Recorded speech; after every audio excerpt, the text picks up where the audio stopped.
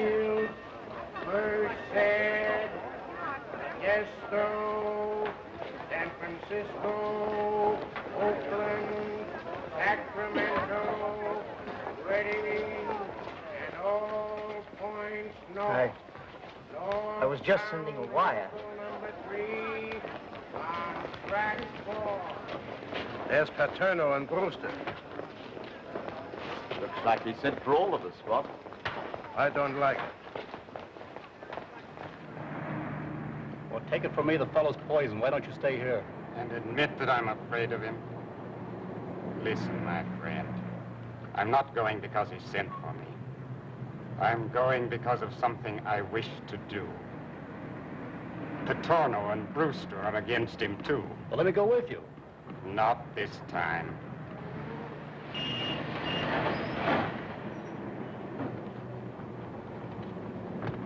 What's your step, Chief?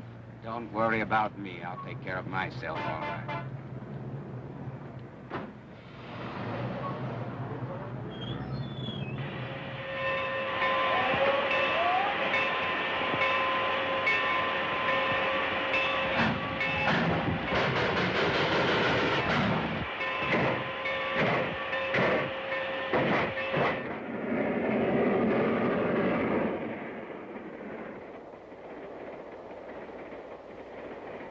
Any of you see him when you got on? Perhaps the rest of you know why you're here. Perhaps you're afraid of him. Well, I'm not. Nor do I consider him useful to me. We understand each other. We're organized. What good is he to us? Maybe he will have something to say about that when he comes. Suppose he does. He's not here. And what if he were? Are we sheep that we follow him blindly? Man isn't human. Nah. I don't think he's on the train.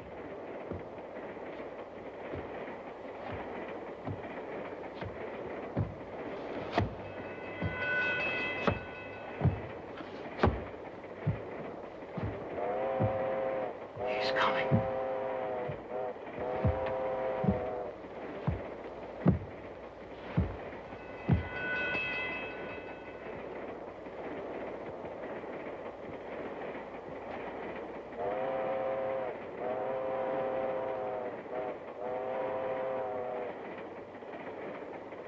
Well, gentlemen,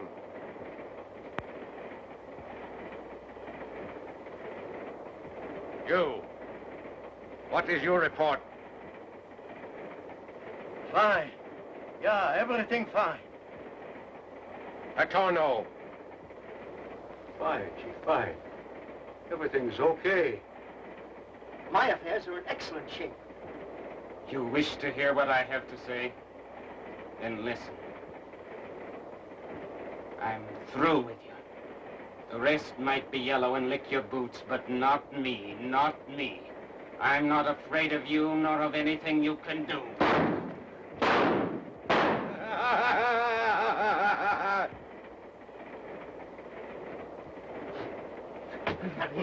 Get out of here! That isn't human! That isn't human! Okay, I tell you, out! That is not human! Let me go! Out!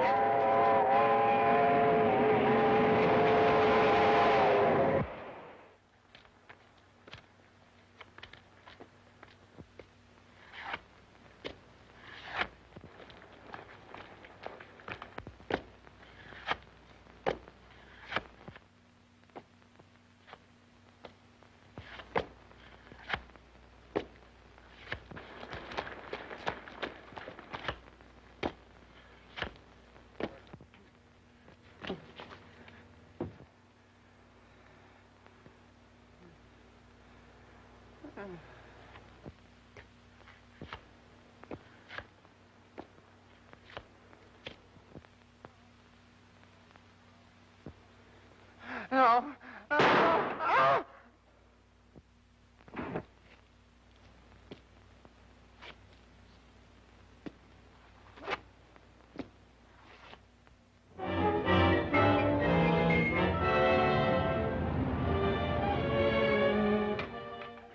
Hello? Dick Tracy speaking. Oh, yes. Well, I think you better take that up with Anderson's office. Yes, he has my report on it. All right, goodbye.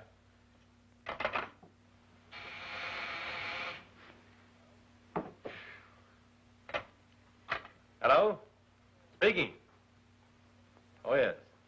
Well, I know all about that. Send Steve Lockwood in, will you? And now, Gordon, what's on your mind? Well, I'm thinking you're about the busiest man I ever saw. But listen. Hello, Gwen. Hello, Steve. Stern reports another spider mark case. Strange how every single person branded with the spider mark and then murdered turns out to be some well-known criminal. Patorno, Benson, Corbett. Were all those men victims of the spider's mark? 7 of them here. Now Stern reports another. Ceased to be a job for the local authorities. The murders have taken place all over the United States. Before I can expect to receive any notice from my G-man brother, I guess I'll have to become an arch criminal. What was it you had on your mind, Gordon? I think it was something to do with the fact that it's your birthday. Well, We had sort of planned to celebrate. That is, if the nation can spare you for half a day. What are you talking about? Why, the circus. Circus? It's more than just a circus. Ellery Brewster has hired performers to give a show for the little orphans at his country estate. And we promised him that we'd drag you along with us. I can't make it, Gwen. Oh, Dick. Hey, can I go, Chief? I guess so, Mike. I think it's wonderful of Mr. Brewster to do all this for the orphans. Oh, it's swelling. Hey, come on, let's sit down, Joey. Well, look who's here. Hello. Oh, hiya, Steve. Hi, Mr. Brewster. And Miss Gwen, I'm glad to see you.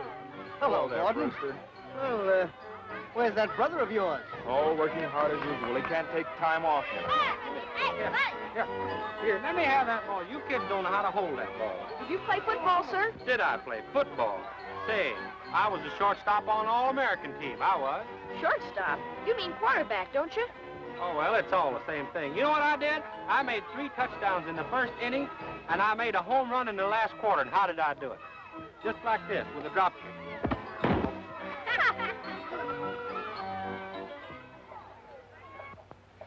Music. Curtain. Coco, come out. Coco, come out and make your bow.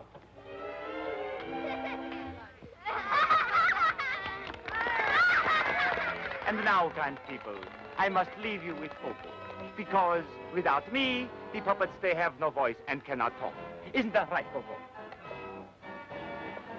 Hey, you big lug, take your hat off. The kids can't see. How about taking your own off? I told a lie today, and Jacqueline got spanked for it.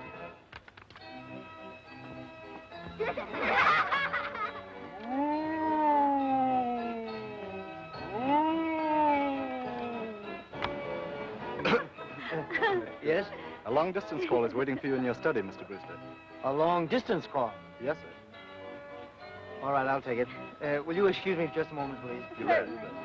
Why was your little sister Jacqueline spanked, Coco? Because I told a lie.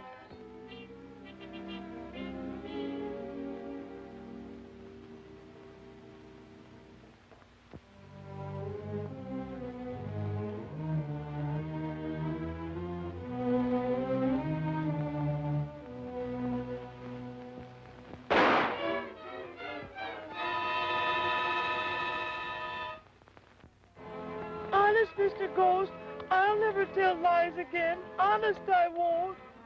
You've learned your lesson, Coco. Go home and be a good boy. But if you ever tell lies again, I will haunt you.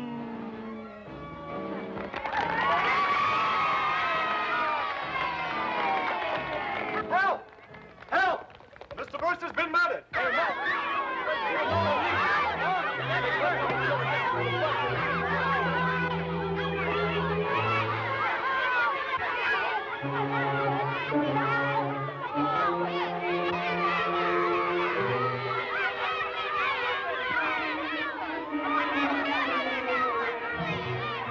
Say, McGirt, bring everybody in from outside, will you?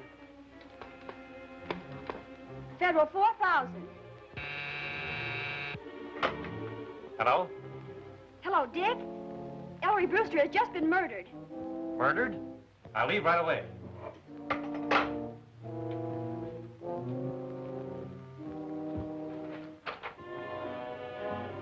There's a footprint. This is the direction from which the shot must have come. Make an examination of that.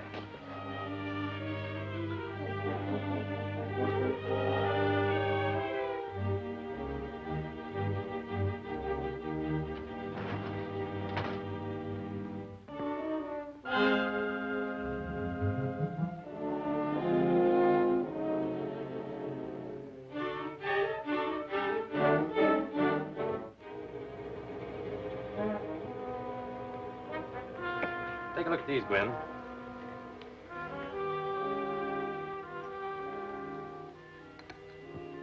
See what you think. The two specimens of sawdust are not the same. They come from different types of wood.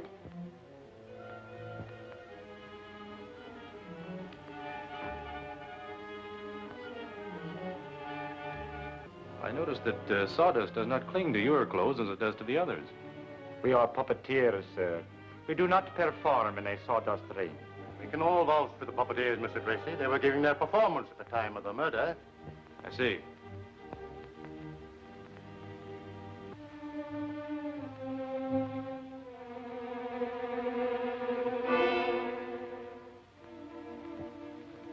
Can you explain this? Sawdust, no doubt. Some of my puppets are stuffed with it. Oh. I wasn't aware of that.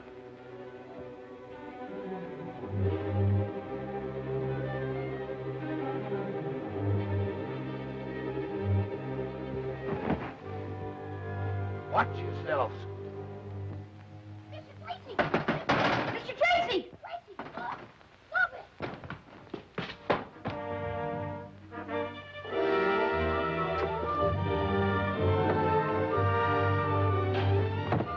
Come on, Comfort, come on.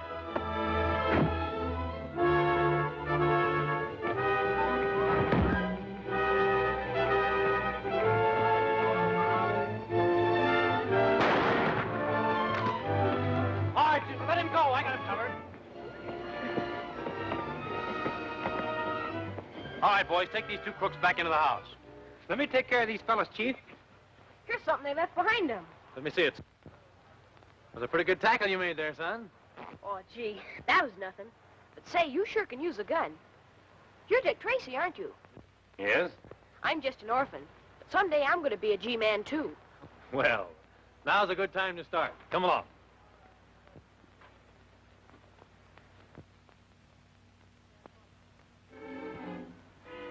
Seems to me I saw 3 men out here. You did, but one of them got away. I'd know him if I ever saw him again, though. You sure about that? Certainly. Well, take this into the house and wait there for me. Yes, Mr. Tracy.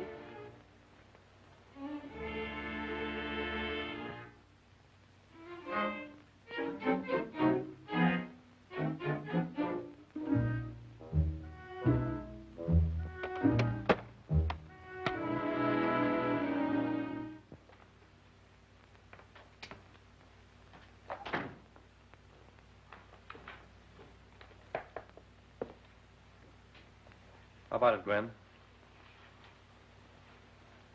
The sawdust you found on that puppeteer is the same as we discovered in this room. Mr. Martino, can you account for the sawdust I found in the cuff of your trousers? Certainly. No doubt it fell there when I was fixing one of my little puppets. Some of them I stuffed with sawdust to make them fat. Let me have one of those records, Steve. Right, Dick.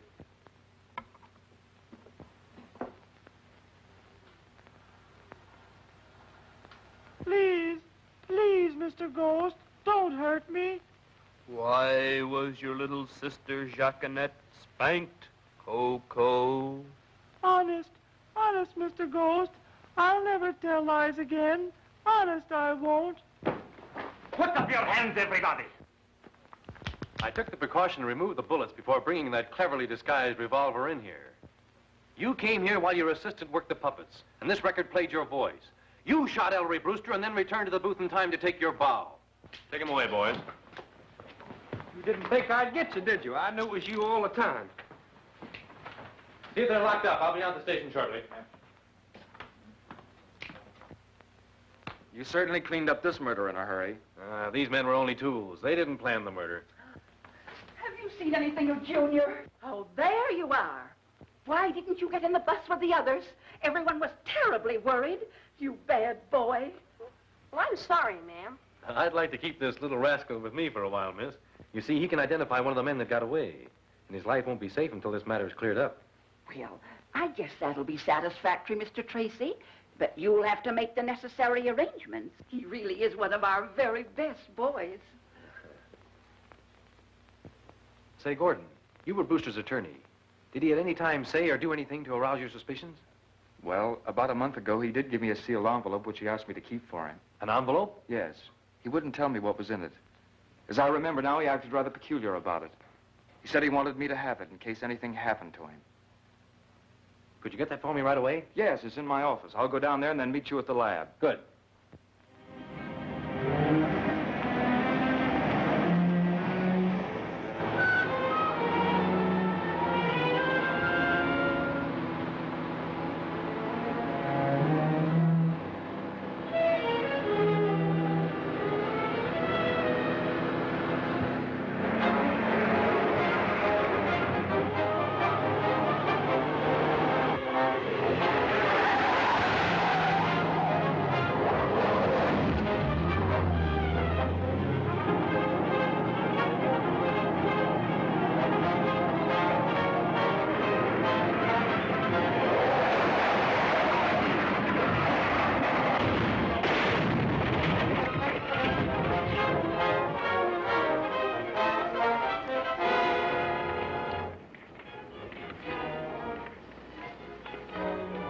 Still breathing. Let's get him up the car.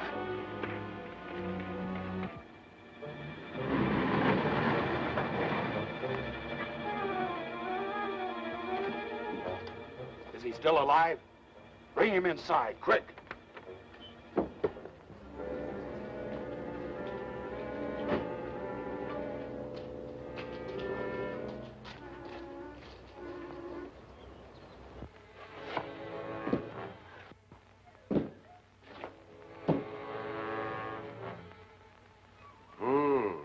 Condition seems critical. What if he should die? Then we will eliminate a very dangerous enemy. He won't die. But by means of this operation, a simple altering of certain glands, he will be unable to distinguish between right and wrong. In that event, he will be very useful to us, Moloch. Very useful. My brother Gordon, Brewster's attorney, goes to get a certain sealed envelope bearing on the case. His car is discovered wrecked and Gordon can't be found. Last night his office was broken into and all records taken. Whoever is responsible for those spider marks is the man we want. And I'm asking for full assignment to the case. Go to it, Dick. You can have a free hand. Thanks.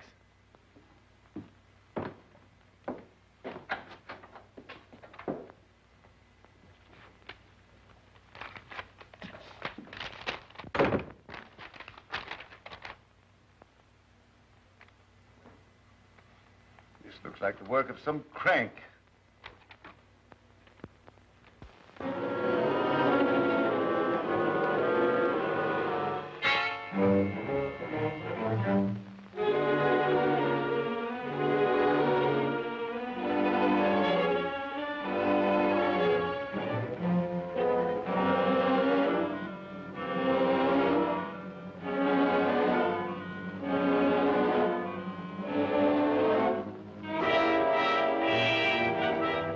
Unless you can give me a more definite reason why the bridge should not open, Mr. Tracy, the plans will go through as scheduled. I have 2 weeks in which to work. Perhaps I may get a lead from these notes in that time. Meanwhile, if you receive any more, will you please let me know? Certainly. Gladly. Thank you. I have just removed the bandages. The transformation is complete. Will his face be recognized? No. There is a slight scar, and the facial nerves have contracted. There is also a white streak on his hair. Is the operation completely successful? Can he be dominated? he is entirely incapable of recognizing evil from good. Wait.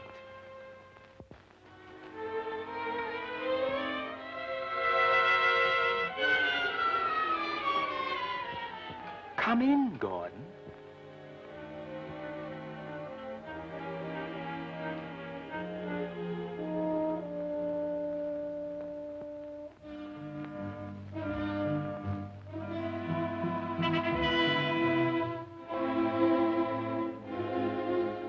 Stop, Gordon. We are your masters. You are my masters. You regret nothing that has happened. I regret nothing. Your brother is your enemy and a fool. He is a fool. It is well that you feel that way. You will be privileged to share in the power which is mine. It is time we startled these fools out of their smug complacency. This little machine is only a model of the big one which we have, the one we shall use to destroy the Bay Bridge. Watch that phase.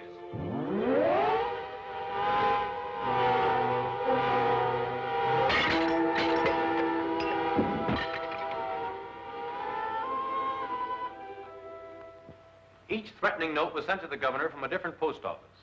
Each one was written on a different typewriter. There is one note, however, which gives us a real clue. This letter was typed on a 5A Underton. That model was discontinued 3 years ago. Each letter is imperfect. The clue is the G. The letter G is new, was replaced from a different type model. That means it was repaired in some shop. Light. I want you men to find out where that 5A Underton was repaired, who paid the bill, and the address of that person. Time is short. This clue must lead us to the man back of the Spider murders, the man who is threatening to destroy the Bay Bridge. Get going.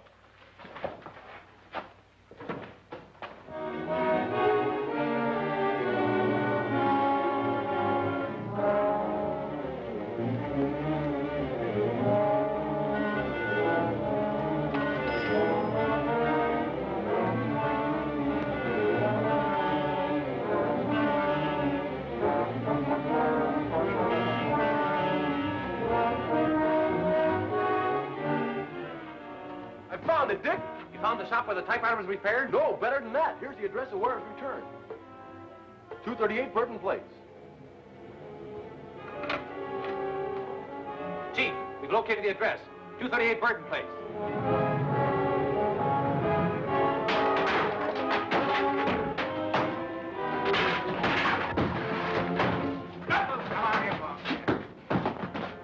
Take him into the next room and drag any information out of them you can. All right, get over here. Let's go. Come on, scram.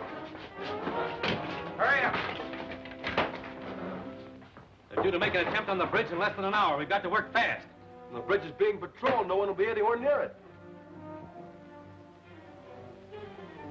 You know, I never saw a chart like that before. 20,000 cycles, crystallization point. 36,000 cycles, steel brakes. Steve, name everything that's calibrated in cycles. Well, years of cycles. Electricity, sound. Sound. That's it. Sound vibrations. Caruso's voice could break a wine glass. It's not impossible. These beings may have just such a machine that will disintegrate matter by sound. Yes, but there may still be time to save the bridge. Send out a police conscription for every available truck to be driven onto the Bay Bridge. The more heavily loaded, the better. Well, but Dick, Caruso's voice could not have broken the glass had it been filled with wine. We may be able to load the bridge with tons of extra weight and thereby destroy all their calculations. Mobilize every truck in the city. Right. Hello, give me the old operator. Calling all cars. Mobilize every truck. Send them to the Bay Bridge.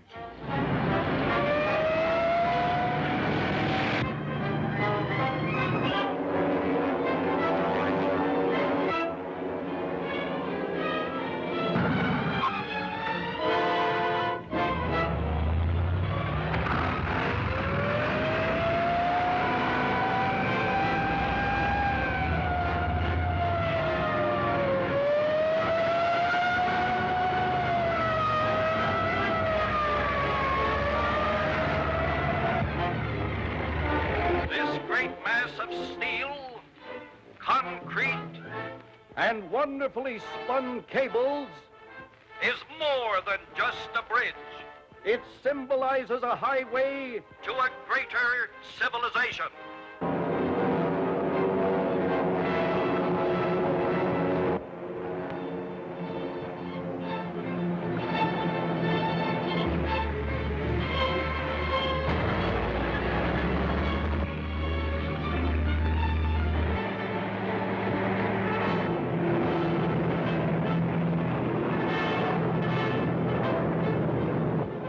Everything in order? Right.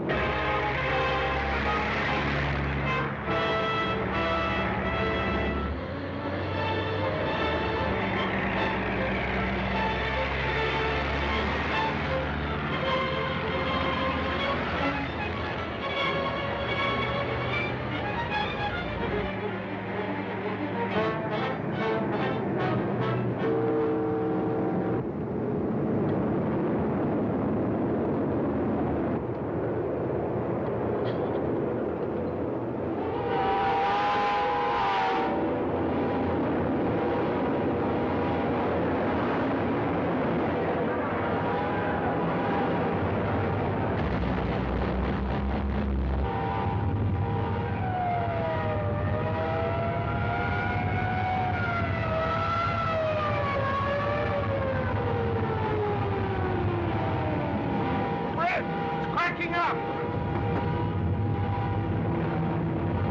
Increase your power.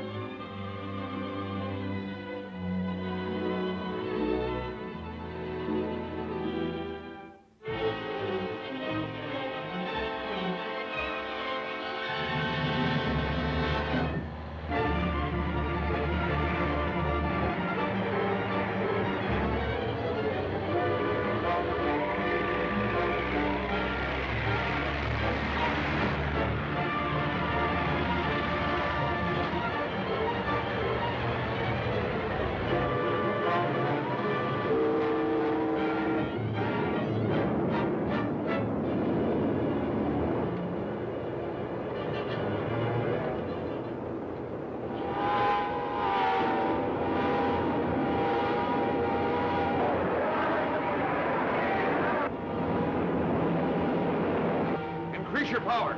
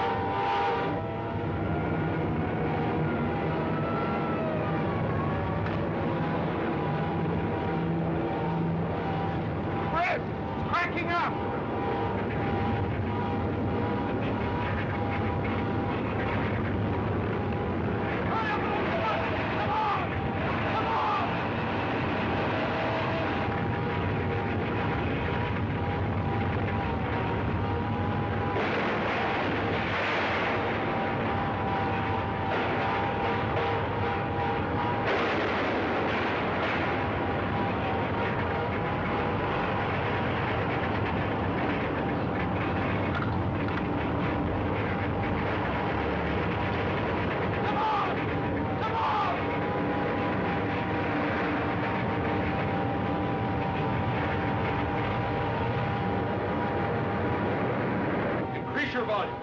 I'm giving it everything I got.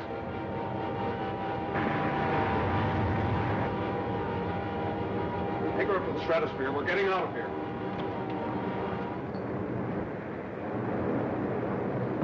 Here's the guy that jabbed the entrance to the bridge. Have him held for questioning. I've got to get to a telephone. Okay, take him away, fellas.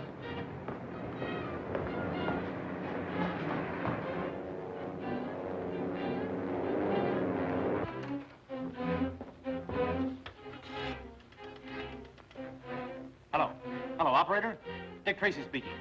Get me the police airdrome. Hurry it up.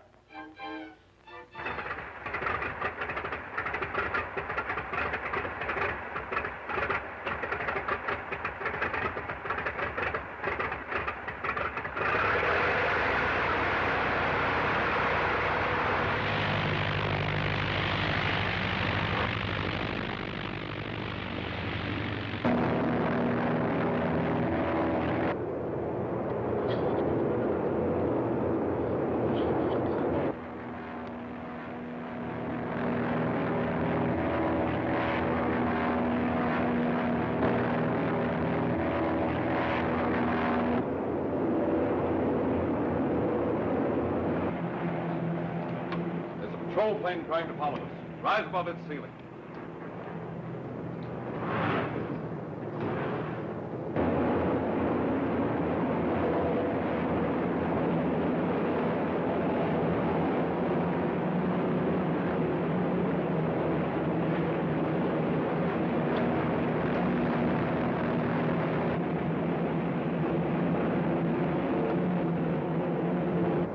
Level off. They can't climb any higher. We'll land at the power plant. Right, sir.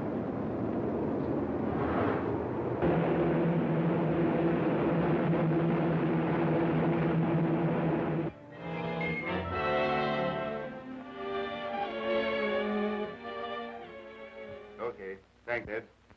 Police report that the wing disappeared into the stratosphere. But naturally, they were unable to follow. It'll probably hover up there and descend at night. Say, I've been questioning Byrd. You know, the fellow had his truck jammed on the bridge. Couldn't get a thing out of him. You know, I have a hunch he's tied up with the spider ring. The sound disintegrator that nearly wrecked the bridge is a menace to the entire nation. It is vital that we destroy it within the shortest possible time. Gwen, you and Steve better go to the lab and see what you can find in those vacuum cleanings. Right. Hey, lady, you can't come in here. Young man, I report you to your superior. Yeah, but Mr. Tracy doesn't want to be bothered. Well, you take your hands off of me. I never saw such an impertinent young man in all my life. Dear, which of you be Mr. Tracy? I'm Mr. Tracy. What can I do for you? Well, who are the other two? Well, these are my superiors, Miss, Hankins. Hankins' a name. Well, Miss Hankins, won't you be seated? Well, I don't mind if I do. It's about my white-legged chickens, Mr. Tracy. Mr. Tracy's very busy. I'm sure there are other departments to take care of your trouble. No one else would listen to me. So I came to you. I knew you'd listen to me. Well, I'll be glad to. white-legged chickens were mighty fine layers once. But ever since that peculiar humming sound come from that old power plant on the other side of the hill, they won't lay worth a ding-dang. Not a ding-dang, Mr. Tracy. Where do you live, Mrs. Higgins? T'other side of the hill from the power plant, I told you. Of course. Now, let's see. That power plant belongs to, That is the old Sierra Pacific plant. They don't use it no more. And I want that humming sound investigated. Well, I don't blame you. Thank you very much, Mrs. Higgins. I'll see what can be done. Mike? Yeah, Chief. Mike, will you escort Mrs. Higgins to the elevator? Come with me, Miss Higgins. Humming noise. Old power plants. It's a wonder we ever get anything done. And yet, Chief, we've obtained leads from stranger sources. I guess you're right, Dick. There can't be anything to that chatter. Perhaps not. Well, I'm working in my laboratory tonight. If I find anything, I'll let you know in the morning. All right, Dick.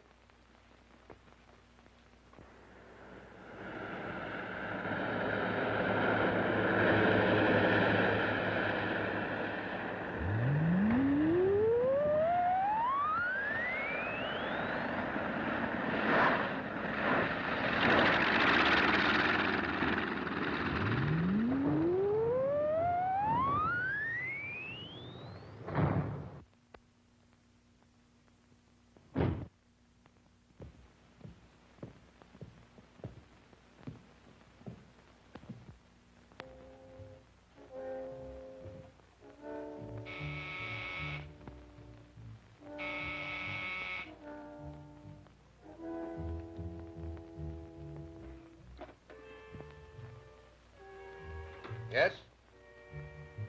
That G-man brother of mine messed things up at the bridge. Don't talk of failure, Gordon. We can and must gain the power we seek. I'll remain here with the wing until morning, then fly in with an ordinary plane. Tomorrow, then. Brother against brother. One good, one evil. I wonder which will win. We shall eliminate the G-Man.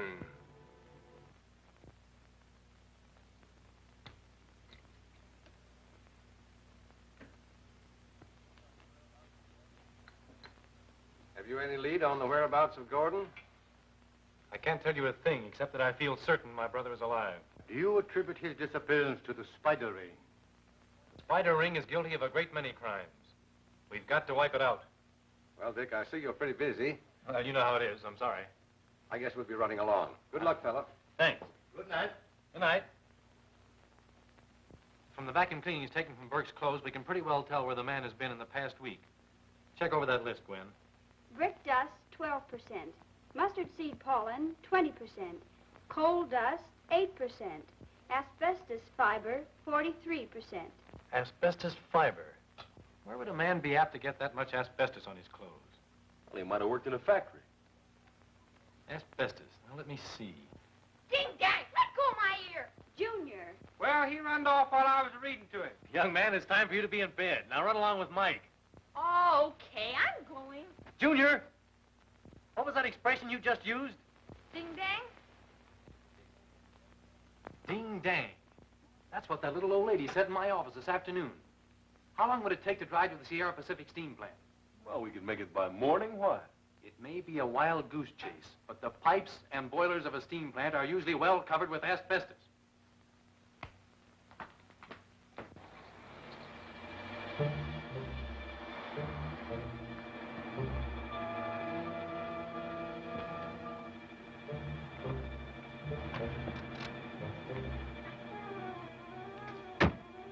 I'll see if I can dig up a watchman. You wait here. All right, Dick.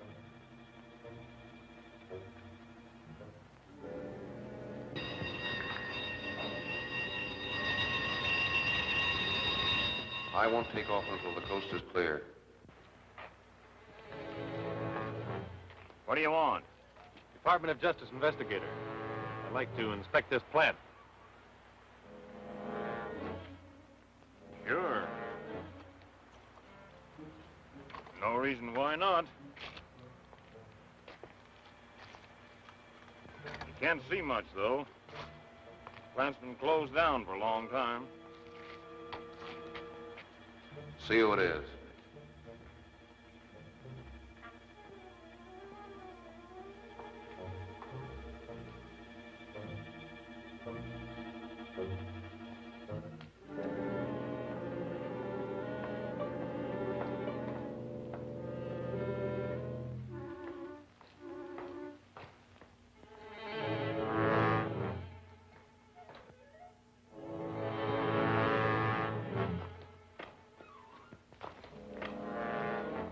Well, there's nothing much here to investigate. No? Okay.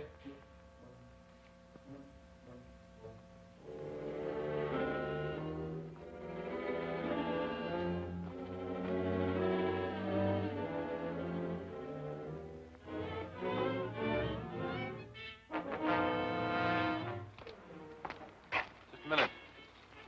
What's in that building? The place is locked, and I haven't the key. Oh. I see. Well, I guess we can skip it this time.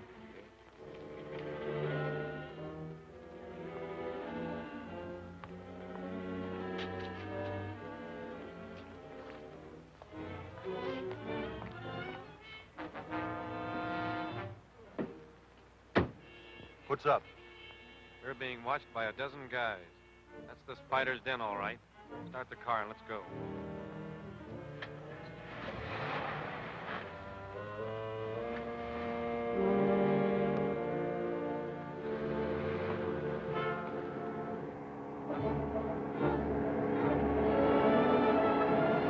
Listen, Steve, when we go through that dip, I'm bailing out. Keep driving. Right.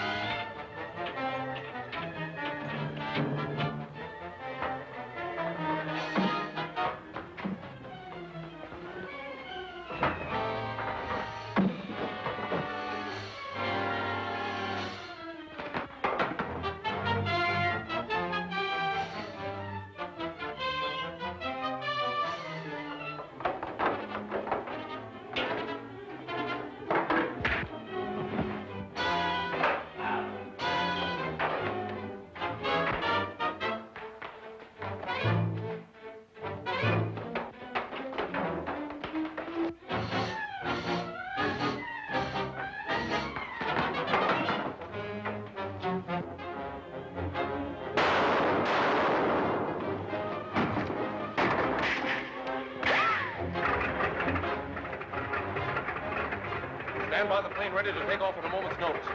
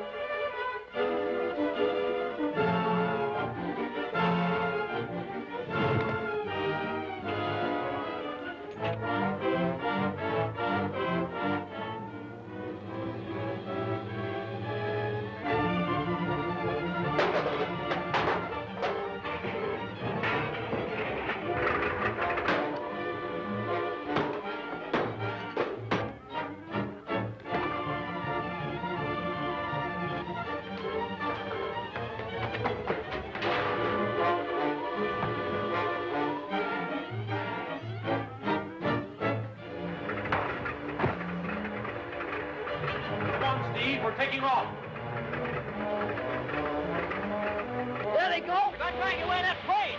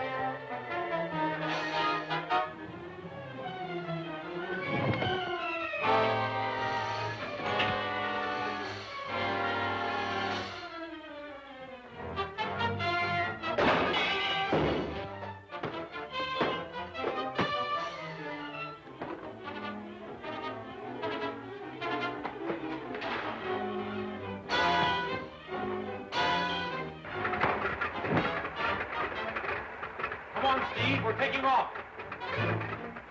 There they go. They're dragging away that plane.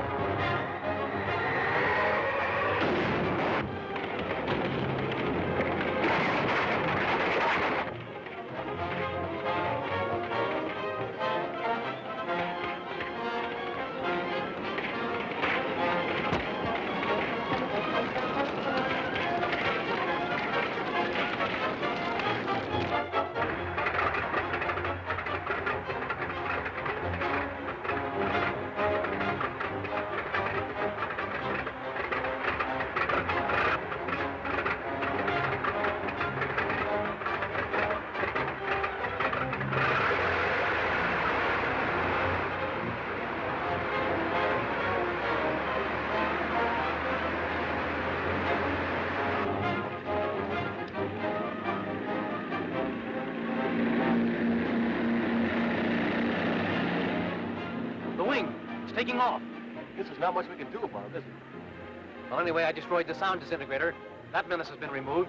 I wonder where they can be taking the wing. If we can make Burke talk, we'll find out.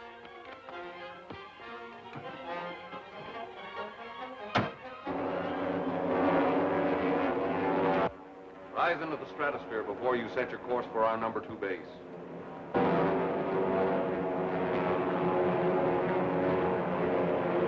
I tell you, Burke, the law may show more leniency in your case if you give us the information we want. What can I say when I don't know anything? What about my brother, Gordon Tracy, who disappeared 2 months ago? I'll bite. What about him? All right, boys, take him away. I'd give a fortune to be able to locate the headquarters of the Spider Ring.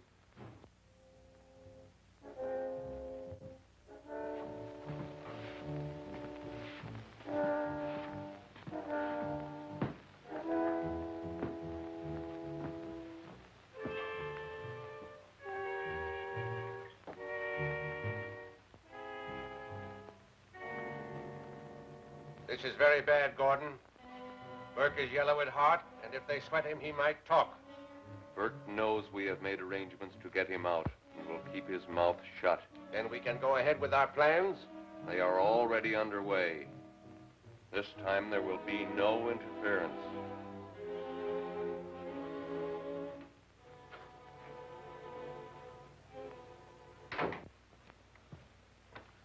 Did you get anything out of Burke? No, not yet. Doesn't he know where your brother is? If he does, he isn't telling. But it doesn't seem possible for a man like Gordon to disappear without leaving some trace. Oh, well. It'll work out somehow. How do you like your new radio, Junior? Oh, gee, Mr. Tracy, it's swell. May I come in? Certainly, Commander Brandon. Come right in. Oh, hello, Junior. Guess we'll have to postpone this, Gwen. How do you do, Miss Andrews? How do you do? Won't you sit down, Commander? Thank you. Well, is this a business call or social? Business, Dick. The steamship Mauravania docks this afternoon, 1 full day ahead of schedule. Well, there's nothing so bad about that. No. But the captain radioed that he expects trouble on his arrival. What kind of trouble? Furs.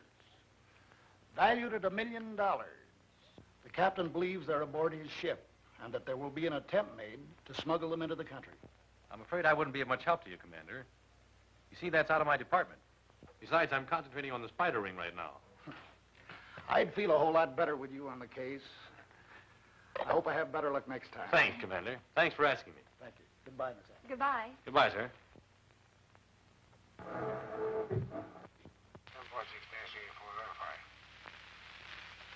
Steamship Martin, 7 points off by Howard. 7 points dash 684, verify that. Steamship Martin, 7 points off by Howard, contact. 7 points dash 84, verify.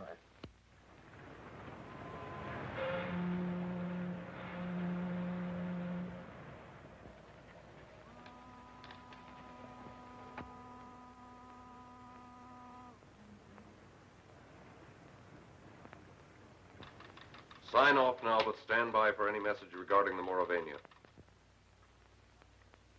Do you suppose that was China, Mr. Tracy? Certainly sounded like it. What does your log chart say?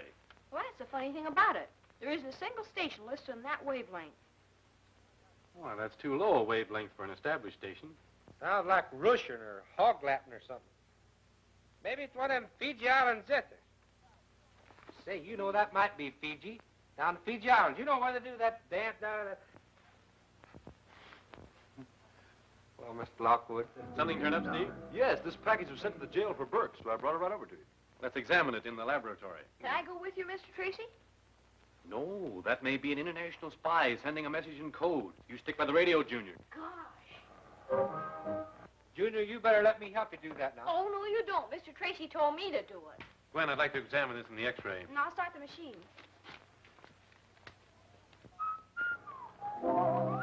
Have you got the whistle? Well, the X-ray doesn't show a thing in any of them, Dick. No, I guess not. Hello, here's one that's been opened and resealed. Where? The fourth one from the right. Let me have it, Gwen. There must be something wrong here, or the package wouldn't have been tampered with.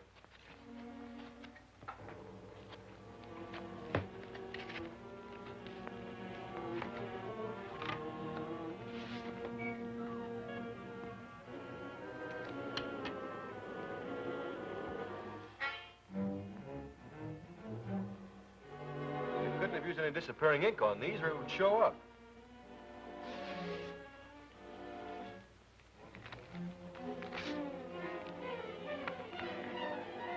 Does that mean anything, Dick? It looks like a small pinhole. Maybe you're right, Gwen. We'll soon find out.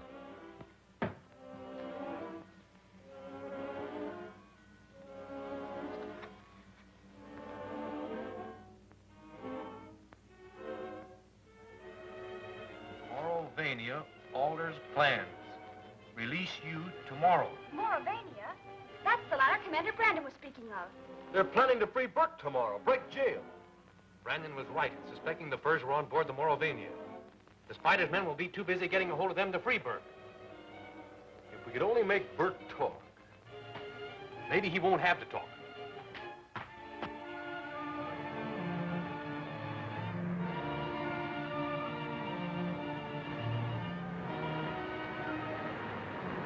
What's the idea of moving me to another jail? It's orders, sonny boy. Get in.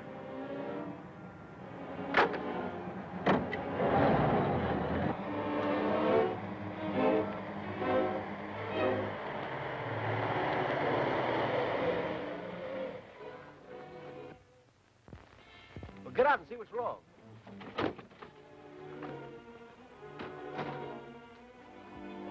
Put him up, copper. Easy there, copper. As far as you go, Byrd. Swell. Good work, fellas. Take this off, wise guy. Come on.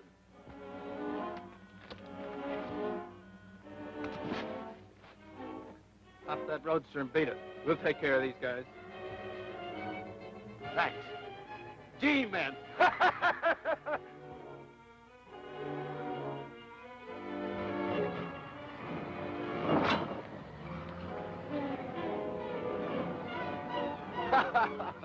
Good work, fellas. It looked like the real McCoy. You think we fooled Burke with it? Well, he's gone, isn't he?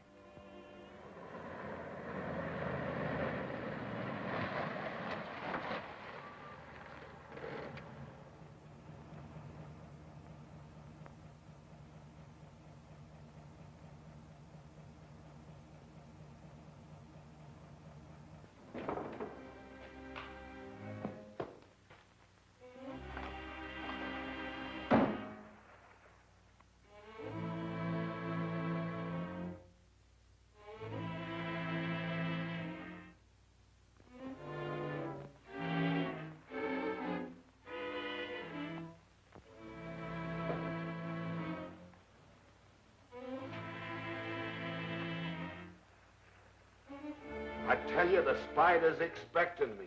What makes you think so? Listen, you don't think the Spider would pull a jailbreak if he didn't want to see me, do you? Oh, all right. I'll have somebody take you out to him.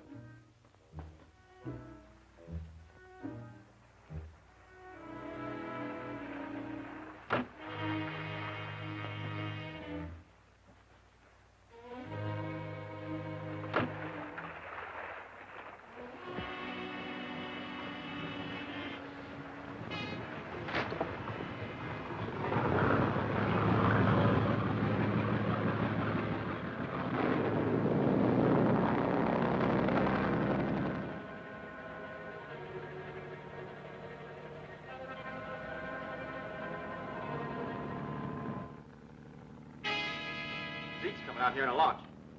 There's a man with him. He says it looks like Burke. Burke!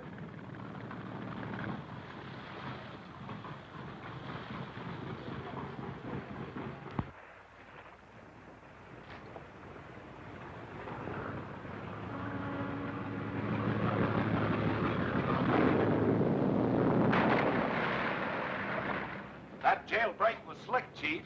Those G-men were as meek as lambs. We had nothing to do with it. You were not supposed to be released until tomorrow. You'd better be on the level. Why, I am. Something's wrong. Someone slipped up somewhere, Chief.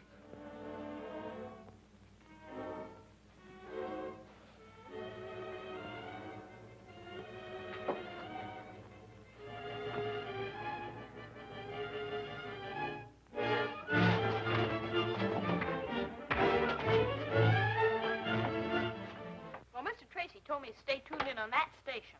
Well, you ain't getting nothing on it. Just the same, he told me to.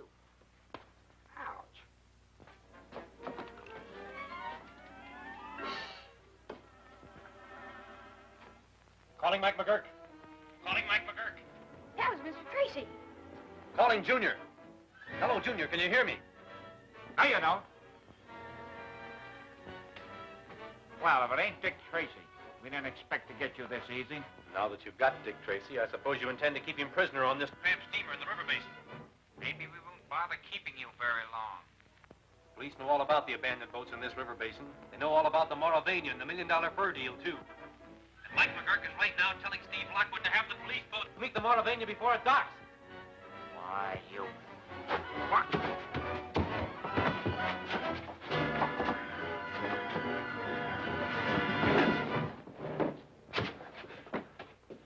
Why didn't you let me? Not yet. Tie him up. All right. Steve's going to the docks. He is, huh? Say, we gotta get on my motorcycle and get down to that dock before they leave. Come on. The Moravian is entering the harbor. The wind is just right for a smoke screen.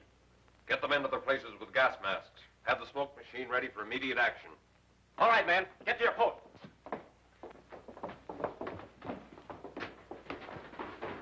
Burke, be right with you. Come along. He won't give us any more trouble, Chief.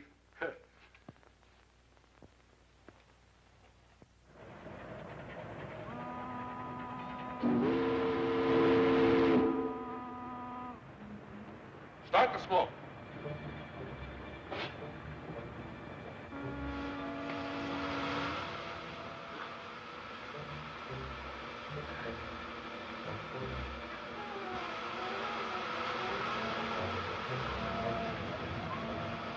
All right, now shoot the gas through.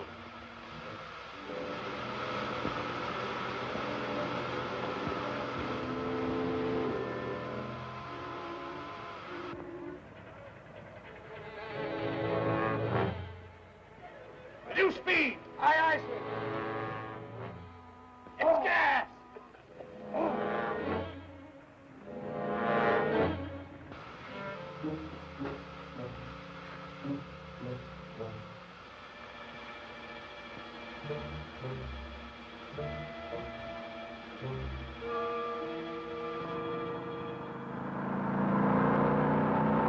Hey, Mike, we're here. Stop it.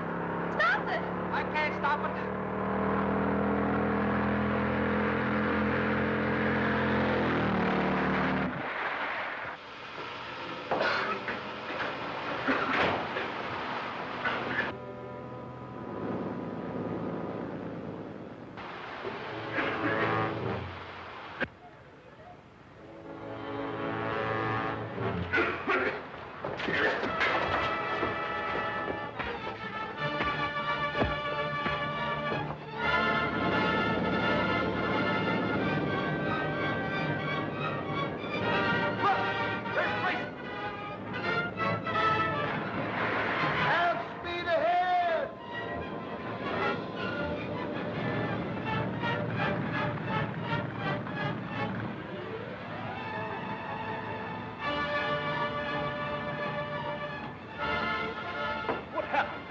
They're raiding the Moravian. Full speed ahead!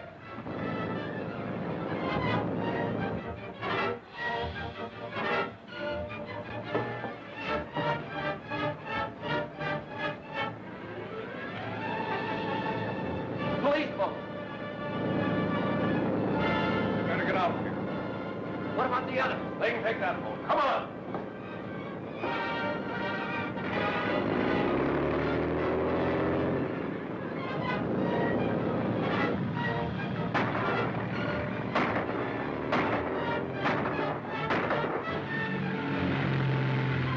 All right, you men, get aboard. I'm going into that launch.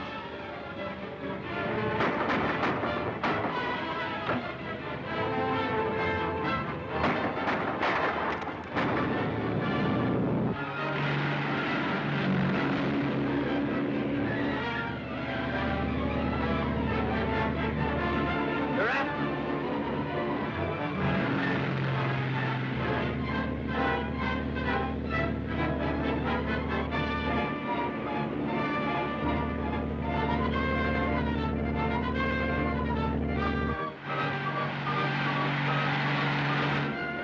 out, folks.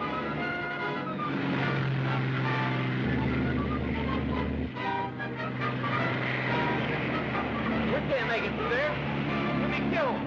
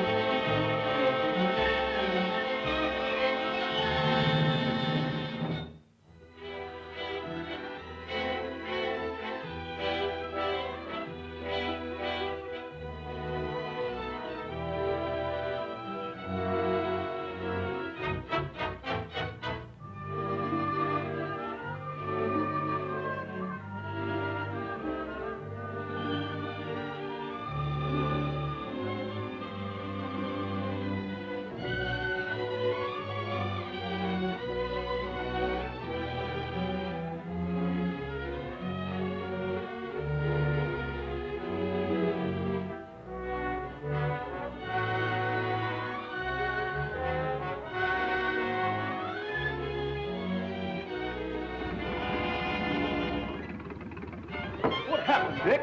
They're raiding the Moravian. Full speed ahead!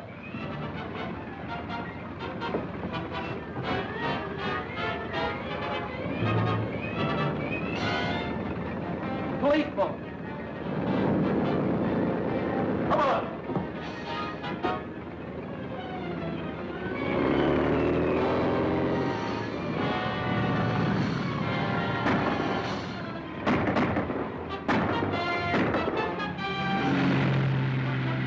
All right, you men, get aboard. I'm going after that launch.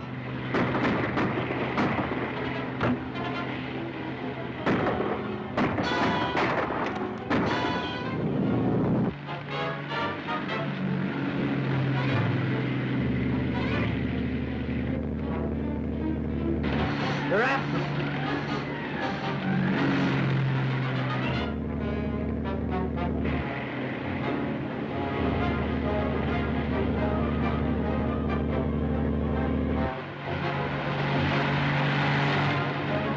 Look out, folks.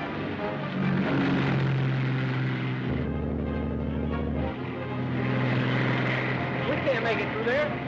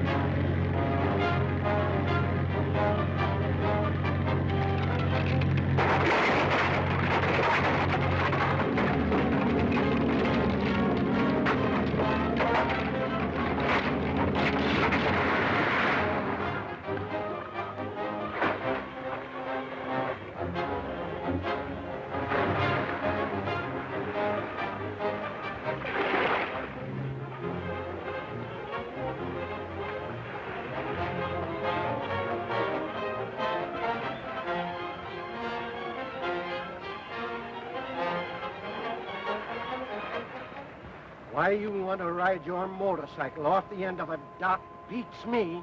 Well, I was going... You what? We was gonna... You don't say so. Seems like a lot of good equipment for such an old tub. This tramp steamer was one of the Spider's hideouts, Steve. If we're lucky, we may find something which will tell us more about them. Dick, the men we captured have been searched. One of my men found this. Does it mean anything? Thanks, Brandon. It may.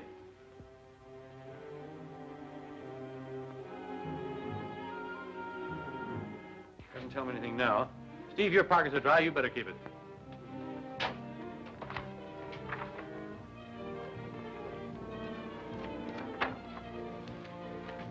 Arriving on Pacific Queen, hoping you will meet me, Aunt Mary.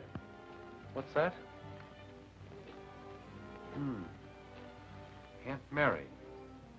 This may be of some value. $1 million lost, and many of our men captured by the police. All caused by stupidity, Moloch. And if Dick Tracy finds out that we're after the Mogra necklace, he'll try to block that too.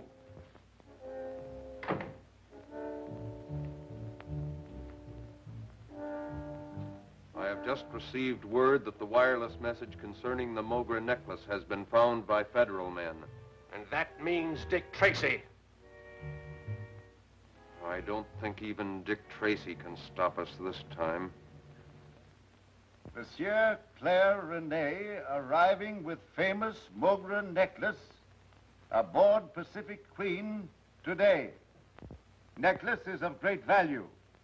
Signed, Baguette Brothers, New York City. Is that what you wanted to know, Dick? It all ties up, Chief. The Spider Ring, unless I miss my guess, will make an attempt for the necklace. Steve and I will fly out to meet the Pacific Queen. Wire the commander to expect us. Tell him we will pose as newsreel photographers. Yes, in that way we can use the fluoroscopic equipment without exciting too much suspicion. Right, we're leaving right away. Mr. Tracy, Mike won't take his castor oil. He won't, huh?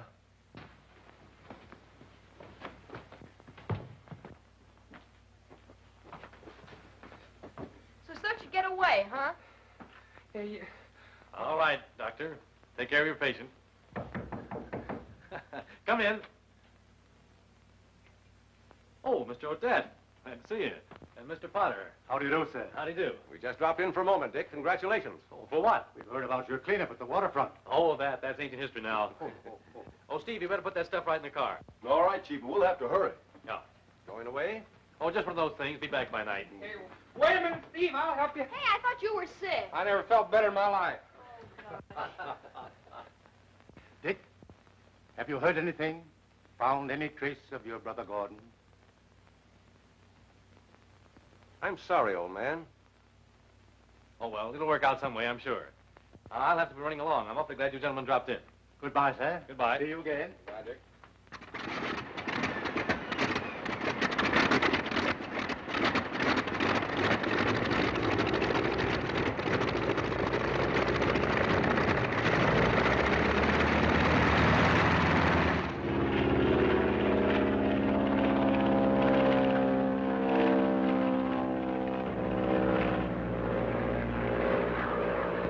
What kind of a person is Aunt Mary? You never can tell.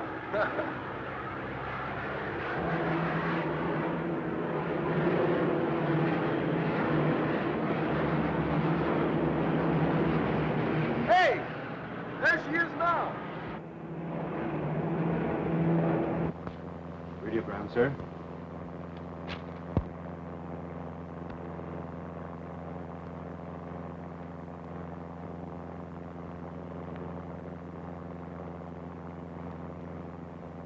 Canny how these G-men get on the trail of crime. No answer.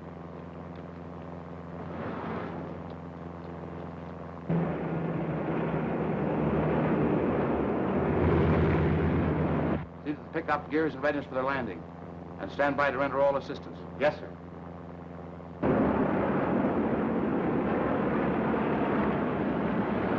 They're already forced to hook on.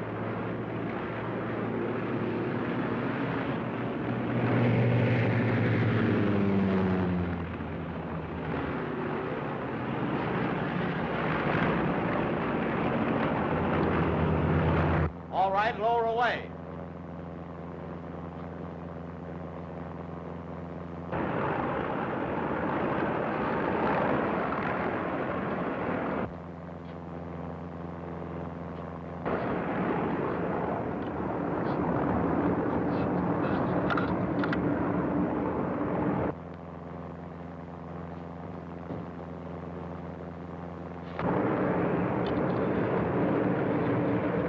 Taylor, show the gentleman to Monsieur's stateroom. Up forward, sir.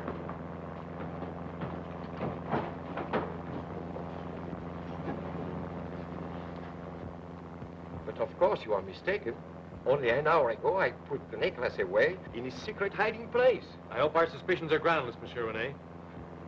It's gone. I was afraid it would be. Monsieur, the Mogra necklace. It was the king's ransom. I can't understand. Monsieur Rene, we must work fast. I believe that necklace is still aboard the dirigible. Can you describe what it looks like? I can do better than that. I have a very fine imitation of it. An imitation? Every valuable jewel purchased by our company has a synthetic duplicate made of it. I'll show you.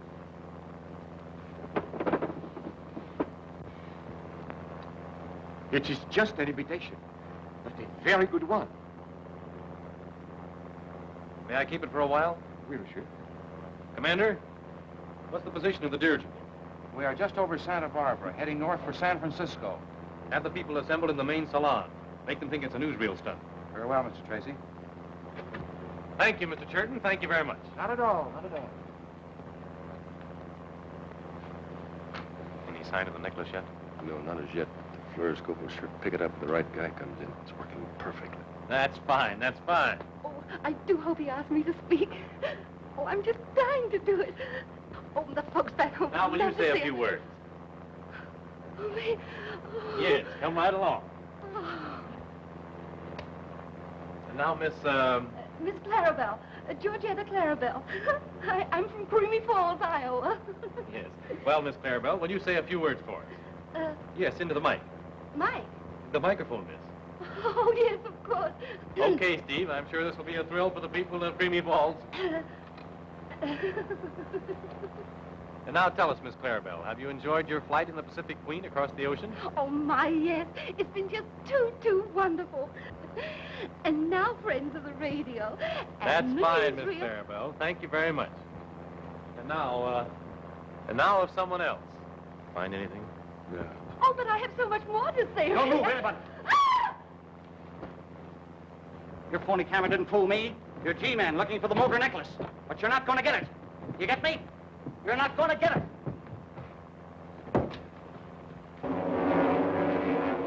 Got the necklace, Steve. Come on.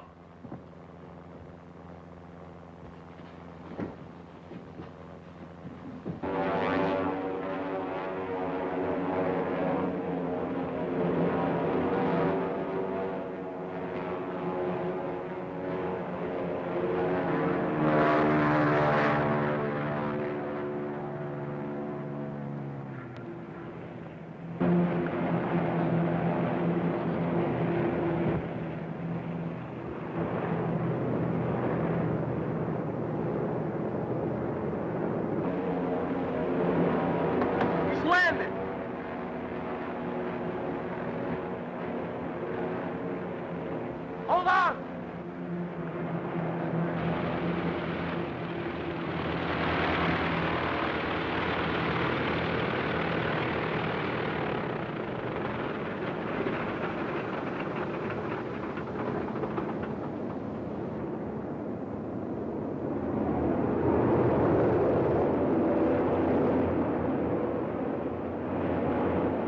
Careful now. Careful.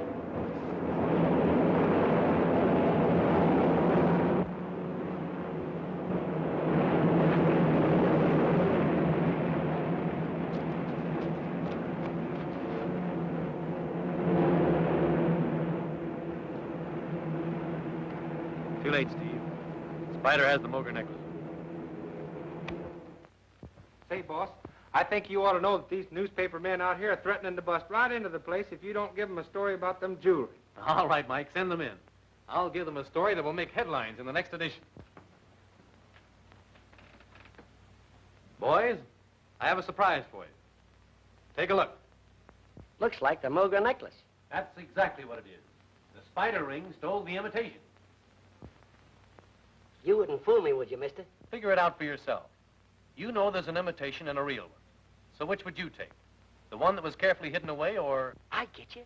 It's the imitation that's hidden away that the crooks grabbed, thinking it was the real McCoy. That was Monsieur Rene's idea exactly. I'll say that's using the old bean. Human psychology. Boy, what a story. Look out, fellas, look out, will you? It worked. But I can't understand. You will. Now, here's the idea. You will take off this afternoon on your announced flight east. Once in the air, a robot plane controlled by radio will take the course you were supposed to follow. I am banking on the spider reading the report of the imitation having been stolen and trying to get the real one. Oh, I begin to understand.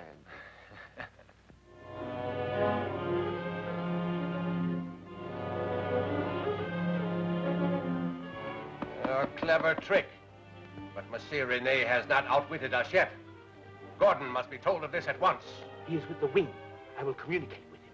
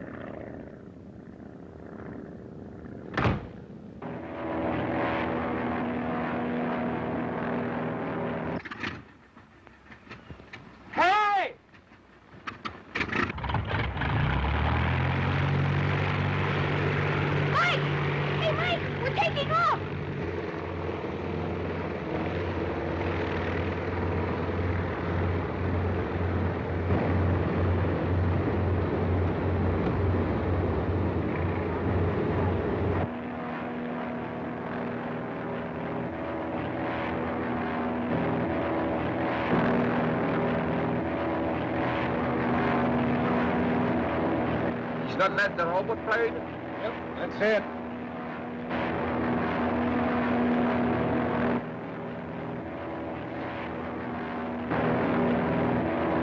This up to Dick Tracy. Pilot, turn back.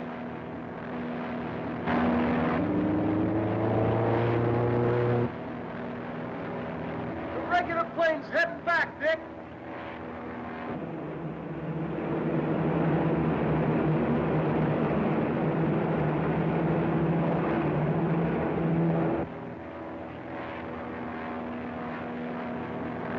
There comes the wing.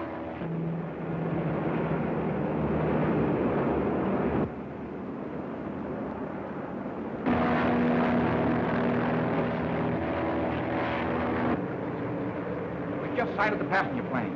When we get within range, let them have it. Set straight for the robot plane, Dick.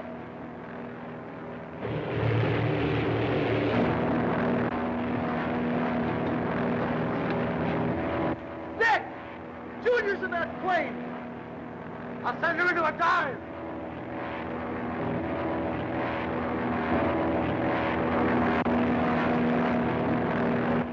Radio control is out of order. Grab the stick, Steve, and head for the robot plane. I'm going to board her.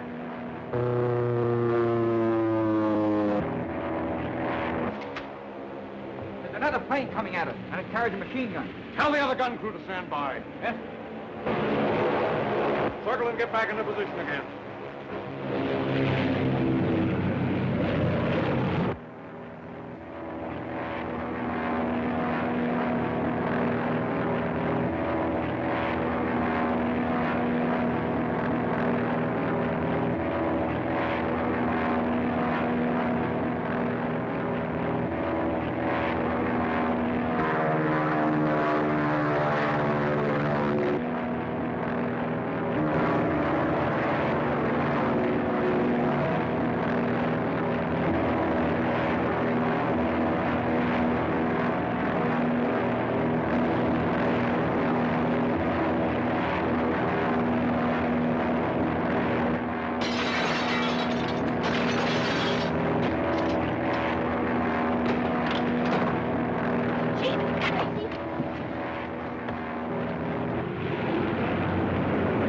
Chin up, Junior. We're not out of the woods yet. Well, I'm not as scared now that you're here. Each one mark a vital spot and don't miss.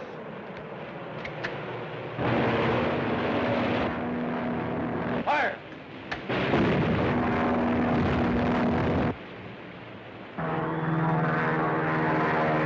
Good. That got him.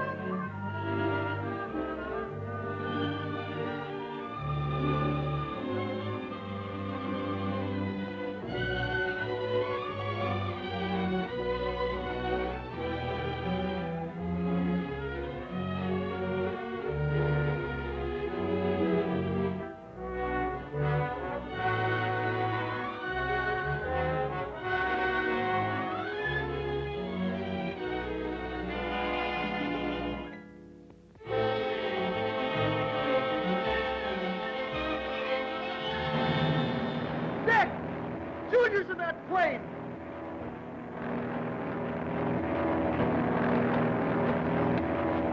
Grab the stick, Steve, and head for the robot plane. I'm going to board her. Circle and get back into position again.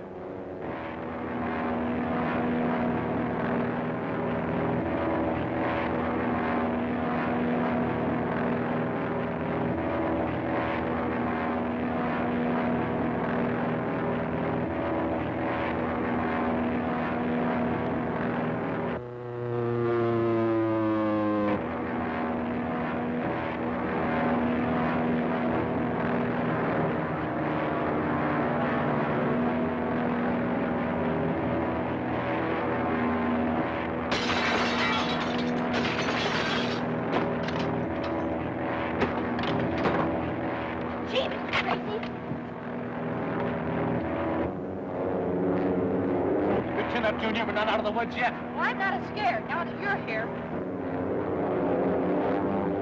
Each one mark a vital spot and don't miss.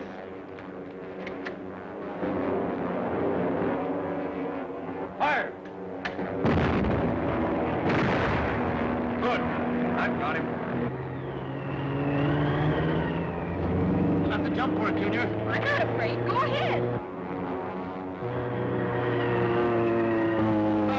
Here we go.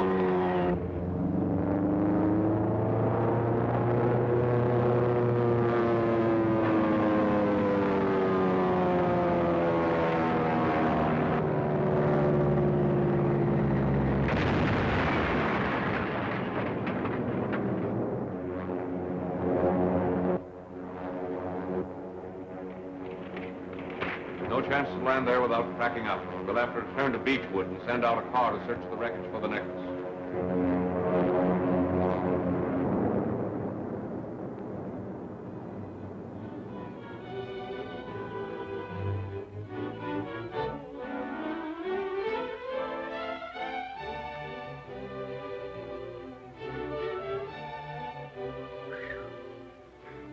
Are you all right, Junior? Sure. Gosh, that was exciting, Mr. Tracy. Yes, I'll say it was. That's Mr. Lockwood's plane. Sounds like he has engine trouble.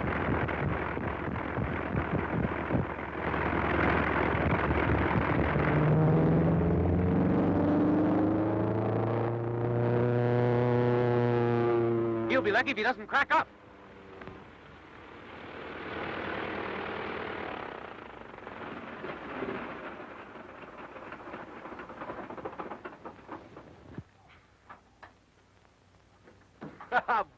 Boy, am I glad to see you.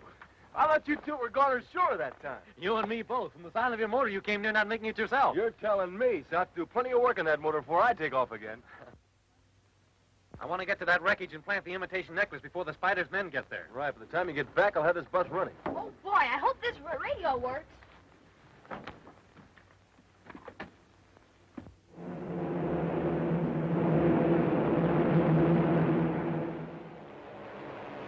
Calling location 3.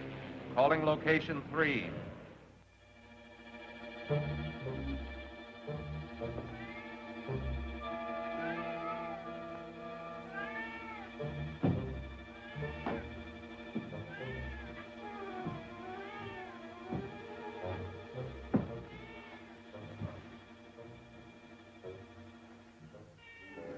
Your cat shows more intelligence than many humans, Moloch. Sometimes I'm tempted to try another experiment. And what is that? Transplanting the brain of a cat into a human. It would be even more interesting than the operation I performed on Gordon Tracy. Perhaps someday you can try that on his brother, Dick Tracy. He should make an even greater criminal. Well? Gordon Tracy is calling from the wing, sir. Stand by, Flying Wing.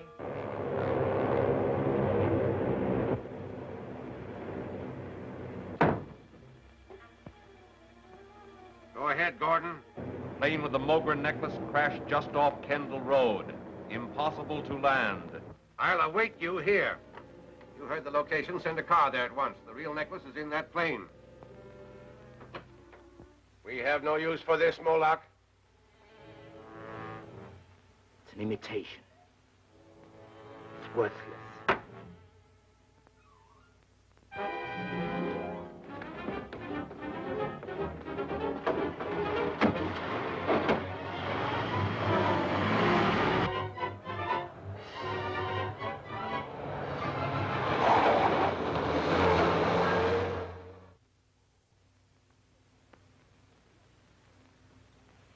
Cheer up, Mike.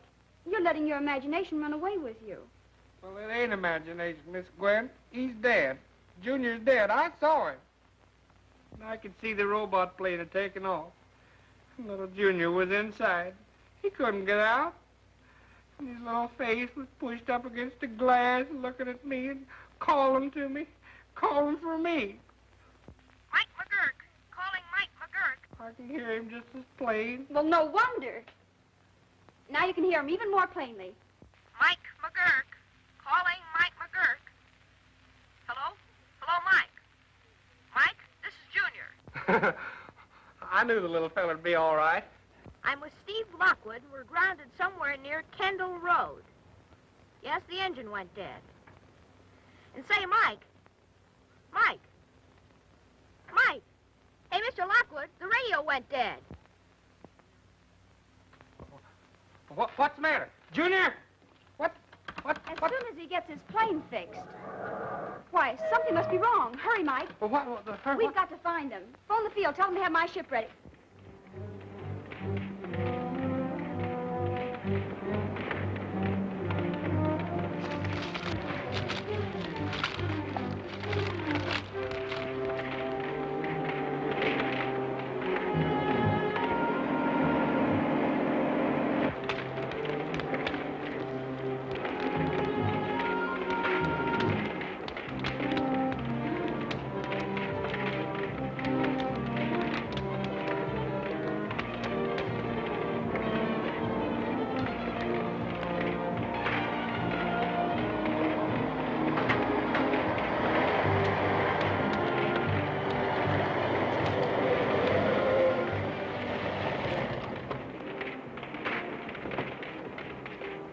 There she is. Come on.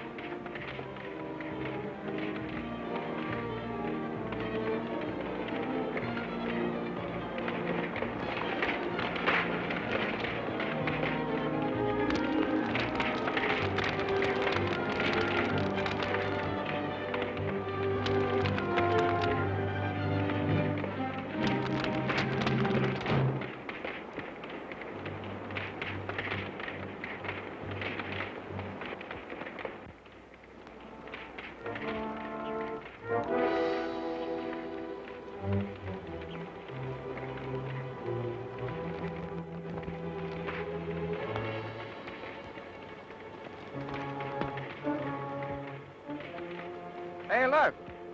This must be the case the necklace was in.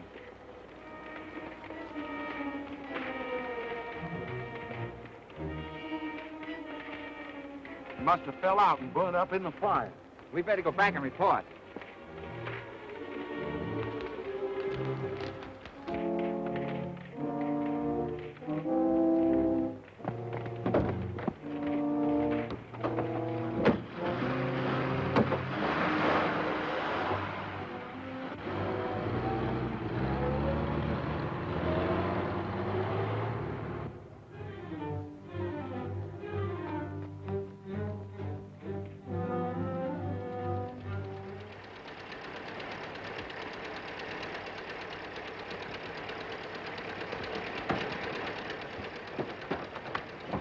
Hey, you follow that car. No, don't shoot. Don't shoot. I said follow that car.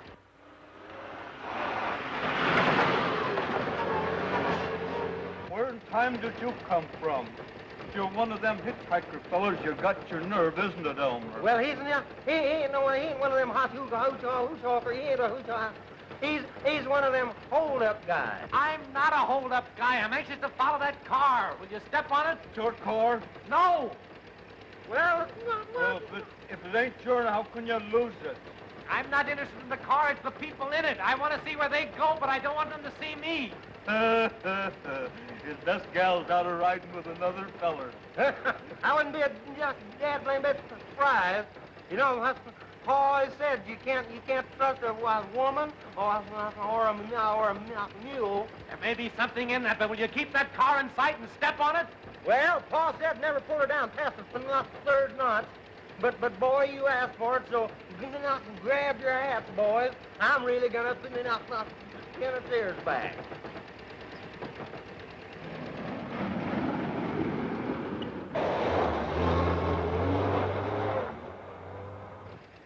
There's the opening out in this Beechwood Hotel up there. They pulled in there. Doggone if I can see why they turned in there. Hotel's been closed for 2 months. Don't let them worry you, boys. Here's something for your trouble. It's one of them dad-blamed dollars.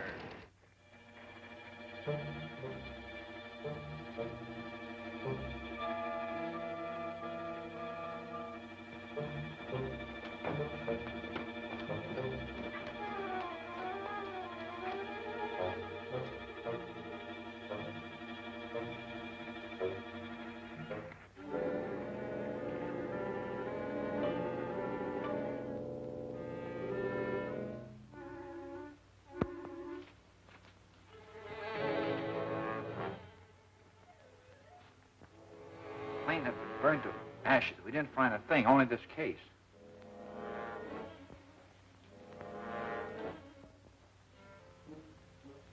Then you didn't find the necklace? It must have been burned up in the fire. What's the matter?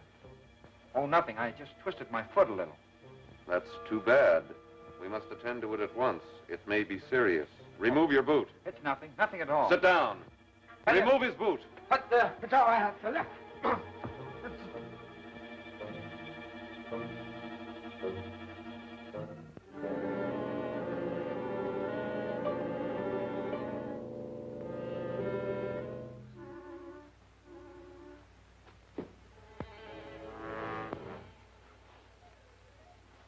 Your foot won't hurt any longer.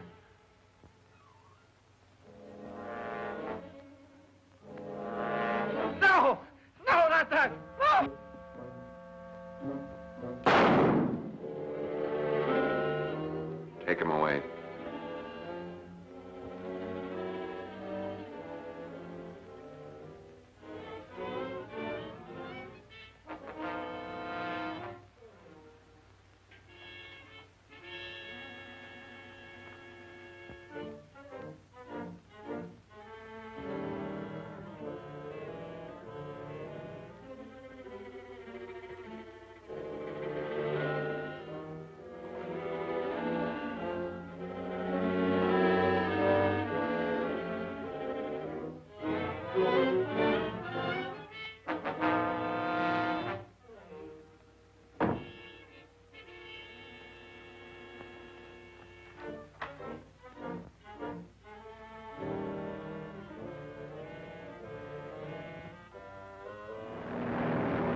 I can't hear them anymore. Well, try a lower wavelength, Mike.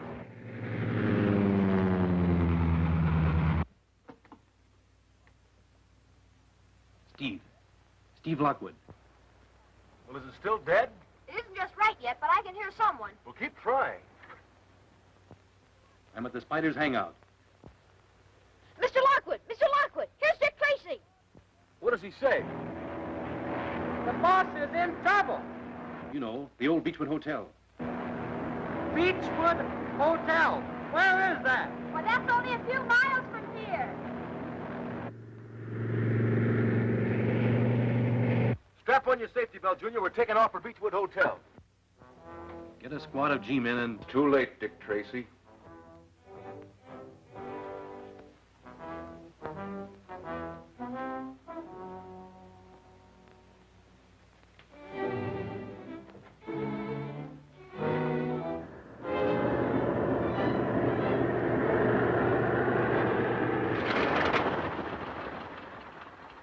I'm glad that's over.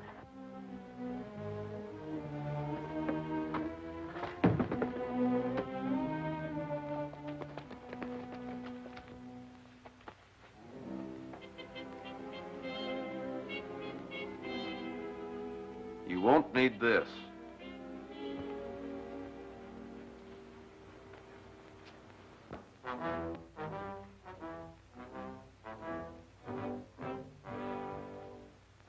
Why were you so anxious to get this imitation? Or were you trying to be very clever and fool us? I not only tried, I did fool you. A lot of good it did you. I wouldn't be too sure of that. Nitroglycerin, gentlemen. All right, stick 'em up. It's all right, Mike. They won't move. Drop that gun. I'll take that necklace now.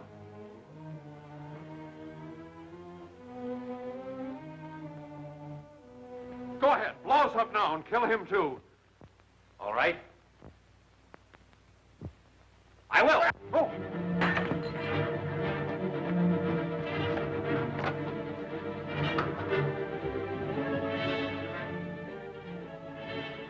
Castor oil.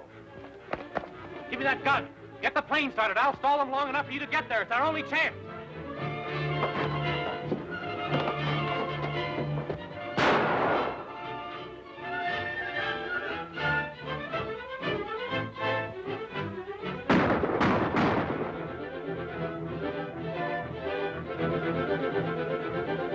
Around this way, Manny.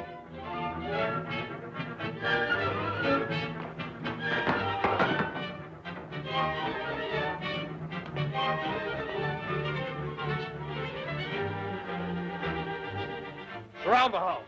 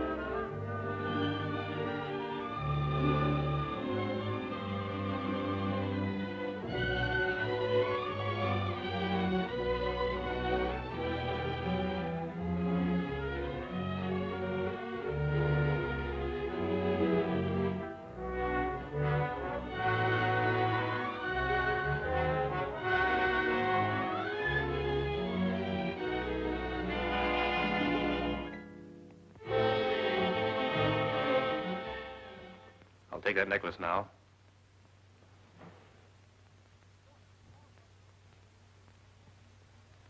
Go ahead, blow us up now and kill him too. All right. I will. Oh!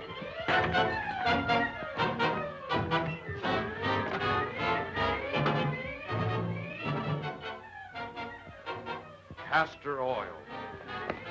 Give me that gun. Get the plane started. I'll stall them long enough for you to get there. It's our only chance.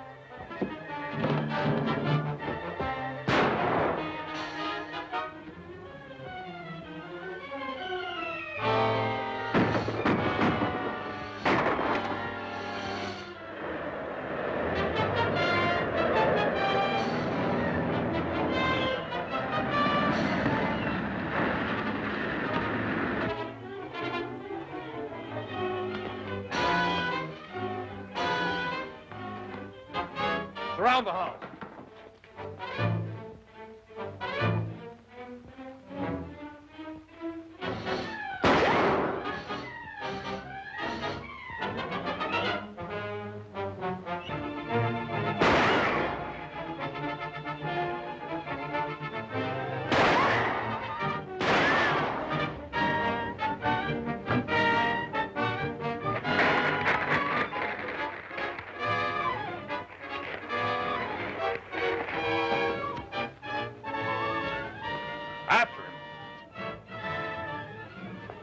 Tell Moloch and the lame when the wing is ready. I'll be waiting for them.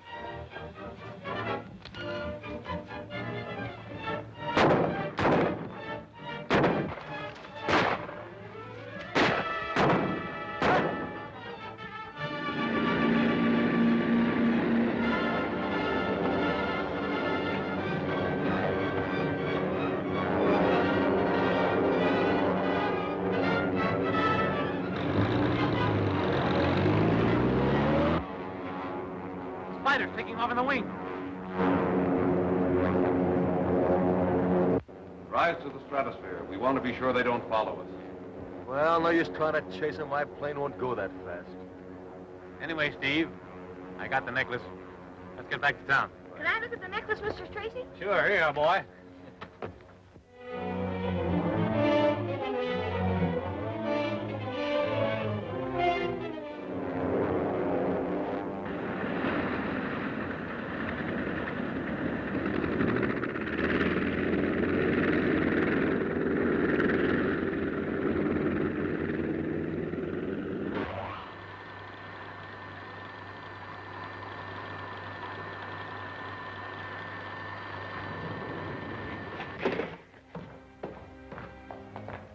Claude reported by phone, sir.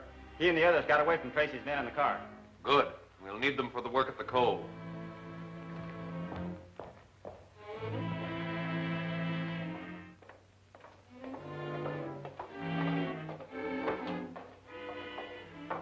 Claude will be at Whitey's. You can start now, Caston.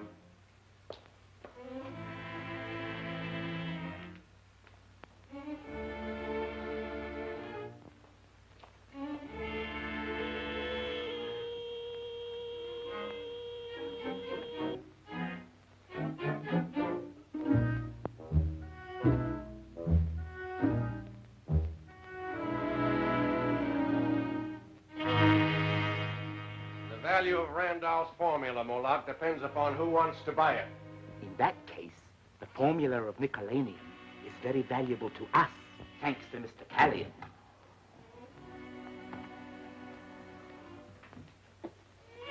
I'm glad you're safe, Gordon, even though you do not bring the Mogra necklace. I can still use you. What's done is done. I've sent Caston over to see Randolph. Has any report come from the cove? The submarine hasn't docked yet. You don't think Callion will draw out now, do you? If I could depend upon you, Gordon, as much as I can upon Callion, the formula for Nicolanium would be out of this country in another 2 or 3 hours. Our only failure so far is an inferior organization. I'm going to Whitey's. You can sign that in the usual manner, Gwen. Right. Well, Steve, any luck? Sure. The fingerprints on that gun belong to Claude Destino. Destino? Where does Destino hang out? At Whitey's down at the Cove. He's a pretty slippery customer. Why do you stay at the Cove even though it's deserted? He's not staying there for love of the place. How about the gun serial number? It was filed off, and we got a reading at the laboratory. It was registered to Hans Jensen. He's Randolph's watchman. Randolph? Why, he's the famous chemist. The man who just perfected a new secret alloy called nickelanium. We haven't any time to lose. We're going to visit Mr. Randolph. Mike, get the car ready, will you? He's seldom home, but I've been to his laboratory, and we might find him there. That foreman, it mustn't get into the wrong hands.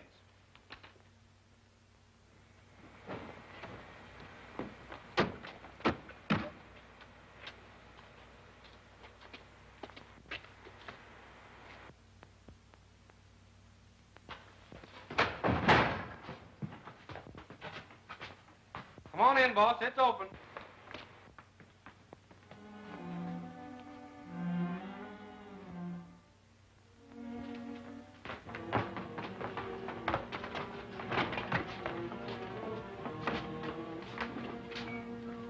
What happened, Mr. Randolph? They took it. You mean your formula? Hey, Chief. There's a footprint and some oil over here. You reckon that means anything? Better take a look at that footprint, Gwen.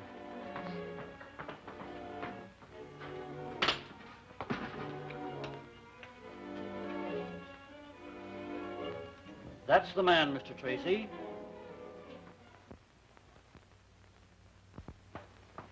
I think I've got something, Dick. What do you think of it, Mr. Randolph? That looks like the typical reaction for sesame oil, Miss Andrews. It is sesame seed oil. The test is infallible. The man who stepped into that spilled alkali solution had the oil on his feet.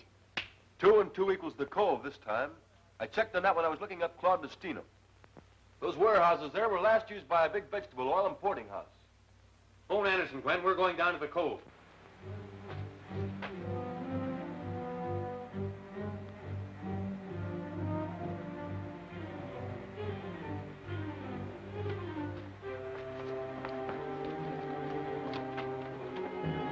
Head right for the waterfront, Steve. Right.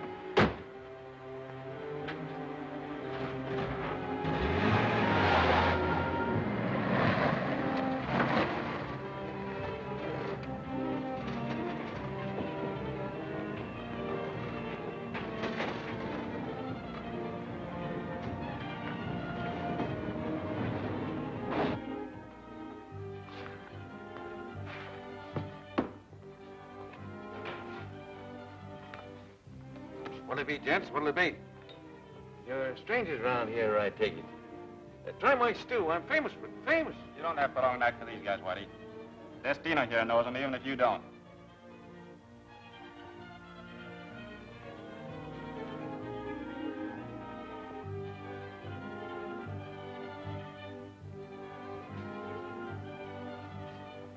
Come on.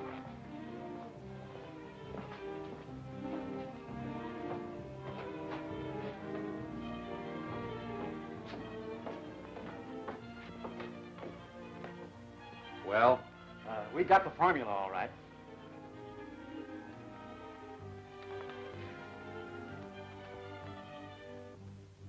Good. Come on.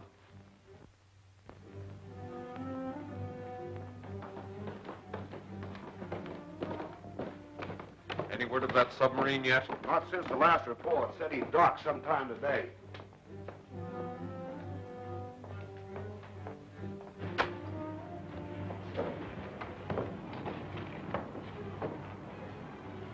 It's about time Canyon's submarine arrived.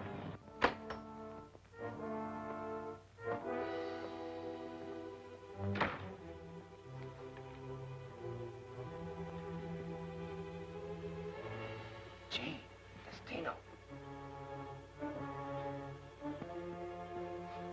What'll it be?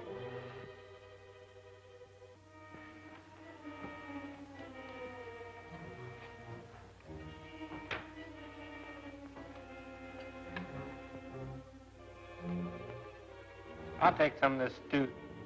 Okay.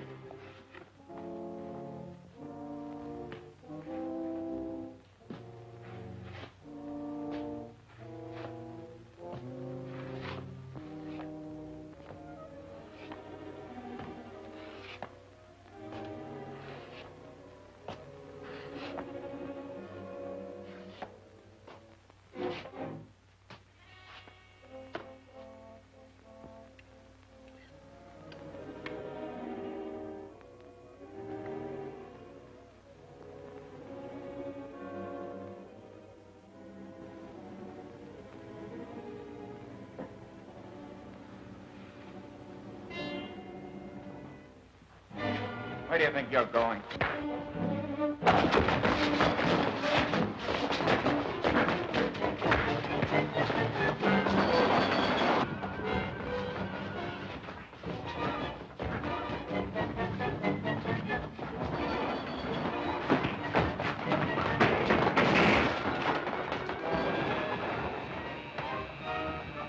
You and a couple of men go back. Whitey's in trouble.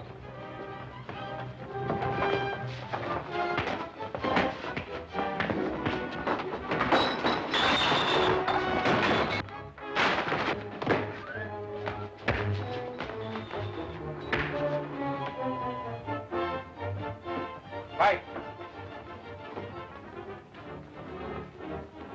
Tracy is coming through the passage. Get him and bring him up to me.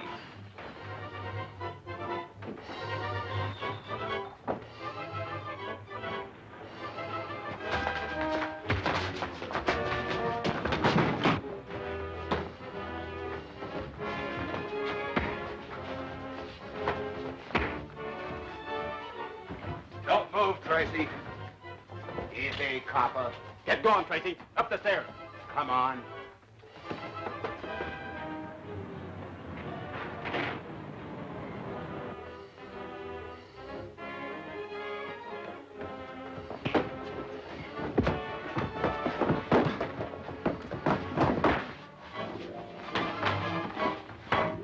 Okay, drop that gun and reach for the sky. Come on, up with him. Get in there. How did you get here, Junior? In the rear of the car. Gee, I helped that time, didn't I? You're dead.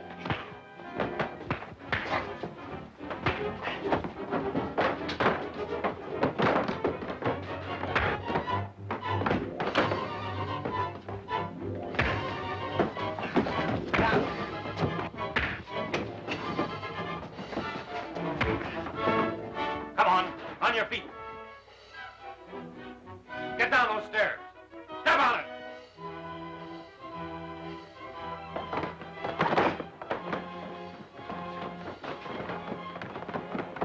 Keep him covered, Mike. That man will lead you to Randolph's formula.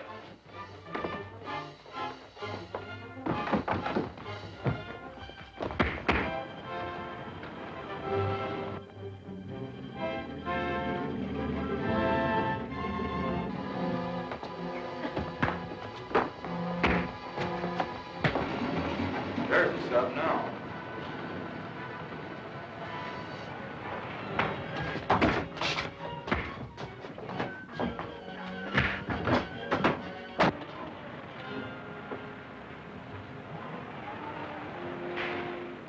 We have no time to lose. Government men are up front, Mr. Callion. No morning, Brusky. Tell Captain Starker to stand by. We leave at once. Here is Randolph's formula for nickelanium. My government appreciates your efficiency.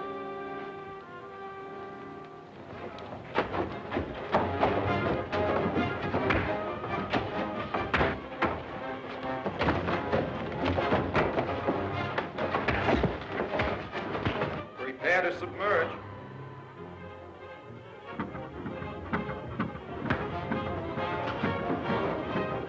Fill number 4 and 7 tanks.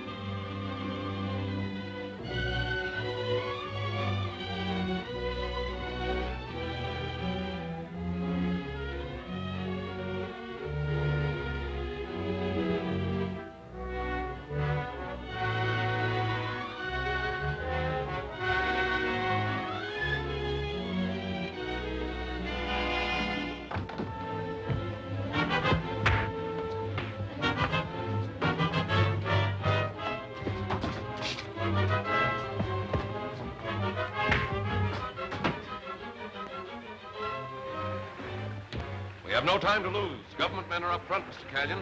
No morning, Brusky. Tell Captain Stockton to stand by. Leave at once. Here is Randolph's formula for nickelanium. My government appreciates your efficiency.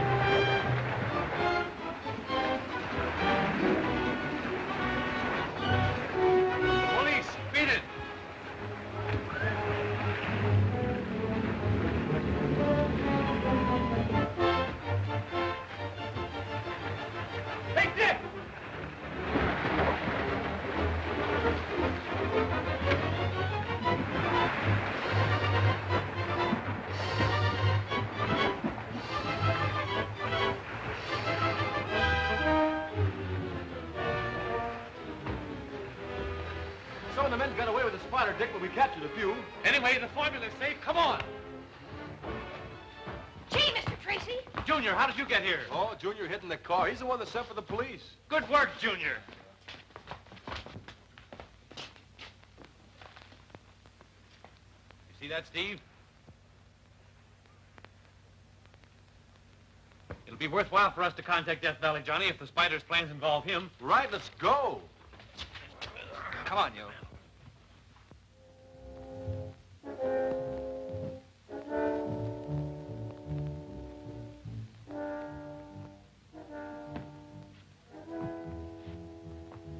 It is most important that we find this secret mine before the old prospector reveals its location. Everything is in readiness. We will be the only ones to learn the secret of the man who calls himself Death Valley Johnny. Do you have a gentleman registered here by the name of Death Valley Johnny? I should say we have. He's right over there in the midst of all those reporters. You can't miss him. How about another picture? Sure. Wait, I gotta have a cigar. Sure you got enough? I got a dozen. I ought to be able to get one. Wait a minute, boys. Will you have a cigar? Why, certainly. Will we have a cigar? You're a great guy, Johnny. Will I give you the headlines, or will I give you the headlines? That's all right. Well, all right. Say, don't forget to print the best one. Hello, boys. Have a cigar. No, thanks. I don't use them. You? No, thanks. I smoke a cigarette. Oh, cigarettes, eh? Well, sit down and let's have a powwow. No, we don't mind if we do. Don't mind if I smoke. No, go right ahead. Help yourself. All right. What newspaper are you boys from? We're not from any newspaper. I'm Dick Tracy, Federal Bureau of Investigation. This is my assistant, Steve Lockwood. Well, what brings you here calling on me? We're here in your interests. We have reason to believe a certain criminal ring may cause you trouble. Well, I'm a lazy horn toad. If some yellow coyote ain't trying to get his greasy paws on my specimen gold, eh? A whole pack of coyotes. Yeah. Listen here, young man. I've guarded the whereabouts of that mine for nigh on to 20 years. And no hombre's going to get it away from me. Besides, the gold won't be mine after 10 o'clock tonight. I'm selling out. Does anyone beside yourself know where the gold is? No, sir. I kept the secret of that mine in my head. And I ain't going to open my yap until those jewelers sign on the dotted line. Jewelers? Yes. I'm selling out to a big firm of New York jewelers. And, at a good stiff figure, too.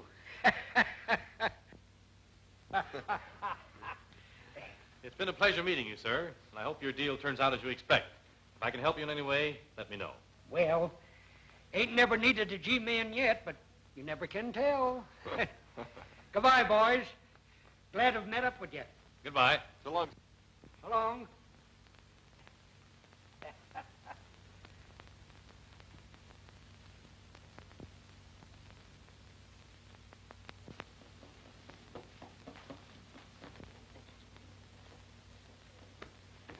5 minutes past 10. I see no reason for this delay. I'm always punctual in my appointments. Oh, will you stop that confounded tapping? I'm sorry.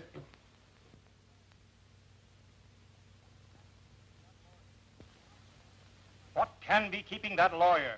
Clark said he'd have him here by 10 o'clock sharp. Come in. Nolan is my name. Mr. Clark sent me to render my legal services in his behalf. Mr. Nolan, Mr. James, Mr. Noble, Mr. Wickman. Gentlemen. And Mr. Death Valley Johnny. How do you do? Pleased to meet you. Take a chair and we'll get to business immediately. Meeting will come to order. Gentlemen, as per our agreement, we have deposited $500,000 to the credit of Mr. Johnny, to be held in escrow pending the time that he shall turn over all properties referred to in this agreement. Right? Oh, shucks. If you say so, it's right. Sign right here. Yeah, sure. Say, you sure this is right and in order? Absolutely, sir, provided you can produce the specimen gold. Oh, I can do that all right.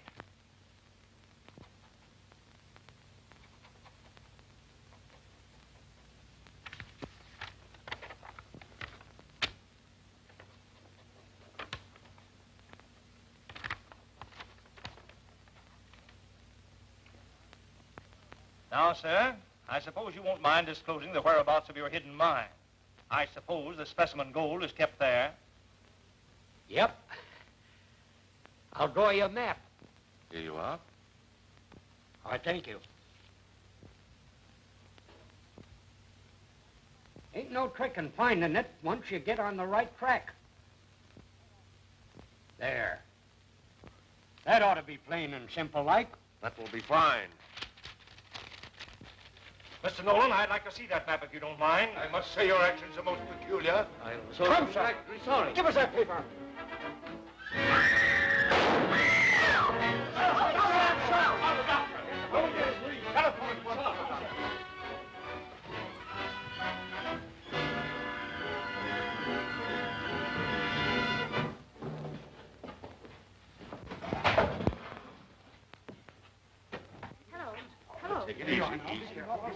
Are you calling a doctor? No, I'm calling the police. Never mind the police. Call Dick Tracy. I want Dick Tracy. Oh, operator, can you get me Dick Tracy? Yes, Dick Tracy. That's all right. Poor old-timer. He's putting up a great fight, but there's not much hope. We'll know better after the anesthetic wears off. Let me have his clothes, will you, Doctor? There might be some clue in them which will prove of value to me. Of course. Nurse, will you have his clothes bundled up for Mr. Tracy? Certainly, Doctor. I'm hunting for those yellow coyotes, Johnny.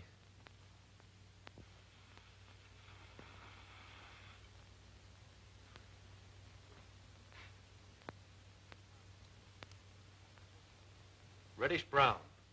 It's copper quartz, all right. Now, Gwen, let's see another. Check copper quartz specifications found in the Geological Atlas. Find out what locations this type of quartz can be found in. Right.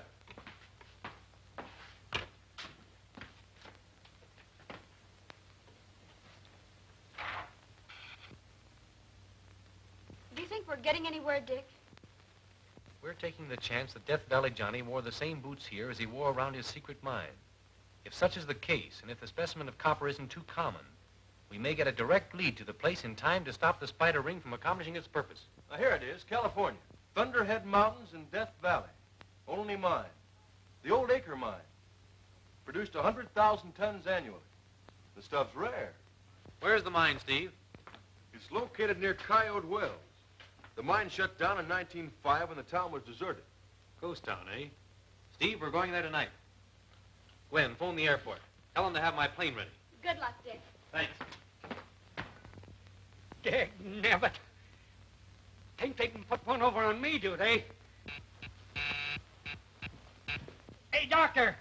Nurse! Here, sir. You're a sick man. Hey, where... Hey, listen, I'm not sick. The way you folks act, you think I never been shot before. Where is my clothes? He hasn't any fever. No, what do you hold my hand for? His heart's regular. certainly it's regular. Say, I want to see Dick Tracy, and you get him for me quick. All right, nurse. Call Dick Tracy. Yes, doctor. And listen, young lady, you tell him to make this hospital give me back my pants. There's something in them I want. Yes, sir. Yes, sir, I will. Yeah, and don't you tell No, me no, I'm sir, sick. don't excite. I know, Just but smile. there's nothing the matter with me. All right. I'll be right over. Yes, I'll bring his clothes. Mike, will you get the car? We're driving right over to the hospital. You get right back to bed, young man. Yes, ma'am.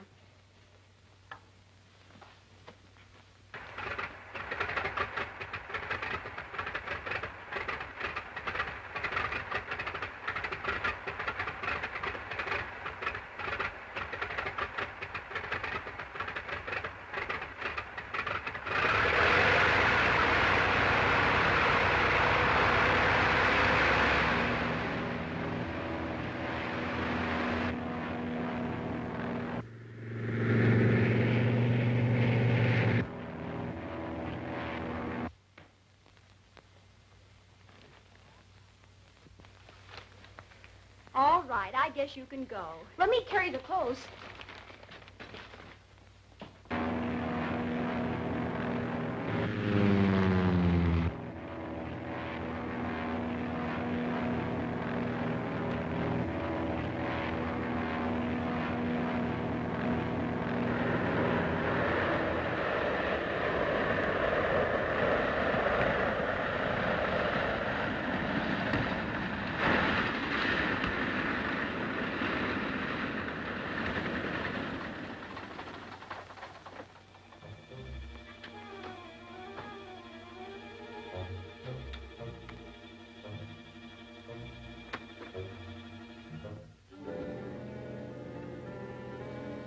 Spooky looking place, isn't it? Looks dead enough, but you never can tell. Let's close in on it. Right.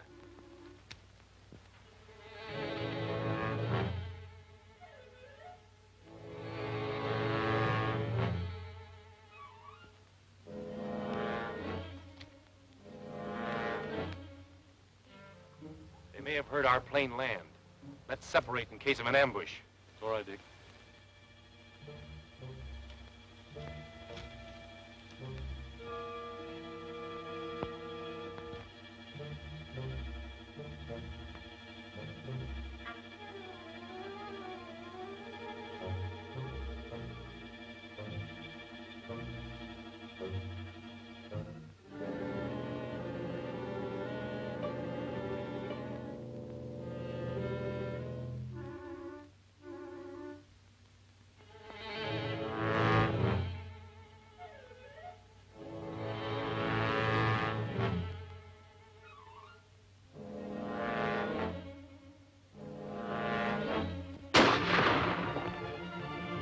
Steve!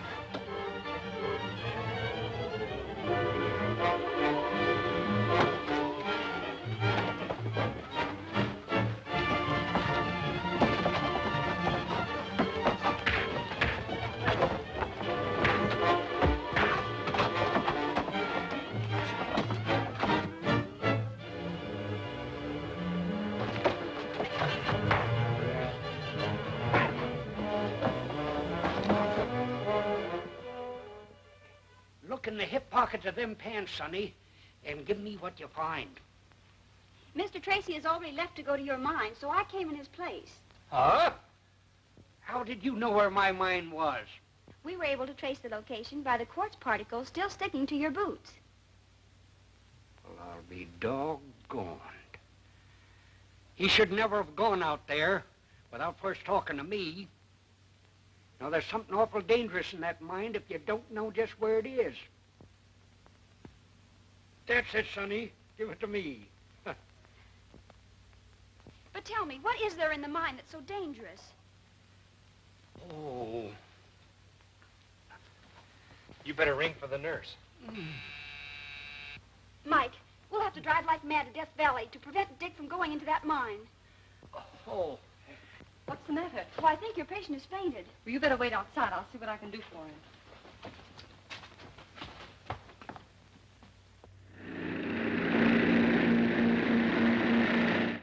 Come on, you guys, snap into it. The spider will be here any minute. Hurry it up.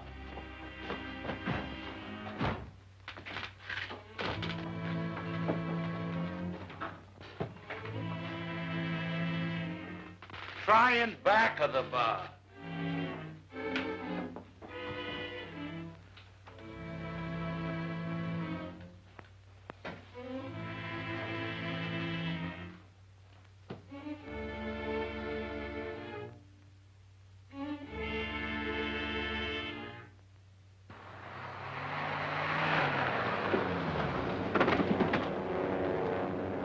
Look, there's the wing.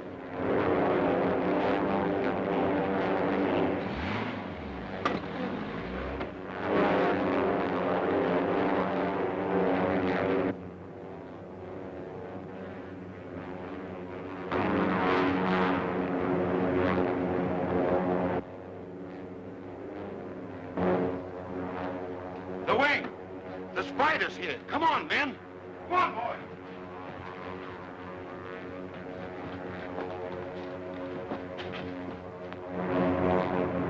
We'll land only long enough to load the specimen gold aboard.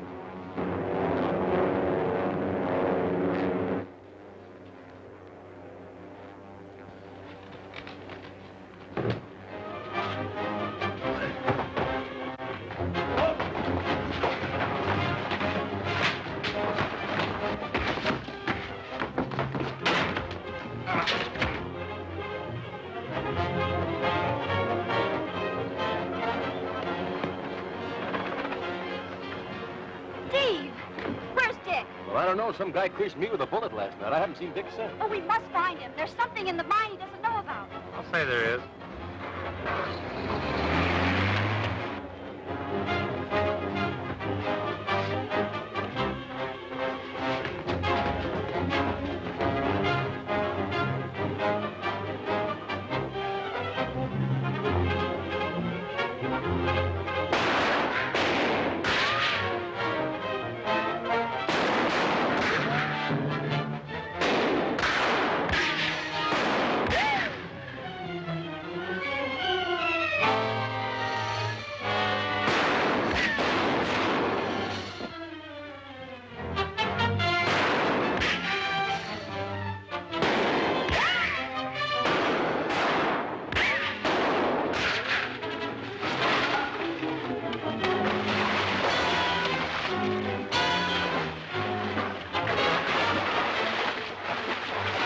Here's a shot I sure won't miss.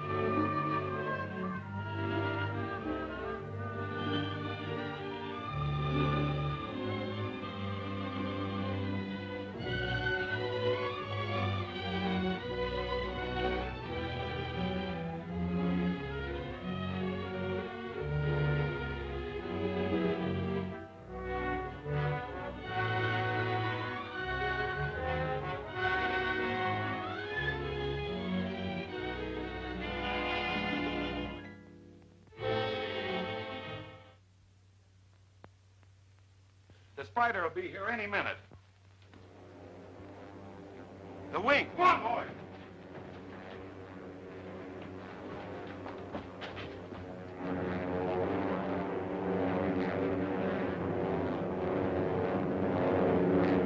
We'll land only long enough to load the specimen gold aboard.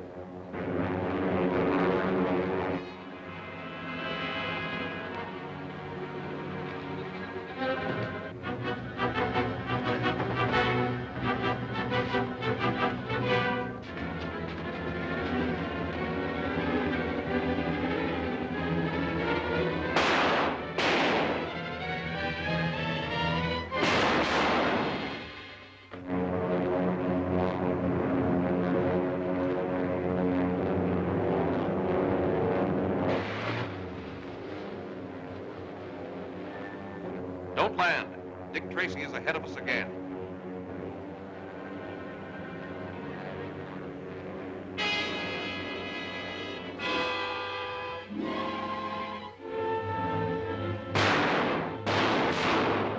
Come on, Mike.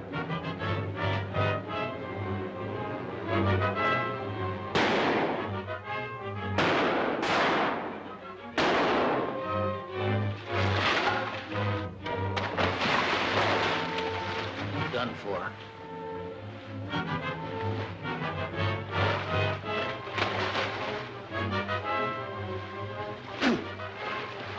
Here's a shot I sure won't miss.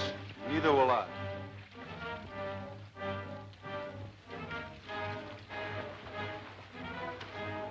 Help Tracy, Mike, while I attend to these rats.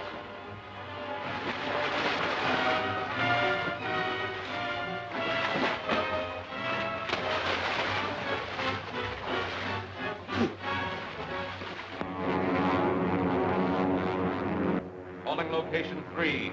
Calling location 3. Dick Tracy stopped us again. We were unable to get the specimen gold. I am returning at once.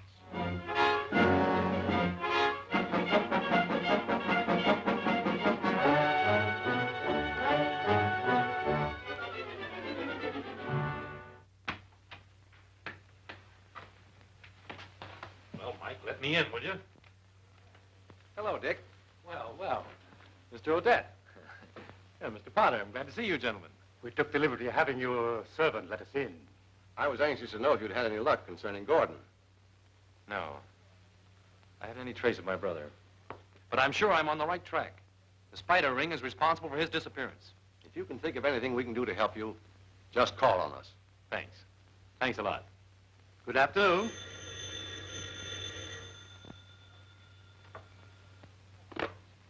Hello? Oh, hello, Chief. What? Yes, the daughter of H.T. Clayton, the famous aviation expert. Ought to be there any minute. She'll tell you the setup. All right, I'll see what it's all about. Goodbye, sir. Better comb your hair, Mike. We're going to have a caller. A girl. Oh, boy. I hope she's beautiful. Is Mr. Tracy in? Why, yes, Miss Clayton. He's expecting you.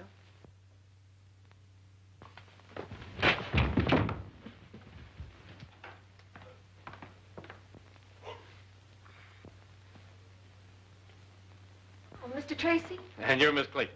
Yes. This is my assistant, Mr. Lockwood. How do you do? Well, it's all right, Miss Clayton. We all work together. So you may feel free to tell us what brought you here. It's my father, Mr. Tracy. I'm worried about him. Well, won't you sit down? Thank you. Now tell me what it's all about. Well, you see, Dad's been working on a new high-speed plane. Something much faster than anything ever flown before. We've been working in the utmost secrecy, and the hangar's been under guard day and night. I see. Well, I've had a feeling for some time that something was wrong. Dad only laughed at me and told me I was imagining things. Then, last night, someone broke into the house, and they rifled his desk. Someone after the plan of his motors? Yes, I'm sure that was what brought them there.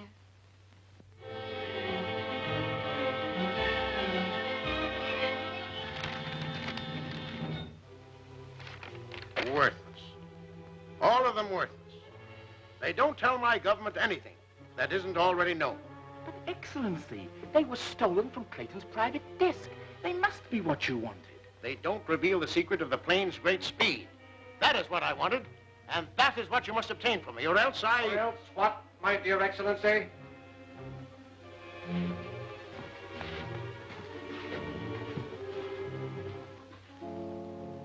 Or else I must contact the dirigible to pick me up at once and return to my country.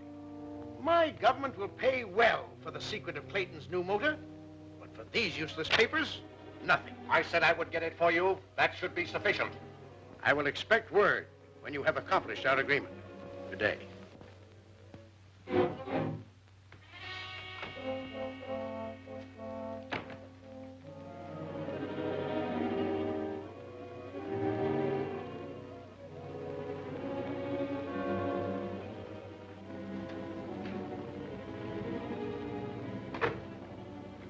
See me? If we fail to get the secret of Clayton's new plane, our negotiations with Durston's government will come to nothing. Can you supply him with those plans? I can do better than that. I'll deliver the plane itself. Tell me, Gordon, how will you get this plane for us? The police are guarding it. Today it takes off on its final test flight. Who knows? It may fly right into our hands. Hello, dear. Hello, Daddy. Daddy, this is Mr. Tracy. Mr. Tracy is from the Department of Justice. Happy to meet you, Mr. Tracy. How do you do, sir? I thought Now, don't scold, Daddy. You know how worried I've been, and especially after last night. I appreciate your being here, Mr. Tracy, but really there's no cause for alarm. The plane is amply guarded. Your daughter tells me you were robbed last night. Yes, but they'll never get any of my secrets that way. They? You know, in a revolutionary invention such as mine, there are bound to be lots of people interested. I'm turning the plans over to our government tonight, if Betty's last test flight proves successful. You? Are you the test pilot? Why, certainly. I'm the only one who has ever handled the ship. You'd better run along, get into your flying togs. Well, I'll be ready when you are, Dad. Come along, Gwen. I haven't trusted it out of the family. Besides, you have to know your ship pretty well when you're flying 700 miles an hour.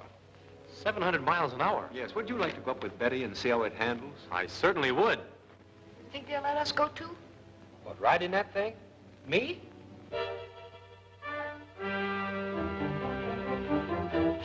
Everything ready? Plenty of gas and oil? Mr. Tracy's going with you, dear. Oh, fine. Bye. Now, you folks better step clear of this propeller blast. They'll be taking off now.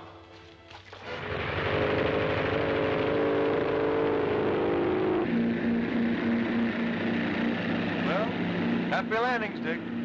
Women drivers in automobiles is bad enough. Heaven help old Tracy up there in that crate.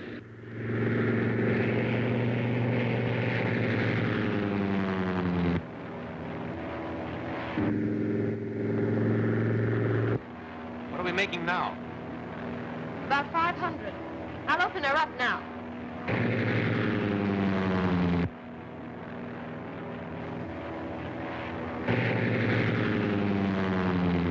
She's turning over perfectly. I think I'll go back to the airport now. No, you won't. Keep her heading the way she is. Keep your hands up till I get control.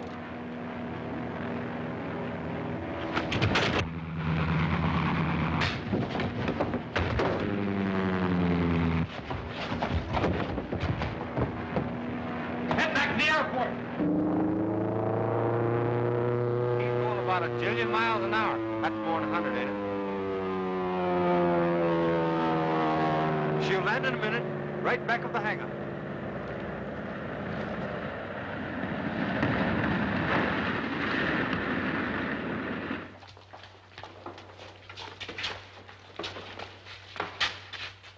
What's this, a stowaway? No, he tried to hijack your plane. He nearly got away with it, too. Take him to the station, boys. Mr. Tracy, I don't know how I can ever thank you for this. That's all right, Mr. Clayton. I think this is the work of the spider ring. It was not difficult to smuggle our man aboard the plane. By now, he should be... You may enter.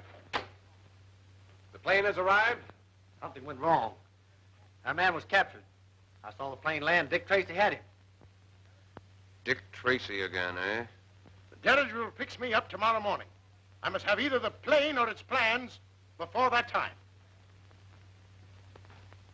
And this plan shows a sectional view of the new wing design. Well, I'll certainly be glad when these plans are out of our possession.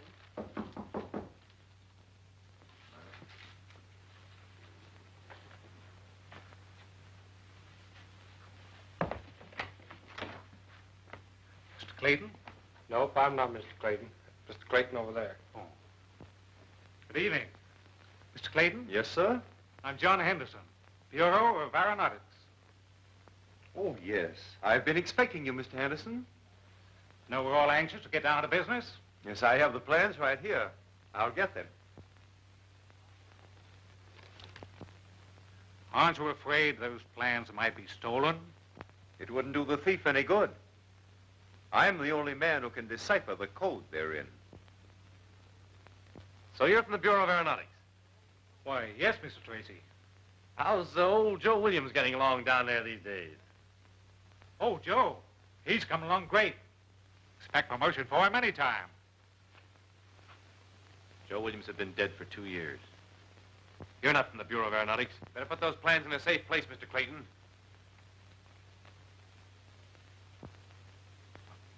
Mike, get Steve. Tell him I got some of the Spider's men. Okay, Chief.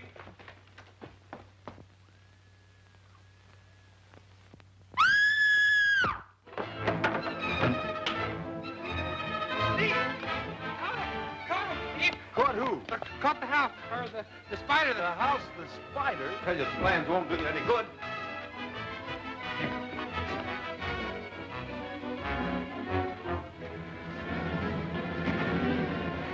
Hey, stop!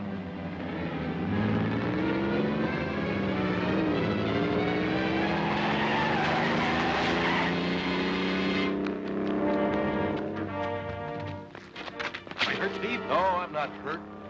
Tried to stop and all I got for was dirt. That isn't dirt, it's mud. I got it off the car. What's the matter? I can have it clean. It's dry as a bone here. Maybe that's it. Let's call the Weather Bureau and find out where it's rained recently. Where has it rained heavily in this district this afternoon? Thanks. It rained this afternoon in the mountains around Caribou Pass. Caribou Pass? Well, that's where the old Beechwood Hotel is. If I only had a quick way of getting there. Dad's speed plane. Use that. It's worth a try.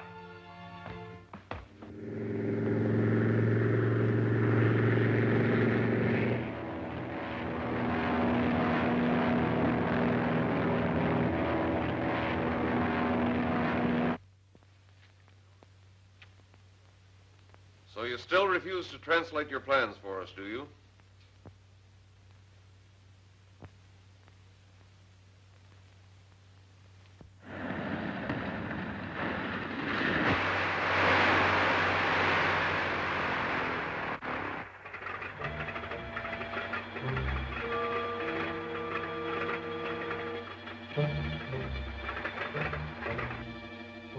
Peter, can you forge a note from this sample of his writing? Sure, Chief.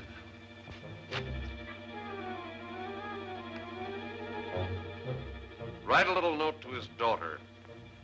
I think we can get her to pay us a visit. You wouldn't do that. No. I'll tell you what to write. I'll do it. I thought you'd see it my way. Untie him.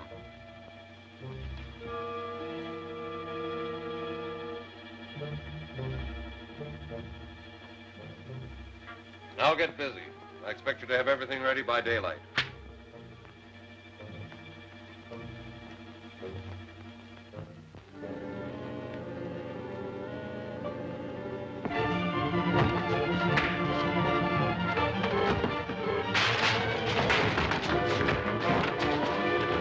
Oh, no, you don't.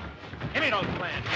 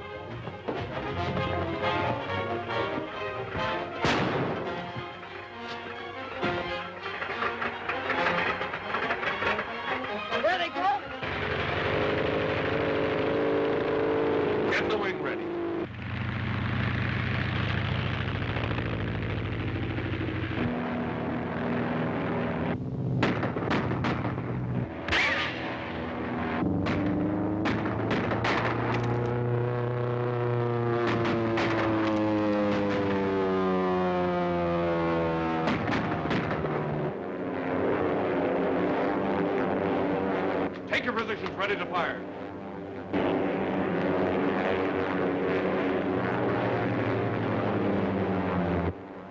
Fire! Blast them out of the sky! Let's beat the motor! That's got him!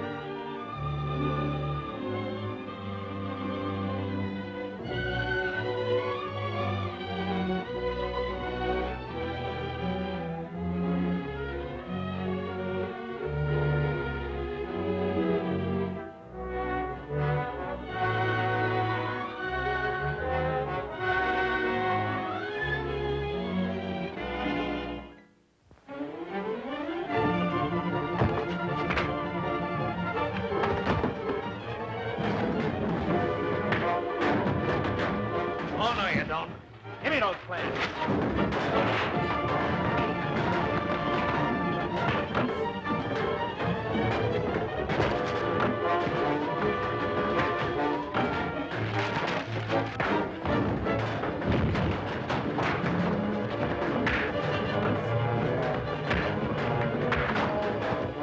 Quick, Mr. Clayton, this way!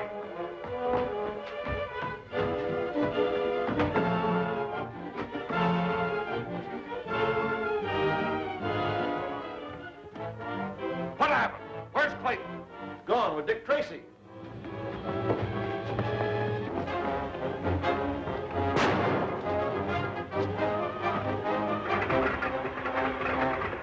Get the wing ready.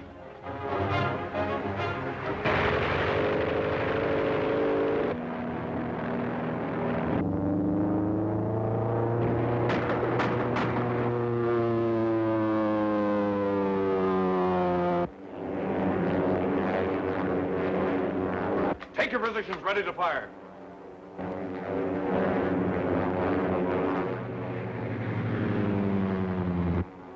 Fire! Blast them out of the sky! That got him. Let's hit the motor. We'll have to bail out. All right, Clayton, let's go. Hang on to the chute.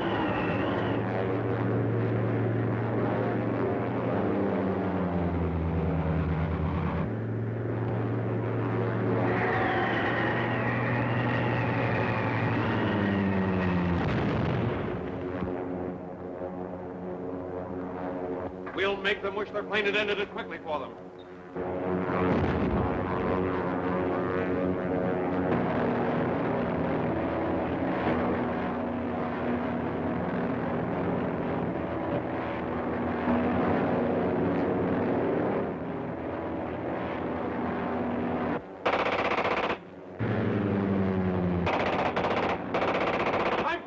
Get out of the range of that machine gun.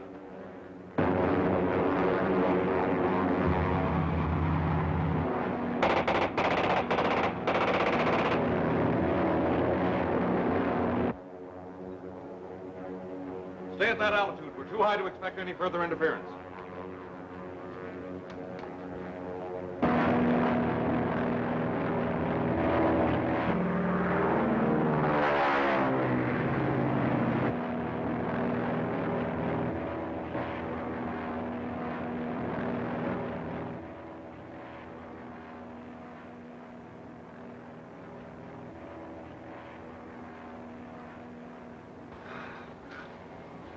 Are you all right, Mr. Clayton? I'm all right. But for a while up there, I was afraid the spider had us. Steve hadn't come along, we'd look like a couple of sieves. Afraid your plane's a wreck, though. No, that's all right, so long as I'm alive to build another one. I saved the plans. It crashed over there in the trees.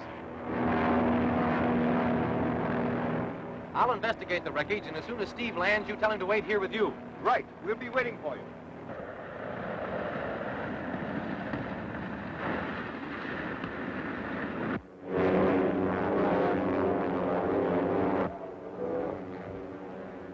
Calling location 3.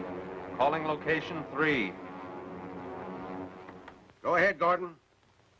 The speed plane crashed at Drury Field, but I think the motors might be salvaged. Recover them, Gordon.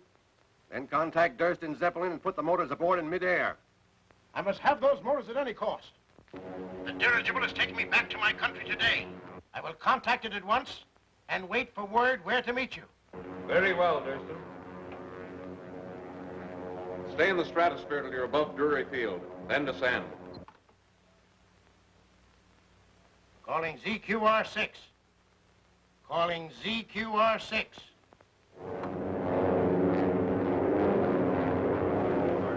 Get it, get it. ZQR6 standing by. ZQR6 standing by. Return to appointed rendezvous immediately. I will contact you in plane. Very well, Excellency.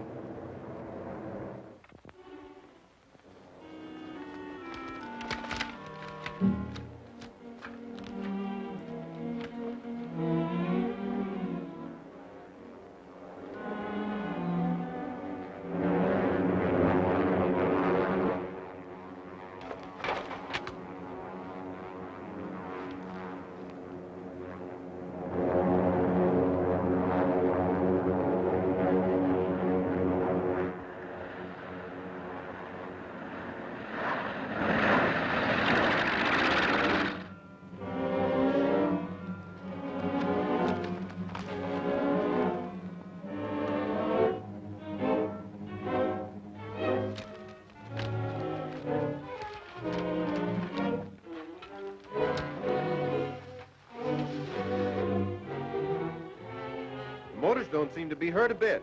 Yeah, come on, fellows. Up she goes.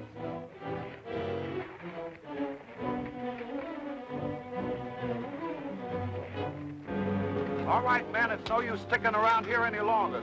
We got the motor loaded.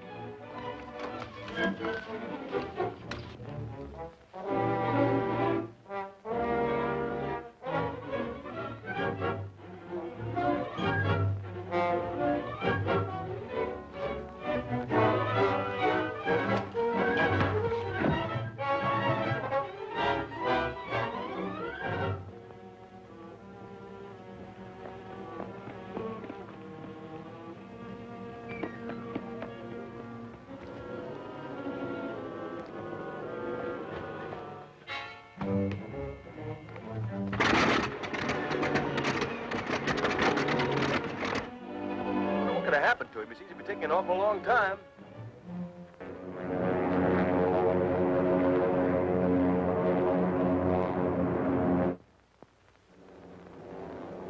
The wing! Strap on your safety belt, Mr. Clayton. We're going to shoot that wing down.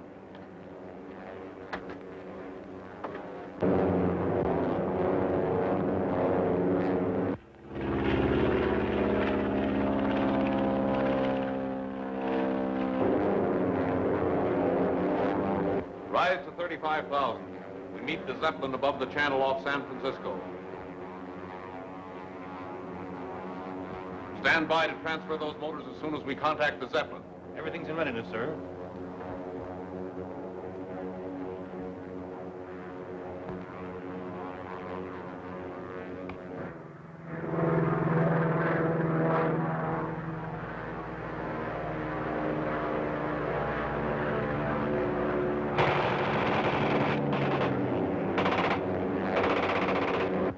There's an airplane with a machine gun attacking us, sir. Shall we return to fire?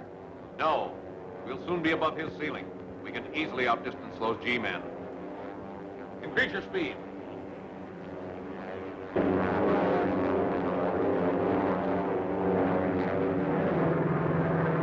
My ship has reached its ceiling, but I want to follow him as long as I can.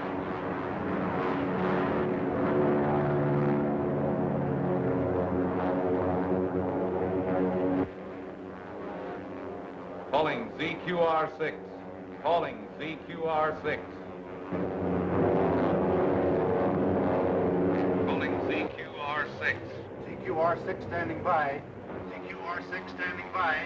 Proceed. Have recovered both motors in good condition. Advise position for contact. Refer to code book 6211. Acknowledge. Verifying 6211. Verifying 6211.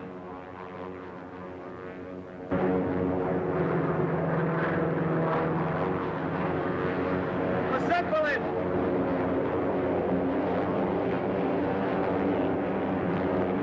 The wing is going to contact it!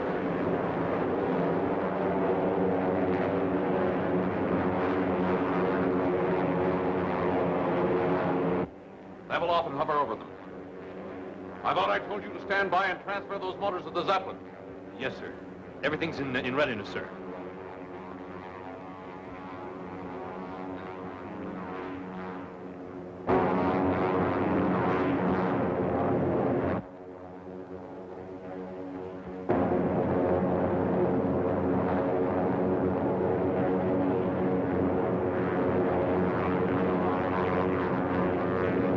All right, lower away.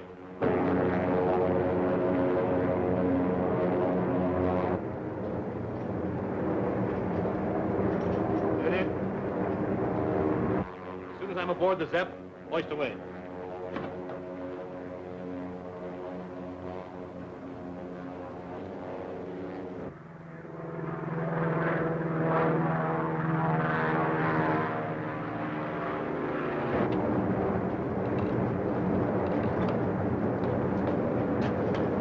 All right, store that motor after the other one. Hoist away!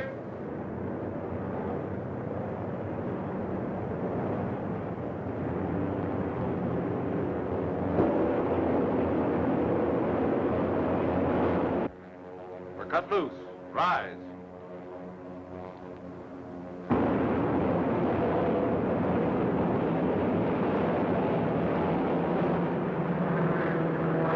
We've gotten away, but I want to follow that Zepp!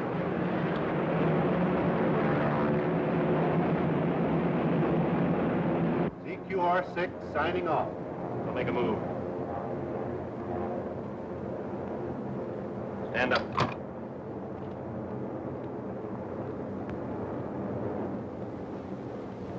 Turn around.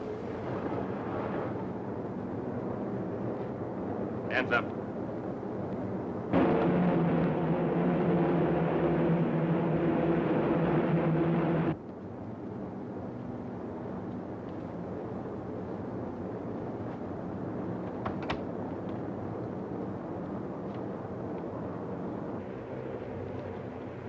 SOS. SOS. All radio stations stand by. SOS. SOS. Dick Tracy calling. Attention Harbor Police, federal officers. Stand by. I'm in a dirigible over the ocean, off San Francisco. I'm going to try to bring it back to land. SOS. SOS. Don't know where the dirigible will land. Contact the shore patrol in case I don't make it back. Dick Tracy calling federal office. Calling federal office. Something's happened. He stopped talking. You lift me up and here, get away. Oh, get... That's it right there.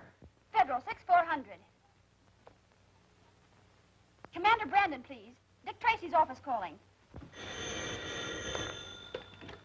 Hello? Yes? Oh, we just received his call. I'll send them at once. All departments, general alarm.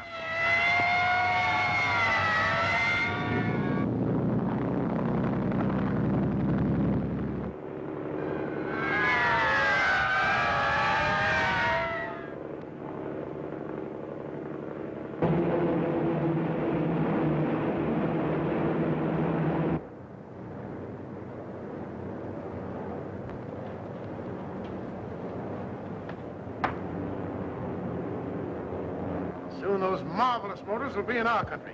Sorry to disappoint you, gentlemen. I don't think my government wants those motors to leave the United States. I turn you back. Head back to the mainland. You heard me, back to land. Hard at port. Drop her down to 10,000 feet. Come on, nose her down.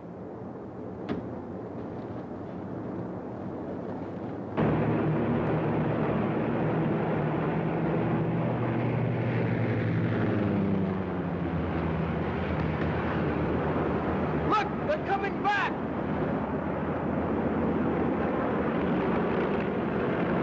They won't get away this time!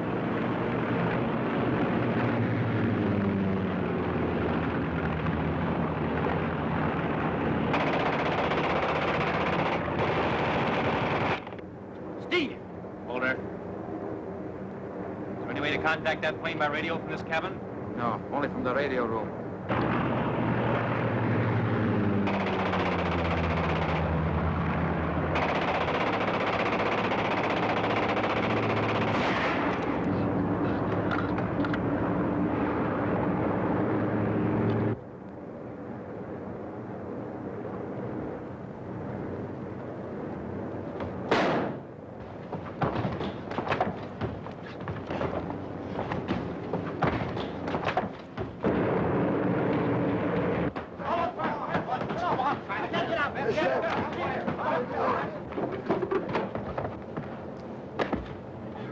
How did he get in here?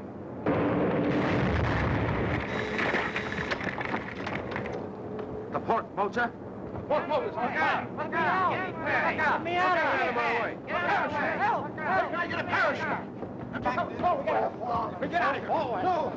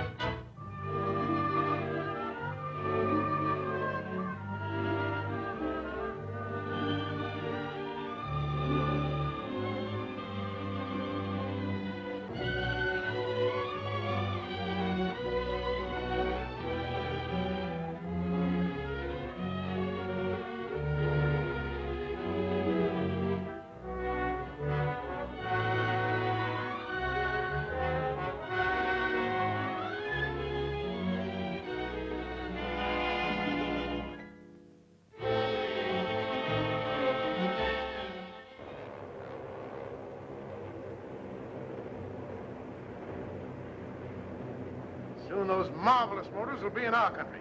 Sorry to disappoint you, gentlemen. I don't think my government wants those motors to leave the United States. I turn you back. Head back to the mainland. You heard me, back to land. Hard at port. Drop her down to 10,000 feet.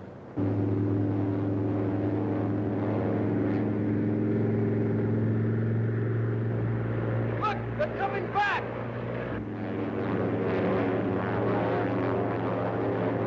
They won't get away this time!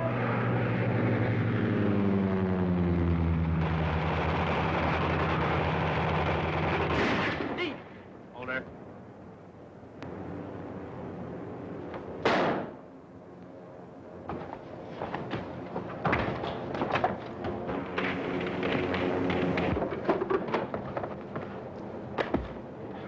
How did he get in here?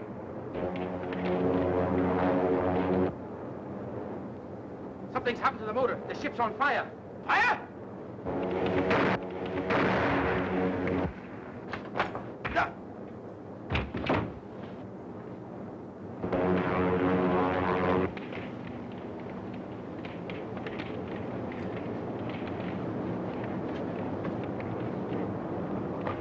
Ah!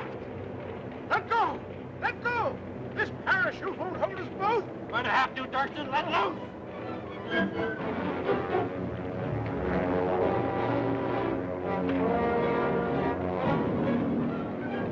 Good thing we happened along. Would take them long to drown out here. Yeah, we're just about be under them by the time we hit the water.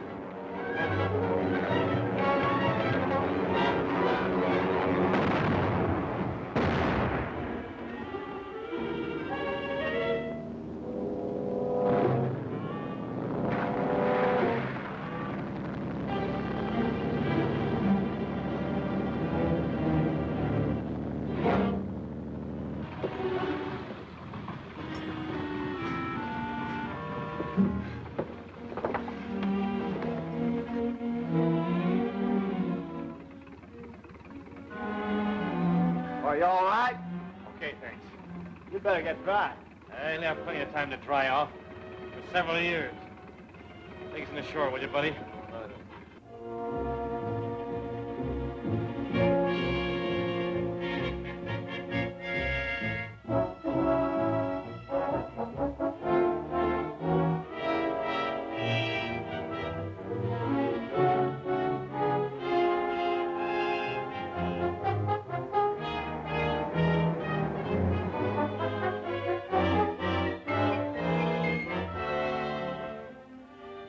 Just the man I want to see. Dick, I want you to meet Mr. Vance of the Consolidated Steamship Lines. Mr. Tracy, Mr. Vance. How do you do? How do you do, sir? And Captain Bullock of the steamship Atlantis. Hello, Tracy. Captain. What's the trouble, Clive? $1 million in gold has disappeared from the Atlantis. How? That's what we'd like to know. The gold was in a special compartment that was locked and sealed from the time the Atlantis left the other side until she docked here. When we went to open the compartment, the seal was just as we left it, but the gold was gone. You've searched the ship? From stem to stern. And all luggage before it was allowed ashore. Is the Atlantis still in port? Yes. We had a slight accident at sea. A fishing smack rammed us. As a matter of routine, we're having the plates examined in case any need repairing. Well, I'd like to go aboard and look the vessel over. Certainly. I'll notify the yard superintendent to be at your service. Thanks. Captain, did anything unusual occur during the trip? Yes. A seaman was lost overboard. At first, we thought it was an accident. But later, we found this in his locker. Remember, others will be watching to make sure that you obey instructions. This is no piker's job, Clive. In fact, it's big enough and clever enough to make me think... The spider ring? What are you going to do? Make sure of the handwriting on this note first. Then, well, good day, gentlemen.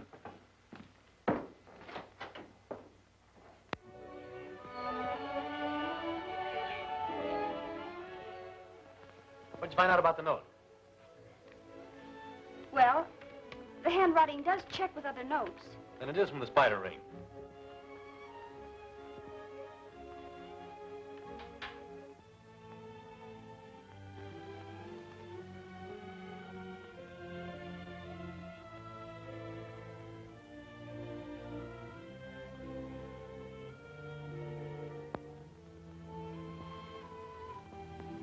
nice handwriting, Gwen.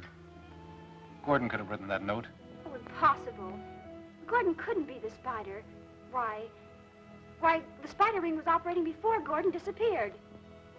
That's right. For the moment, Hello, folks. I just heard about the missing gold shipment, Dick, and hurried right over. What's the dope? Well, I'm going down to the dock and look over the ship. You better stick around here. Okay. Well, say, Chief, you better take me with you.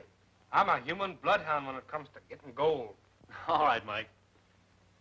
Oh, Gwen, you better file this away with the rest of them. You better go get your hat on. Hurry up now.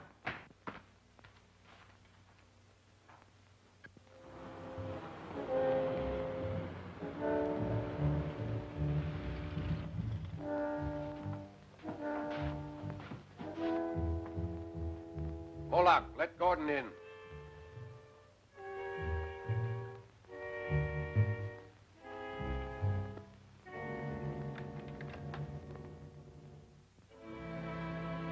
We've been waiting for you. Everything is ready?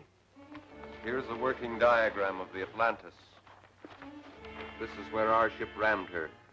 That accident was a very brilliant inspiration, Gordon. And the gold? Here, near the bow, where we can get to it when we are ready.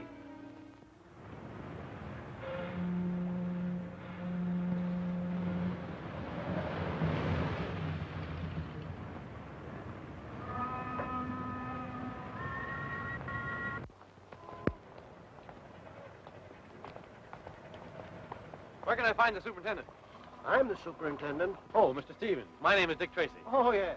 Mr. Vance told me you'd be here. What can I do for you? Well, I'd like to have a little look around, if you don't mind. Sure. Come along. Thanks. Junior, you know in some localities I'm known as Knot Tying McGurk. Really, I'm one of the finest rope tires that you've ever seen. Have you found any damage? Some. One plate seems to have been sprung a bit. I'll show you. Could it have been done deliberately? Well, it could. But I don't see what good that would have done anybody. Where was she hit? Just aft of amidships. Here's the plate that was sprung.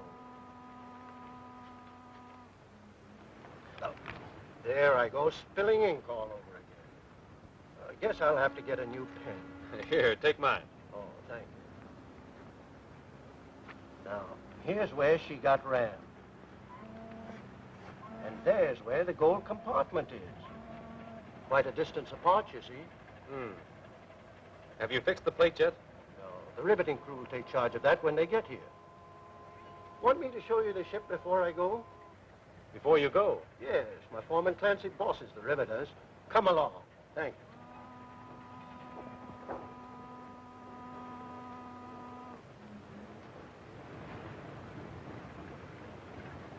you. See? Looks solid. It is solid. There's nothing wrong with it. I've tried it in Indochina. And What's the gag, Mike? Oh, I was just showing Junior a little rope trick I had here. High class. Now, you take the two ends, see, and you put one on each wrist like this. Now, pull them tight. I mean, that's it. Pull them good and tight.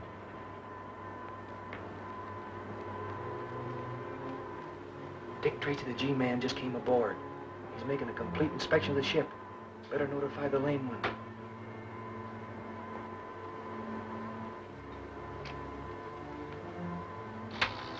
Calling to location 7. Calling to location 7. Calling to location 7. Location 7 answering. Stand by.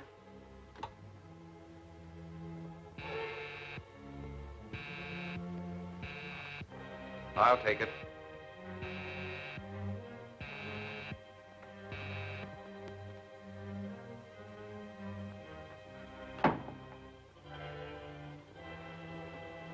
Go ahead. Dick Tracy just came aboard. He's making a complete inspection of the boat. I'm leaving at once for the dry dock.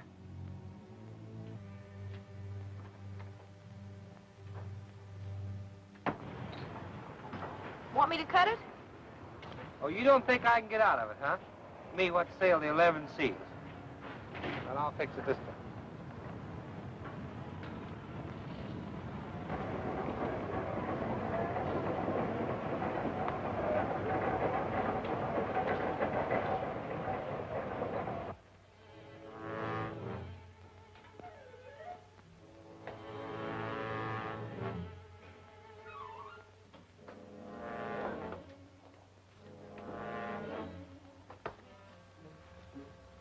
Well, there isn't much I can tell you, Mr. Tracy, except that this is the vault where the gold was stored.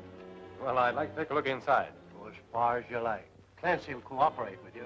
Glad to have met you. Thank you. Thank you very much.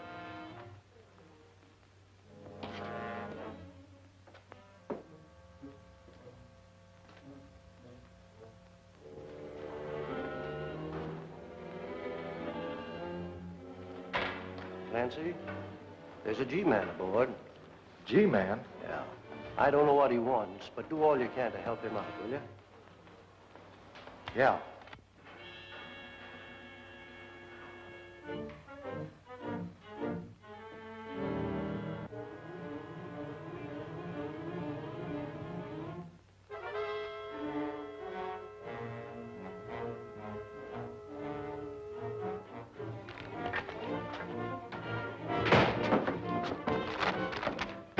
Gee, I didn't know anybody was in there.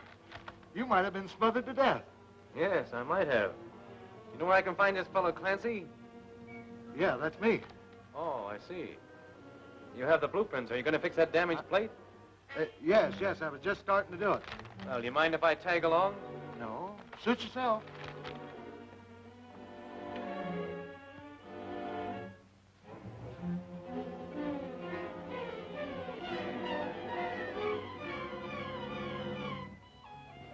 Farley, I've already marked the plate. Cut it according to this blueprint. All right, boss.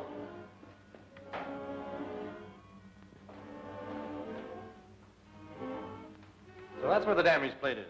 Sure. Where'd you think it was? I was just wondering. Thanks. Welcome.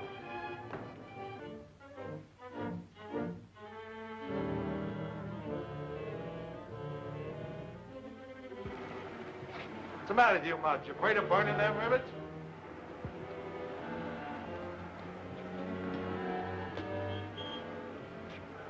Could I see that blueprint for a minute? I suppose you're going to try to tell me my business. No, I'm just a curious sort of a guy.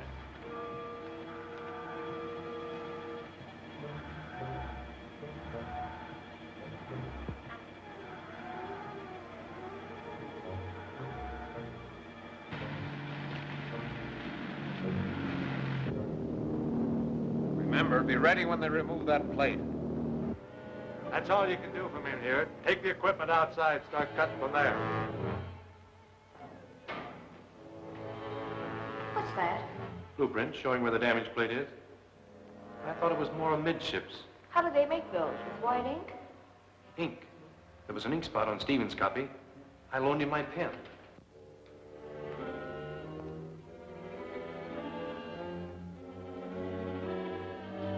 This isn't the right blueprint, Junior. You wait here for me.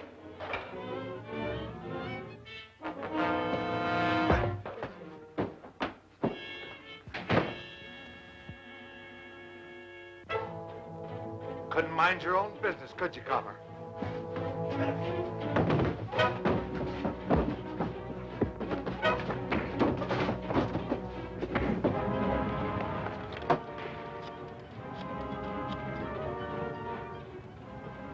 Oh, Junior?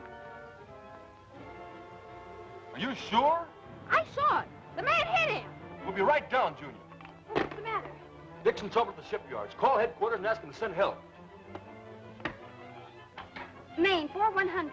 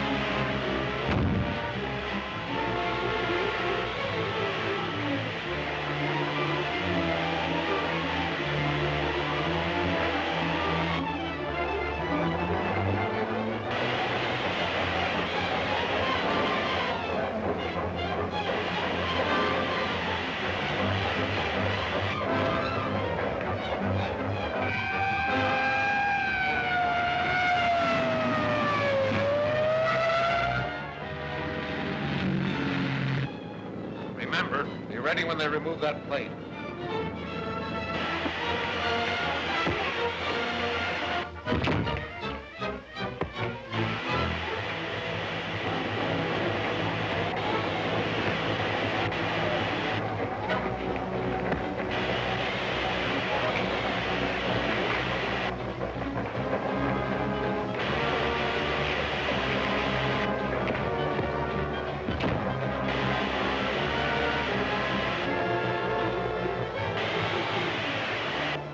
Hey, Clancy, look out!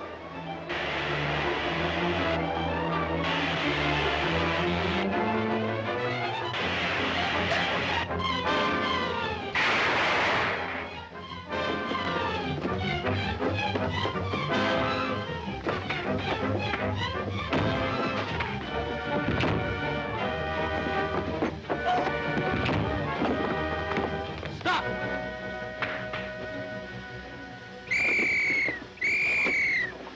Kid, feel better? Come on, get up. Back to the warehouse. Can't get the gold now. Come on, get up out of that. Oh, I'm hurt. Take it easy now. That plate almost got you, brother. Yeah. That's a very valuable piece of metal, Steve. Hey, you had the right hunch, Tracy. Here's the gold. Oh, so that's where the gold was hidden.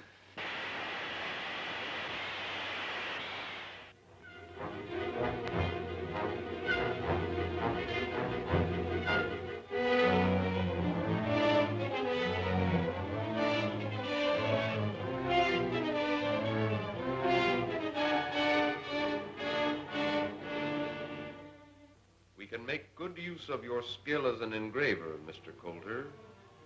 It will be most convenient to manufacture our own money.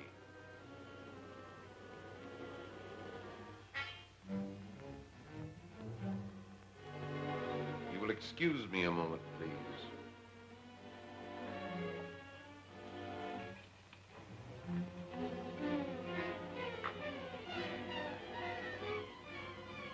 Coulter, delivered as per plans.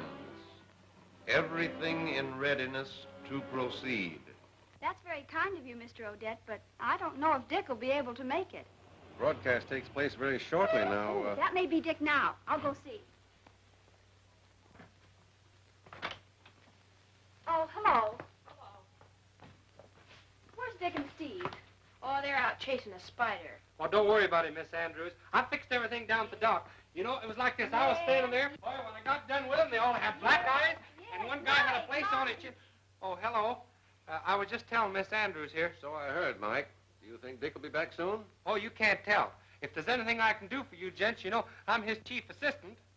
No, maybe you can at that. We wanted Dick to make a little talk over the radio, an address to a boys' club, but if he's tied up... Oh, let me do it, Mr. Odette. Boy, that's right up my alley.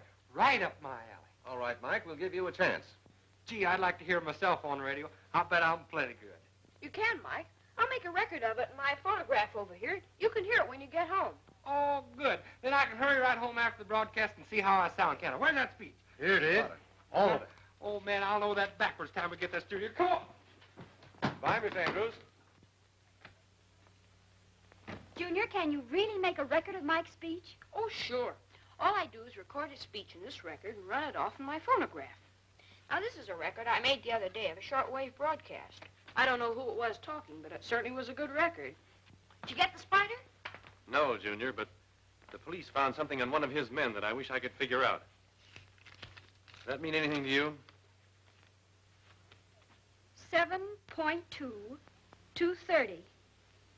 It's Greek to me. Let me see that, will you? 7.2, 230.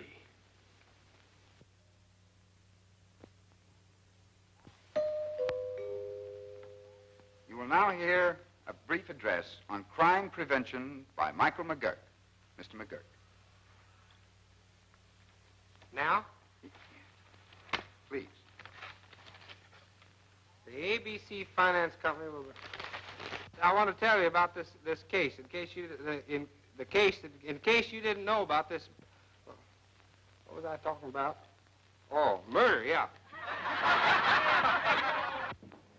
Be sure you play it right. I won't miss.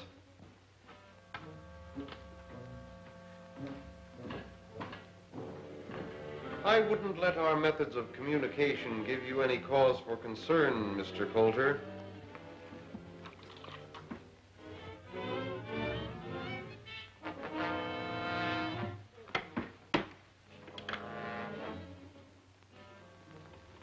submarine will pick up... When you have crime, you don't need prevention. When you got prevention, you don't need crime.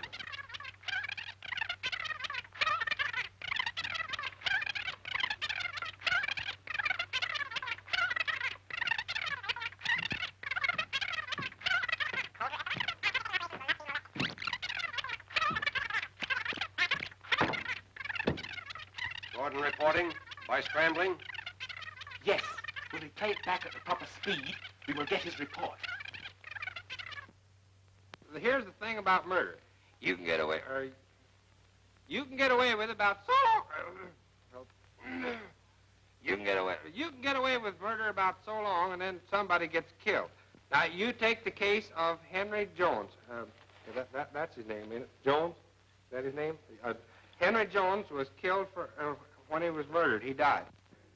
In case you didn't know about this murder, here's the way it happened.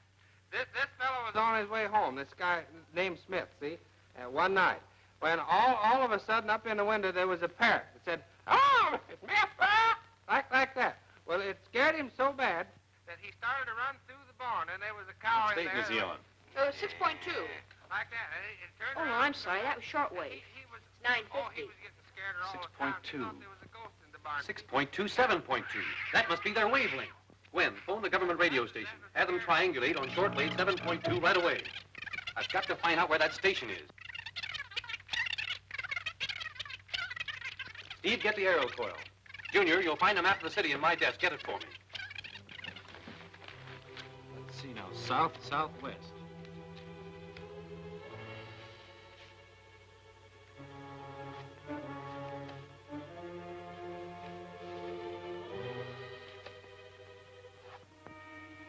Due west. Due west. Here we are, Steve. We've got it. Yes, we can find the exact location. Find it. We can't miss. It's right on the waterfront. Get the car ready.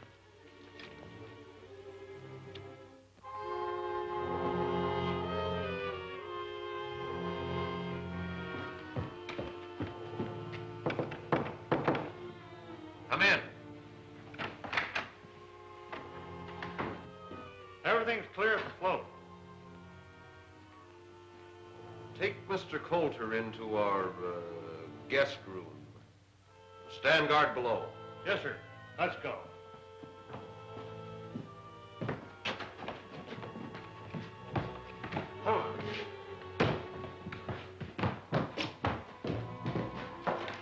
Get here.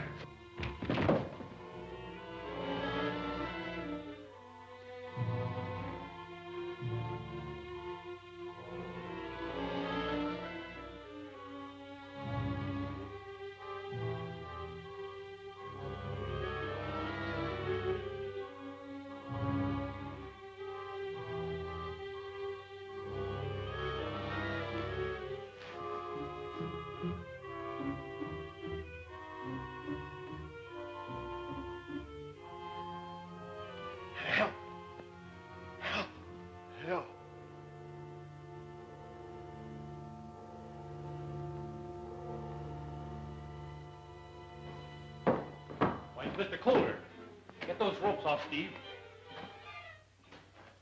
Hurry it up.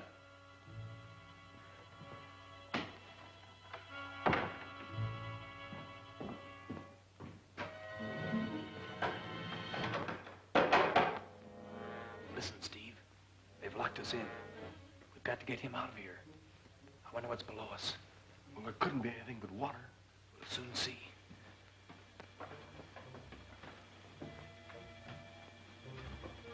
Here's a loose board. Steve, give me a hand.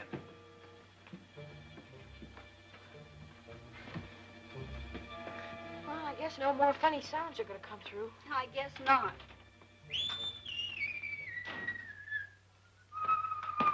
Hello, Mike.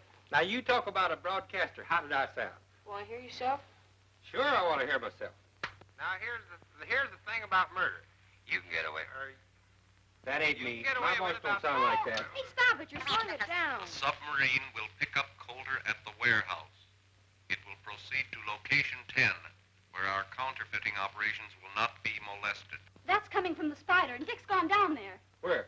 Well, I don't know, somewhere near the waterfront. But they took the map with them. What'd they say about a submarine?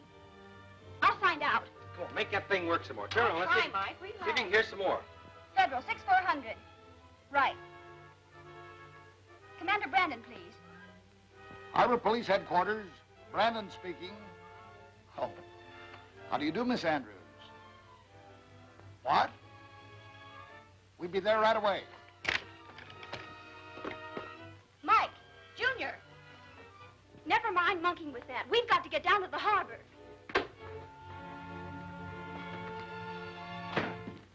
Submarine's right at the dock. Good. Get Coulter aboard. I'll be right there. Yes, sir.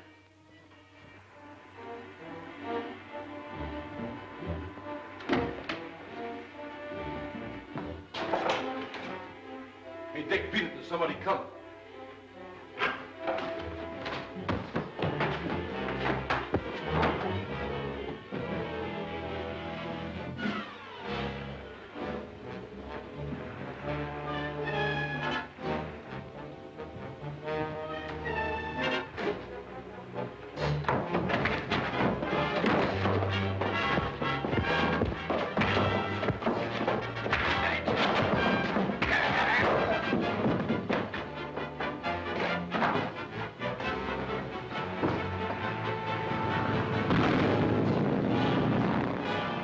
Dick Tracy! How did he get here?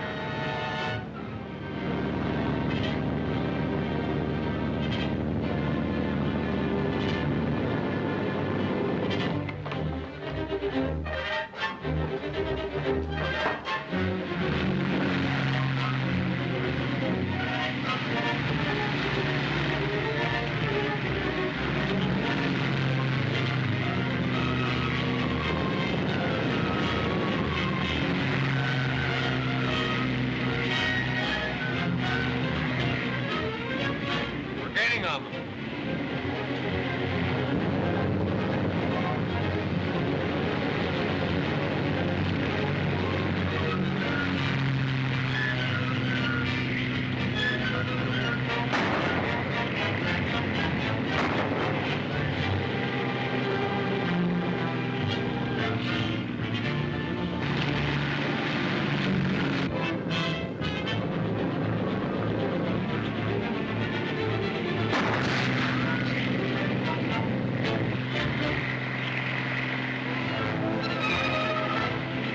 This boat's out of control.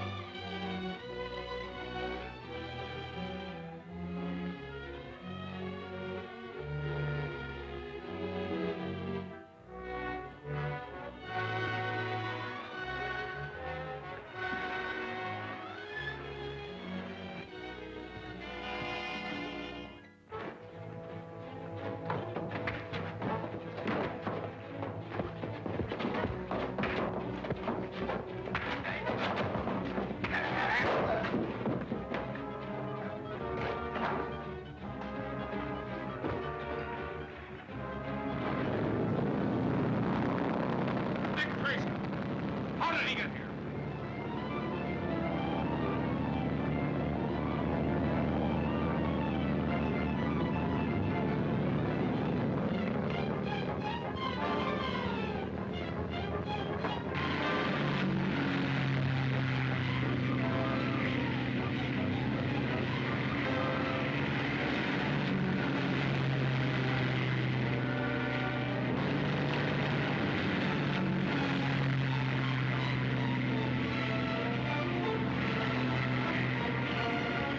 Gaining up.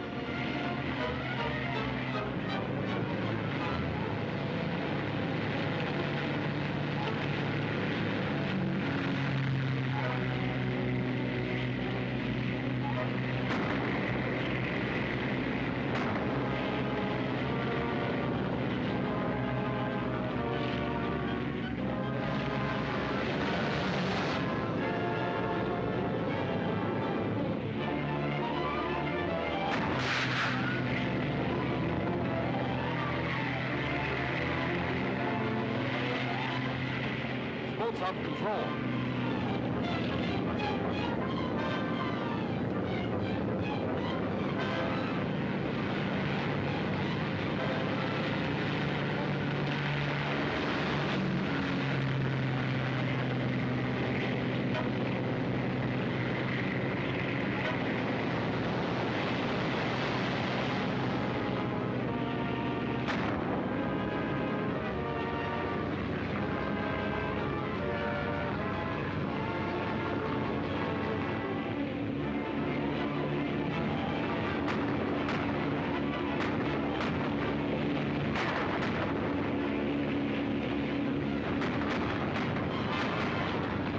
Head for the lock, quick!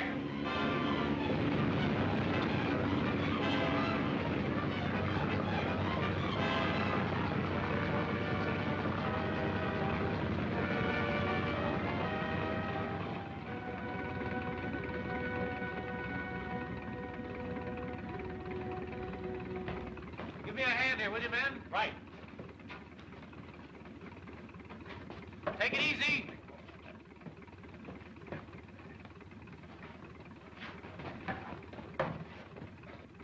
How about Colder, Dick? Is he all right? He will be as soon as we get him to a doctor. The spider nearly finished him.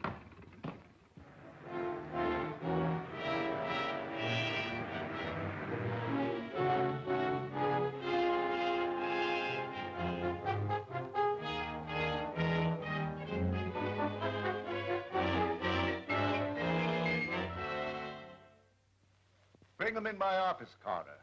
We'll interview them here. I've asked you all to be here so that we could compare notes. And perhaps get some new lead on this spider business. You'll do the interviewing, Dick. Ah, here they are now. Gentlemen, thank you for coming. I want you to meet Dick Tracy. How do you do? Joe Crane is my name. I'm mighty pleased to meet you. Gee, Dick Tracy. My name's Perry. Say, I've heard an awful lot about you. How do you do, Perry? This is Bill Moffat, Dick. He works for the telephone company. Well, I'm glad to know you, Bill. How do you do? Mr. Tracy has a few questions he'd like to ask you. Gentlemen, these are all assistants of mine. You may speak freely in front of them. Please be seated.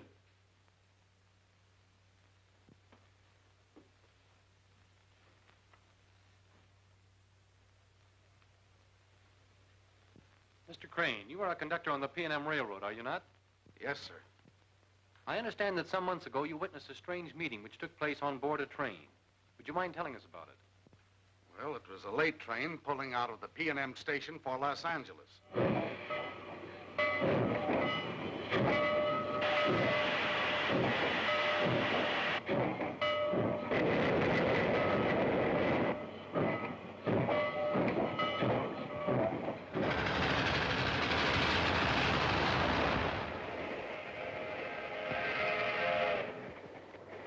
Did any of you see him when you got on? Perhaps the rest of you know why you're here. Perhaps you're afraid of him. Well, I'm not. Nor do I consider him useful to me. We understand each other. We're organized. What good is he to us? Maybe he will have something to say about that when he comes. Suppose he does. He's not here. And what if he were? Are we sheep that we follow him blindly? Man isn't human. Bah. I don't think he's on the train.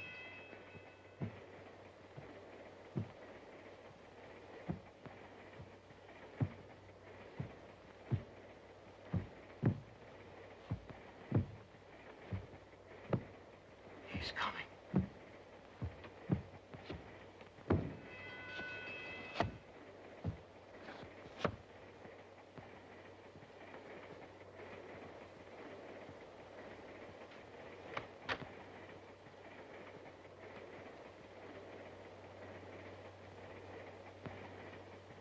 Well, gentlemen.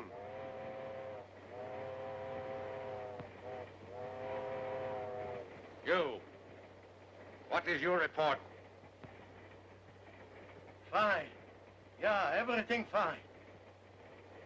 Patrono. Fine, Chief, fine. Everything's okay. My affairs are in excellent shape. You wish to hear what I have to say? Then listen. I'm through with you. The rest might be yellow and lick your boots, but not me, not me. I'm not afraid of you, nor of anything you can do.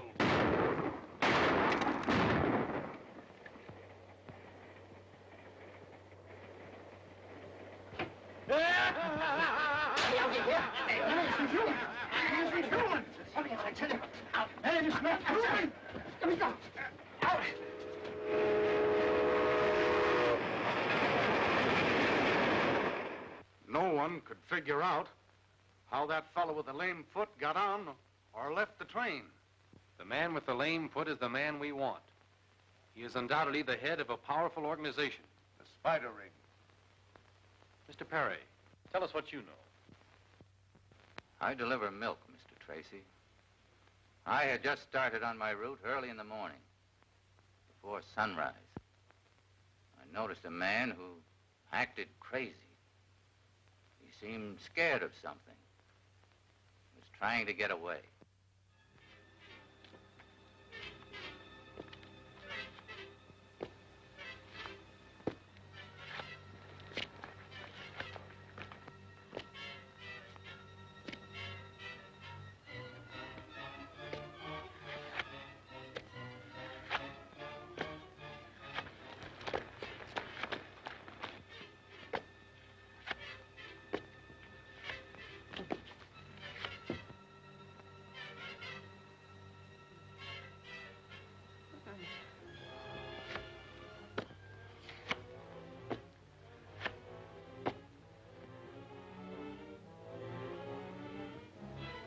No.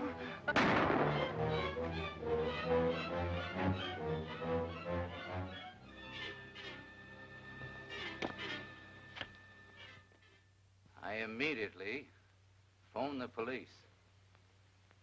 But the man was dead. That spider mark had actually burned into his skin. The lame-footed man again. Some sort of a fiend who brands his victims with a spider mark before killing them. Ellery Brewster was killed that way.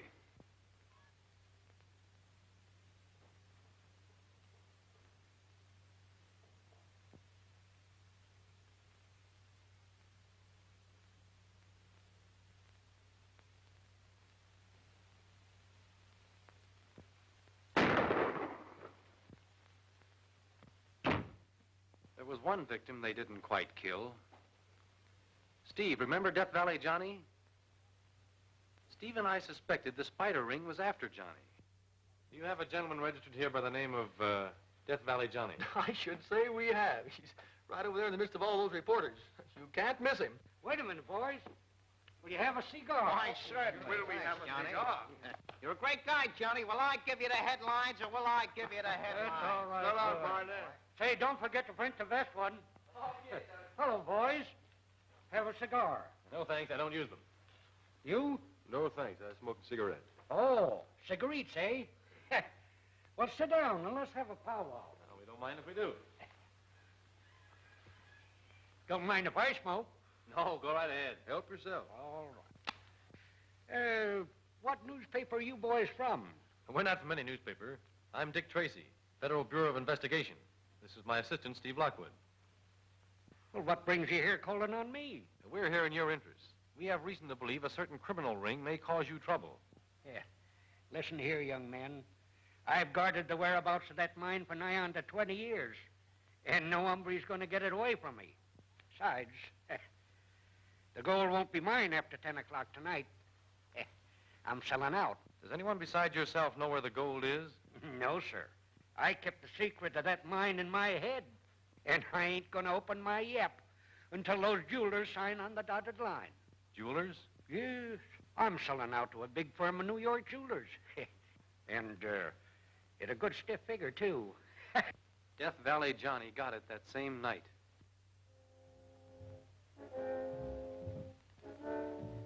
Now, sir, I suppose you won't mind disclosing the whereabouts of your hidden mine.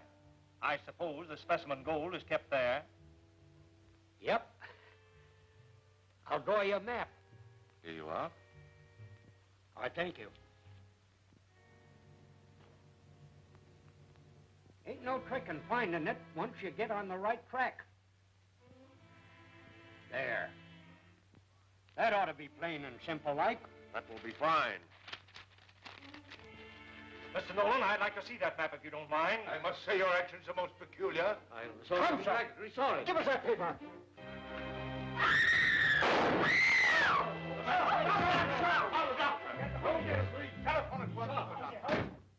Death Valley Johnny didn't die. I guess he was too healthy and tough for the spider ring.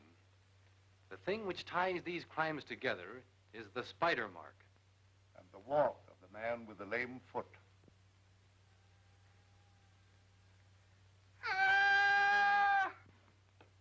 What's the matter, Mike? I seen a spider. And now, Mr. Moffat, tell us what you know. Yes, sir. I was sent by the telephone company to trace a bum connection. I traced it down to a kind of a spooky-looking place away out of town. It was night. Something queer was going on around there, so I stuck around to get a load of what was happening.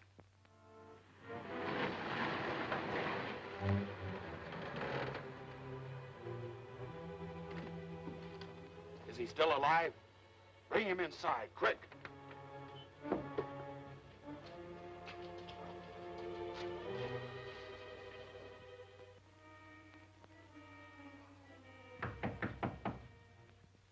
Come.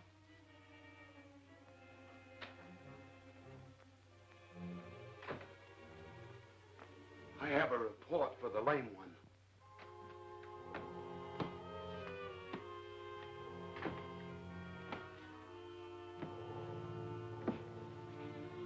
What is it, Burke? We brought Gordon Tracy here. Send Tracy into me. He's hurt, dying. We have to chase him, and he ran his car over a bank. Can you do anything about it, Moloch? If he's not too far gone, I might do more than you can imagine.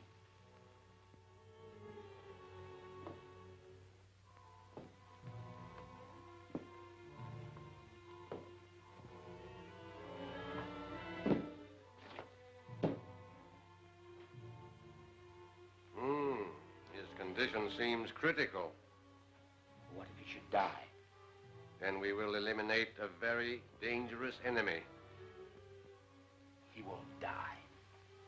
But by means of this operation, a simple altering of certain glands, he will be unable to distinguish between right and wrong. In that event, he will be very useful to us, Moloch. It was no mistaking as to who they had, sir. It was Gordon Tracy, all right. My brother. There's no telling what those fiends have done to him. Listen.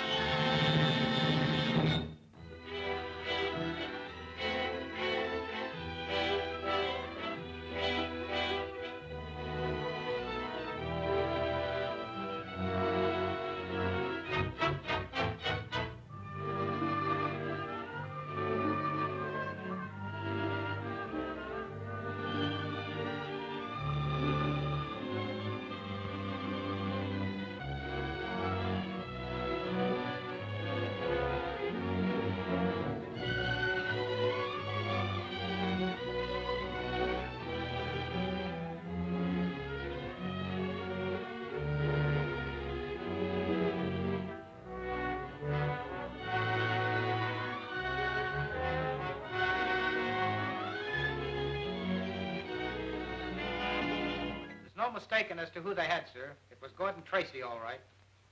My brother. There's no telling what those fiends have done to him. Listen.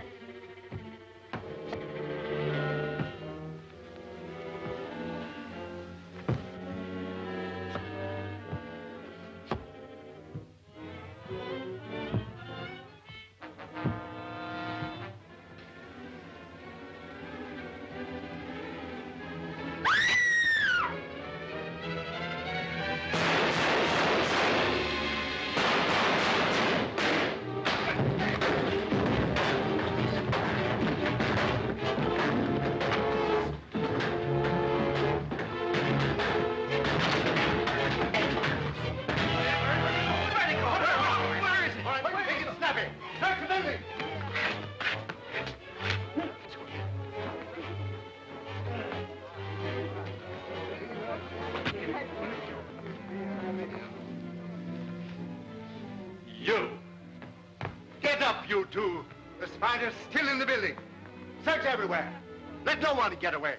Well, I thought he was I know. Yes, sir. Get going. I find the spider. When? You come with me. Well, I'll find him. Did you see anything? No, but listen for a lame walk. The spider's got a bum foot.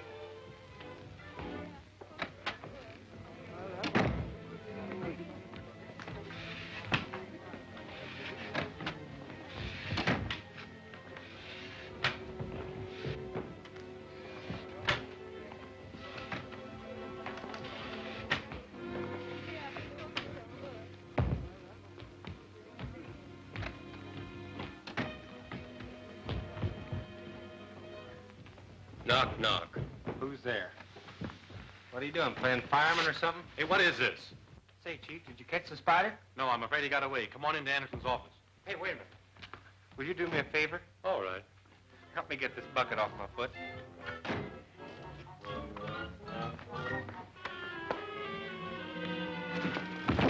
I didn't get too good a look at the spider. Well, I didn't want to. It was horrible. I think that outfit's a disguise. The face wasn't human. I wish there was some way to make sure. Well, I got a picture of him. You what? I said I got a picture of the spider. It's right in here. Good work, Junior. I'll report to you in the morning, sir. Okay, Dick.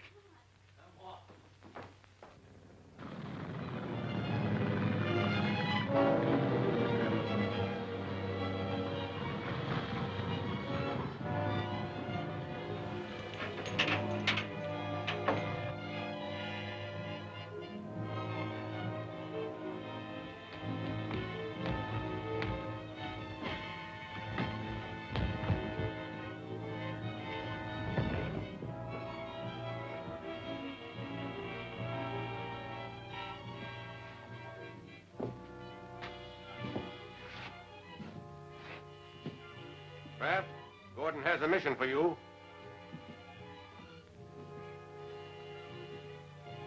Dick Tracy has a photograph taken with a small camera. That film must never be developed. You know where Dick Tracy lives? Yes. Report to me when the negative has been destroyed. Yes, sir. We can depend on Kraft.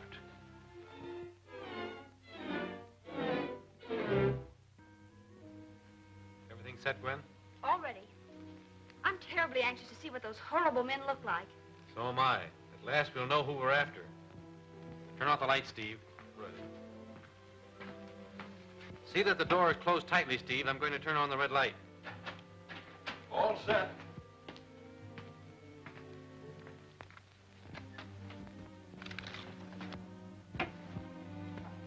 Chief, you ruin your eyes working in here in the dark. Did you get the picture?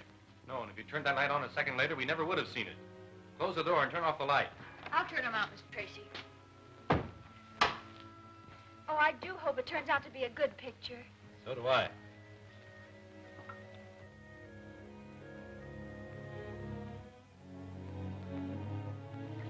See? It's coming clearer.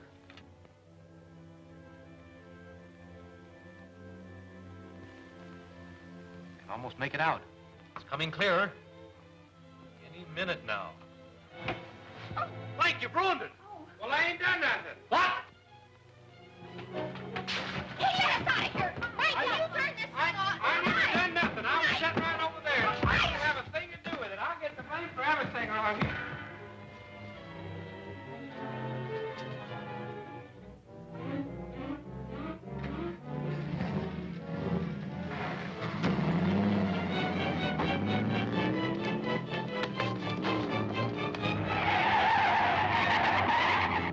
Well, there goes the best lead we've had yet on the spider ring.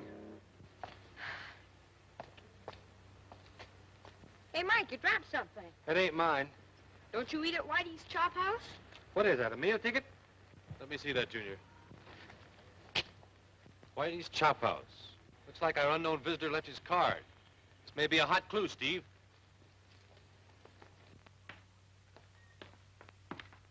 Well, why not raid the place around dinner time? I'm not after that fellow as much as the man he takes his orders from. No, you figure he'll lead you to the spider. I don't know, but I intend giving him the chance. But, Dick, that's too dangerous. You can't walk right into their hands. Well, maybe walking right to the spider's web. When do we start? I don't mean it that way. You can do more good here. Here? It's easier to trail a man alone. If I can follow him to the spider's hideout, I'll contact you to bring the police and clean it up. Well, how will you get in touch with me? I'll show you. Now, what in the world is that? This is one of the latest devices to be adopted by the federal authorities. Ah, holding out on me, huh? How does it work? Well, in reality, it's a radio transmitting set on a belt. Oh, I see. Clever. Now, if I want to get in touch with you, I'll use our personal code. All you need to do is have these earphones glued to your head and keep tuned in on our regular wavelength. I'll be sitting right here. That's the idea.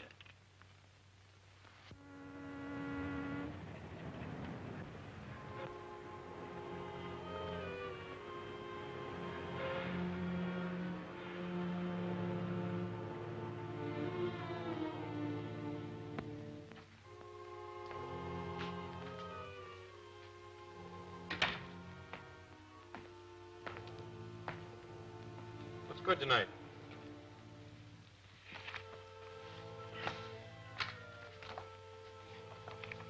Everything's good here. Fair enough. I'll have the regular dinner. Okay. By the way, do you know a fellow by the name of Kraft? Yeah. Why? Oh, I found his meal ticket. I wanted to give it to him. Oh, yeah. Yeah, he just passed through here just a minute ago. Leave it here with me and I'll see that he gets it. All right. How about the dinner? Oh, yeah. All right, coming up.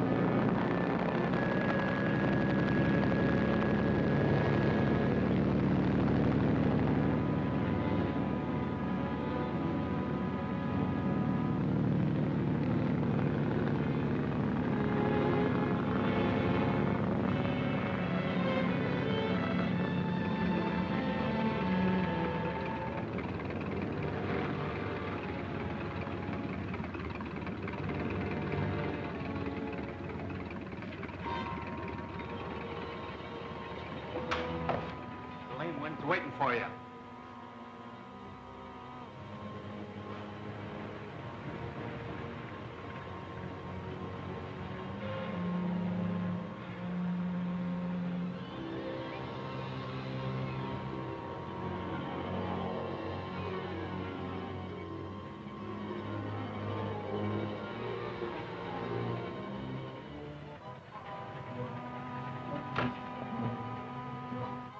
picture would have gone to every police station in the country. Here's Kraft now. You were successful? Sure. I destroyed the negative. Good. Return to Craig's Head and tell the others to report here. I have a mission for them. I doubt that very much. I've been waiting a long time for this opportunity. Don't reach any further, you. Put your hands on the table.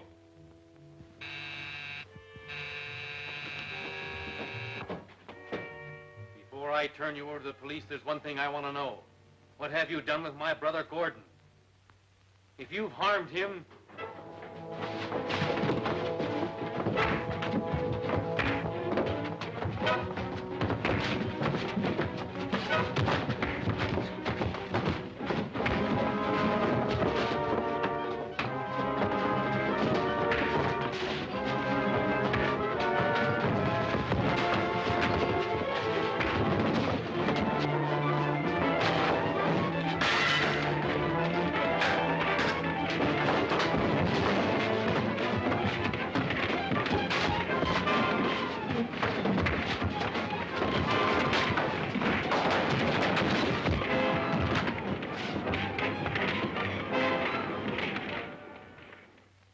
I should think you'd be getting tired, Steve. Wouldn't you like a little rest? No, I'm okay. I told Dick I'd stick by this. Flames are spreading. This'll all be ablaze in a minute. What about him?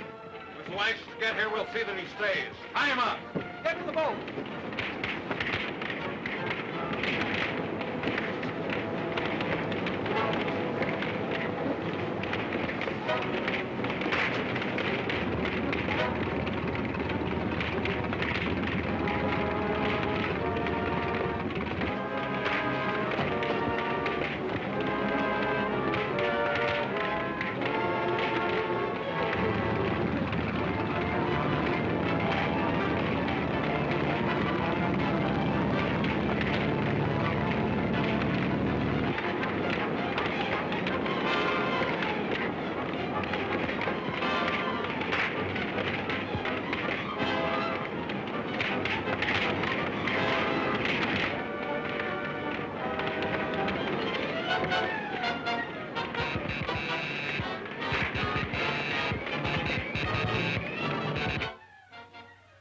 It's Dick.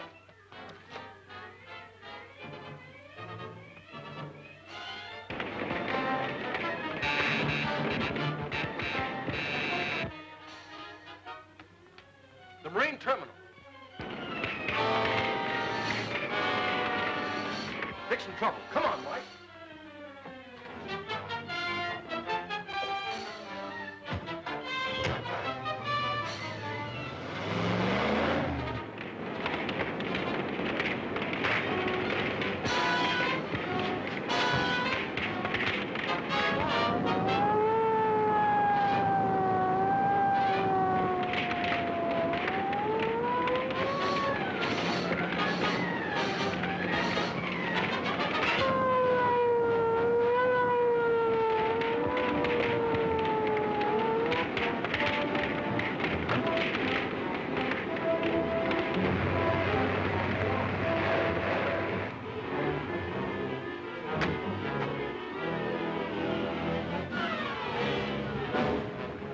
The breakwater as fast as you can.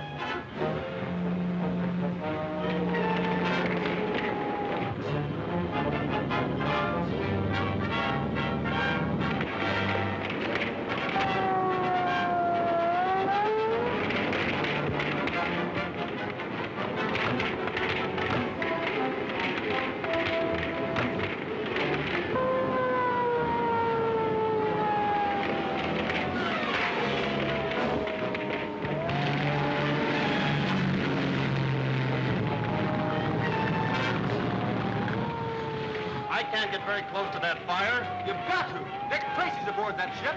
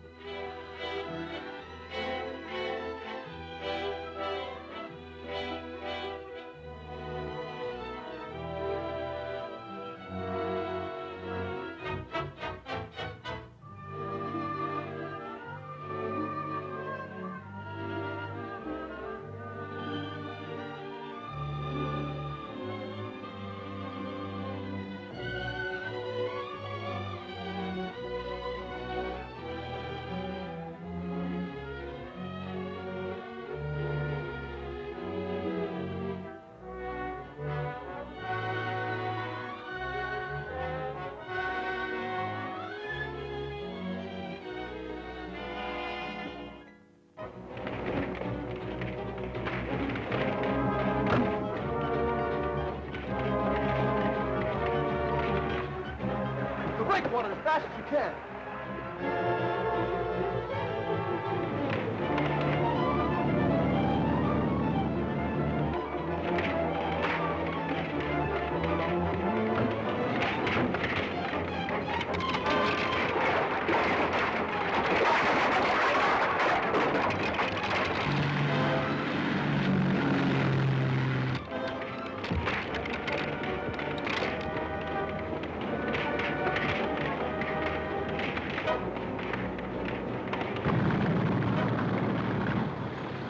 I can't get very close to that fire. You've got to. Dick Tracy's aboard that ship.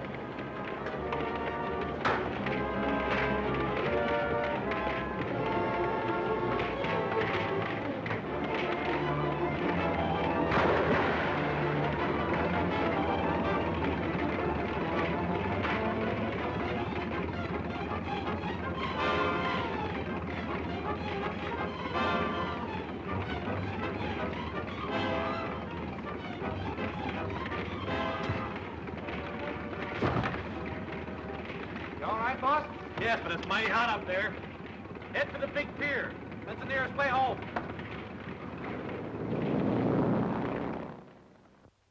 There we was, creeping along. And the Spider's men was all around us.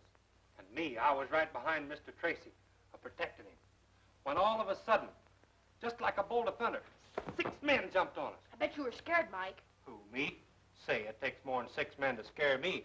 Why, I already had 3 of them down. And I was getting ready to tackle the 4th one when 6 more of them jumped on me. And I looked all around, and there was a half a dozen more coming right at us. Well, how many did that make, Mike? Huh? Oh, 22. Oh. Now, as I was saying... Well, I only count 12. Now, don't interrupt me, Junior. And then what did you do, Mr. McGurk? Well, now, I know that something had to be done real quick, or else they'd get Mr. Tracy. Mike McGurk. Well, how do you do, Miss Andrews? Oh, hello, Mr. Odette. Mr. Potter. Well, here I am again, always turning up like a bad penny. Why, not at all, Mr. Odette. You're always welcome, you know that. Thank you. I suppose there's nothing new regarding Mr. Tracy's brother. Not a thing. Gordon's disappearance remains as much a mystery as ever. Well, I suppose we'll just have to keep on hoping for the best. By the way, whatever happened to that engraver, the one the Spider's ring tried to kill when he refused to make the counterfeit plates for him? Why, nothing that I know of. He's probably still in the hospital. That was a most amazing case. How Mr. Tracy rescued him and almost lost his own life doing it. That all goes with the job of a G-man, Mr. Odette. Yes, I suppose it does. Well, tell Dick we dropped in, will you? Oh, I shall be glad to. Thank you. Goodbye. Goodbye. Goodbye, Mr. Potter. Goodbye. But the first place the Spider's ring took you to, Mr. Calder, can you give me any idea where that is? Well, when my mind became clearer, I discovered I could see under the blindfold. The walls were paneled to the floor. Must have been a rather large house to have paneled walls. Did you see anything else? Any of the people? I was afraid to try, but I did see a large black cat in the room, and I heard a man walking. It sounded like he was lame. Could you see his feet? Hello, Doctor. Glad to see you, Mr. Tracy. Well, we're losing our patient today. How's that? Mr. Calder's family are anxious to have him at home. They called me again just now, and I agreed to let him go this afternoon on one condition. That the bandages are not to be removed until I say so. That suits me. They're sending a car for you at 3 o'clock. I'll leave word at the desk to have you ready. Doctor, could I see you alone in your office for a few minutes? Why, yes, of course. I'll be in my office. I'll see you there in about 10 minutes.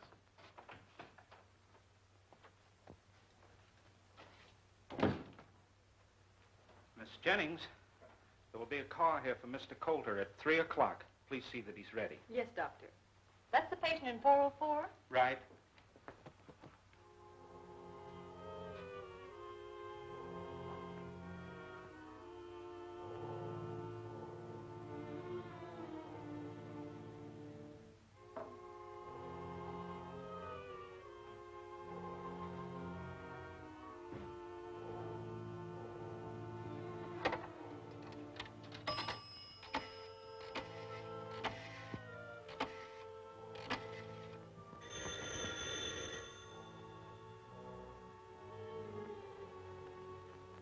Hello? They're going to take Coulter out of here at 3 o'clock. Stand by and keep watch. Report immediately if there is any change in the time.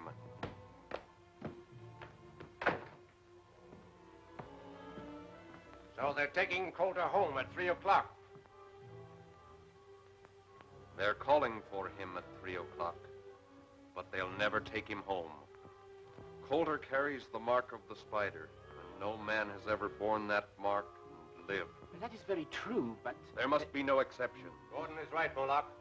It will serve as a warning to Dick Tracy that the spider never sleeps. Very true, only it is too bad that we must abandon our plan to have him make the counterfeit plates. Coulter is such an expert engraver. But he has already refused. And it is also very true, my dear Gordon. But I recall a surgical case wherein a man's nature and his mind were completely changed by a simple little operation. I seem to have a vague recollection of hearing or reading such a case. The operation was on the brain. There is nothing strange about that. Such cases have always received considerable publicity. You undoubtedly read of it in the newspapers. Then you believe such an operation would bend Coulter to our will? I know it would. Then it shall be done. There is just time to countermand my previous plan and make new arrangements. But at 3 o'clock, Coulter will be here.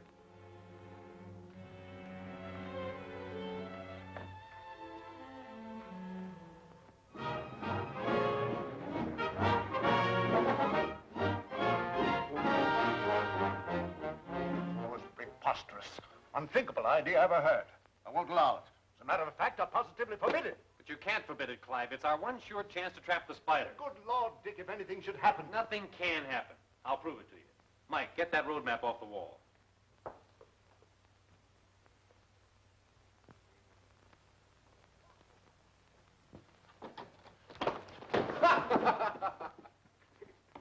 You're a lot of help.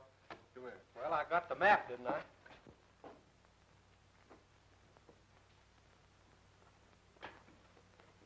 Now, let's see. Here's the hospital. We throw a ring of our department cars with their two-way radio, completely encircling the hospital. If the spider ring shows up to get Coulter, as I expect, their car will be spotted by one of our guards and its description immediately broadcast to all the other cars.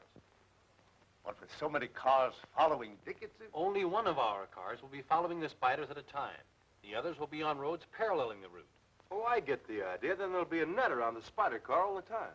And if they turn off into another road, the other cars will be immediately notified over the two-way radio, and one of them will take up the trail. In that way, no matter how often the spider's car changes its course, a different car will be following it. I guess that's a good idea, Chief. They'll lead us to that spider's hangout without even knowing that we're following them. That's what I hope they'll do. It's a perfect setup, Dick, but the question now is, will the spider make the attempt to get Coulter? They need those counterfeit plates, and you can bank on it. The spider will try again to force Coulter to make them. All right. I withdraw my objections, but it's against my better judgment.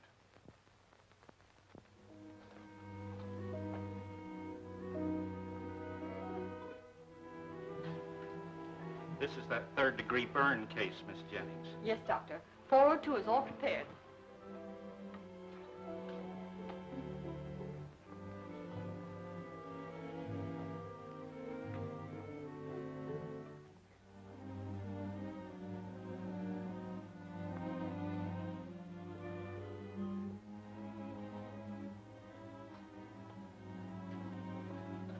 You may go now, Miss Jennings. This nurse will be all the help I'll need. Very well, Doctor.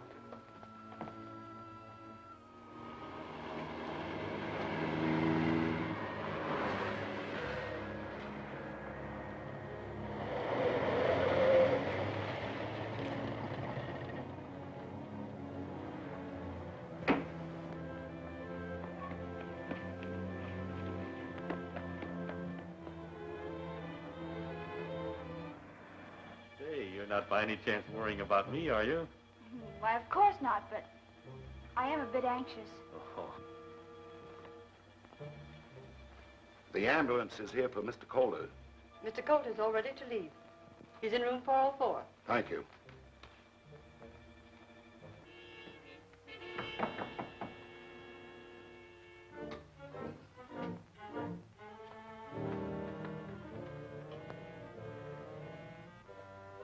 All right, Mr. Calder, the ambulance is here. I recognize that voice, Miss Andrews. That's one of the Spider's men.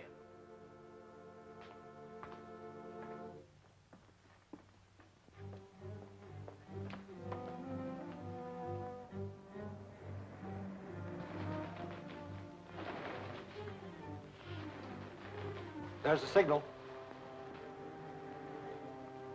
Stand by, everyone. Jackson calling. He'll be leaving any minute now.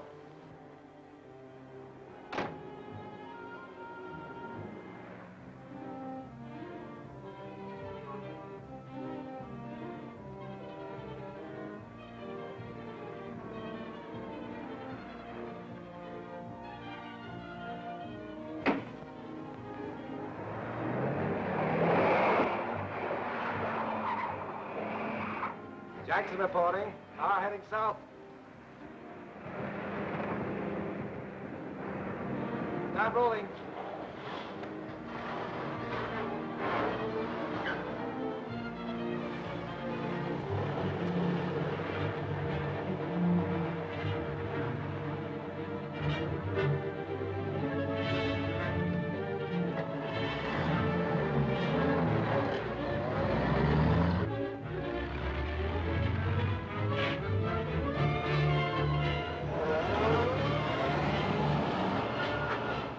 I don't see why we got to stick behind all the rest of them. I'm getting tired of being last all the time. Well, no use taking any chances on the Spider's men recognizing us, Mike. Then they'd know something was up.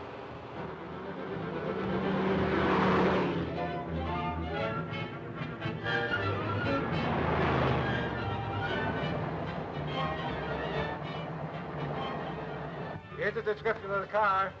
A white ambulance. No distinguishing marks. Speed 30. Passing Kane Boulevard. Jackson. Kane Boulevard. See where that is. Here it is. You gonna mark where the G-Man cars are, Mr. Anderson? Sure thing, Junior. There's 3 of them spread out over there, 3 over here. Gosh, the Spider's car's right between them.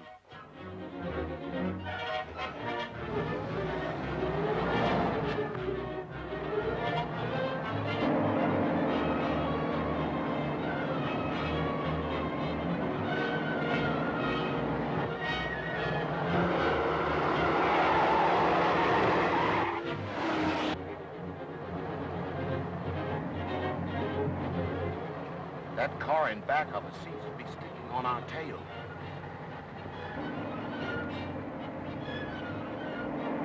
I'll turn off at Chester. Watch if it follows. Right.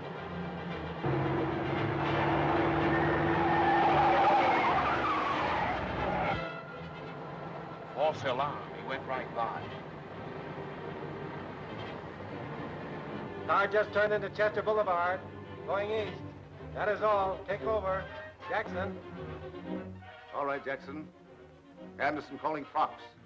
Anderson calling Fox.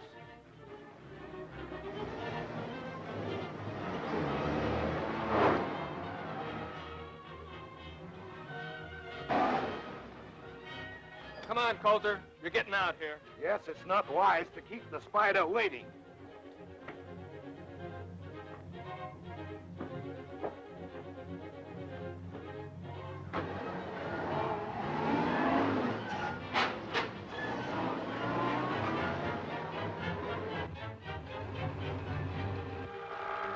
Gee, do you think something's wrong with the radio, Mr. Anderson? We should have heard from Mr. Morris before this. Morris reporting. No sign of car. Going through Casper to investigate. All right, Morris. Other cars stand by for Morris report.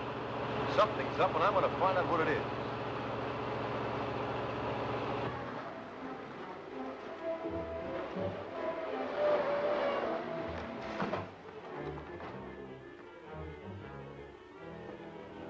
Why, he's gone. They've switched cars.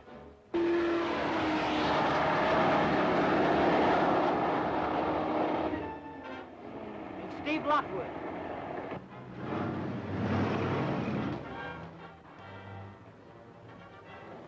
Hey, what's up? That's what we'd like to find out. Here's the ambulance, but Dick Tracy and the Spider Gang have disappeared. So there's been another car here. Did any car turn out of Casper while you were watching?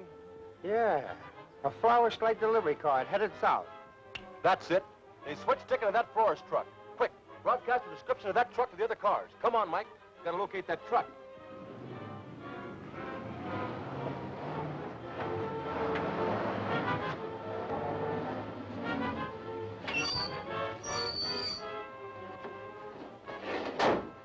I'll be back as soon as I ditch the truck. Step on it. Come on, Calder. Come on, no funny work here.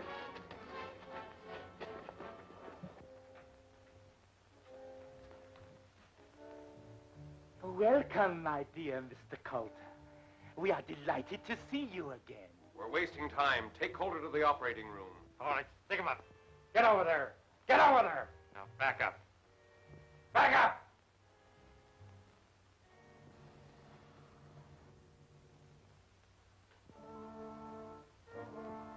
I wouldn't use that telephone. Drop that gun.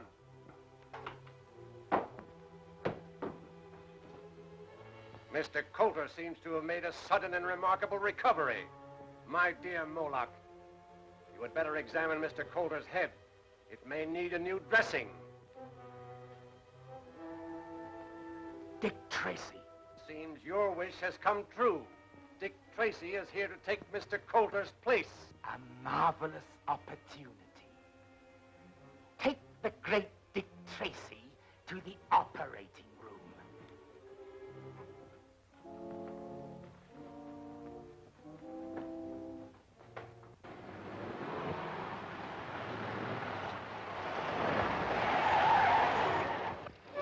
Why you that blame us?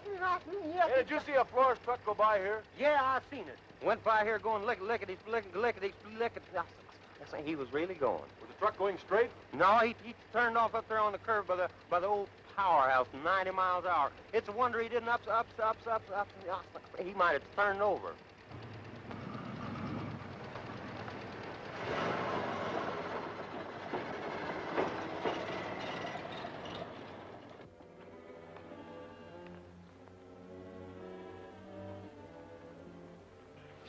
Get the ether ready and the cone.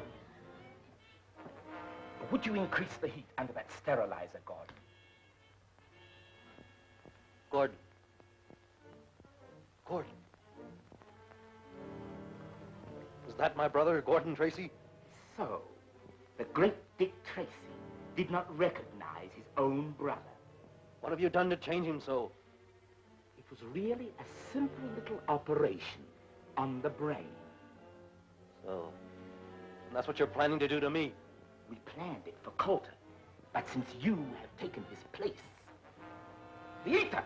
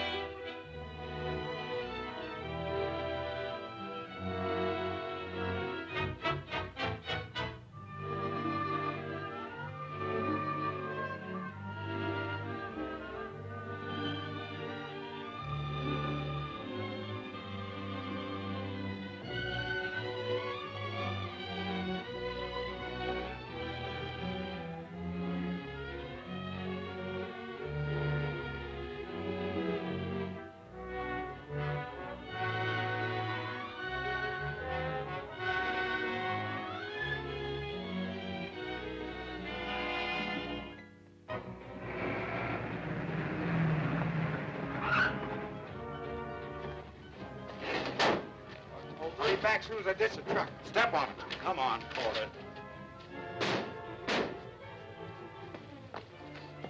Come on, no funny work here.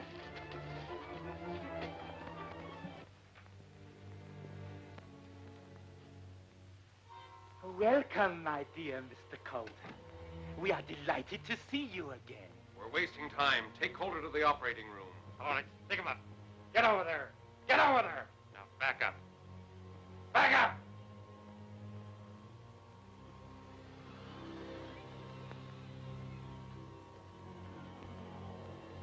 I wouldn't use that telephone. Drop that gun. My dear Moloch, you had better examine Mr. Coulter's head. It may need a new dressing. Dick Tracy. Seems your wish has come true. Dick Tracy is here to take Mr. Coulter's place. A marvelous opportunity. Take the great Dick Tracy to the operating room.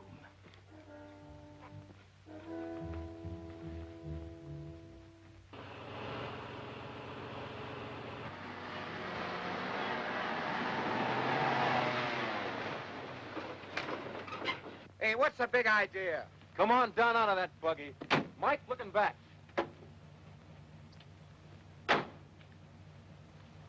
Empty. Now, you better start talking and talk fast. Where's Dick Tracy? Come on, where is he? We know Tracy was transferred from the ambulance to this car you're driving. Where'd you take him? I can't tell you. The spider will kill me if I talk. Yeah, you're burning the chair if you don't. All right. I hit him over there. That's the spider's headquarters. Mike, get the radio and tell Mr. Anderson we've located Dick Tracy to get a flying squad out here right away. The spider may try to escape when he's winged. Is everything going all right, Mr. Anderson? Gosh, the spider ring sure pulled a fast one on us, Miss Gwen. We don't even know where Mr. Tracy is. Shh. Say, Mr. Anderson. Mr. Anderson, this is Mike McGurk, reporting for Mr. Lockwood. Go ahead, Mike. Mr. Lockwood says to rush a flying squad to the old Sierra powerhouse. The spider may try to escape in the wing. All right, Mike. They'll be there in no time. Get the ether ready and the cone. Would you increase the heat under that sterilizer, Gordon? Gordon. Gordon. Is that my brother, Gordon Tracy? So, the great Dick Tracy did not recognize his own brother. What have you done to change him so? It was really a simple little operation on the brain. So, and that's what you're planning to do to me? We planned it for Coulter, but since you have taken his place, the ether!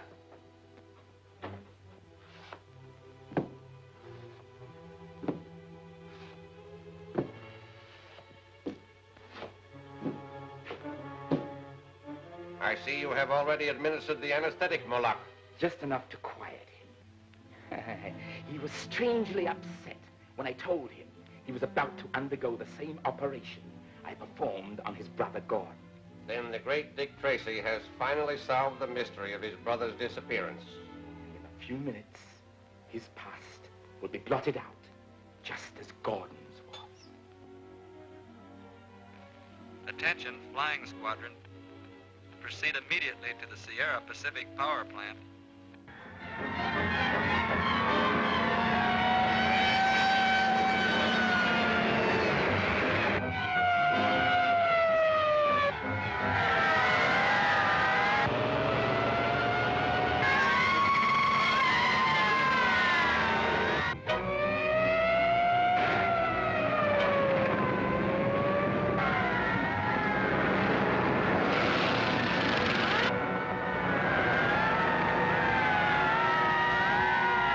Loosen the straps.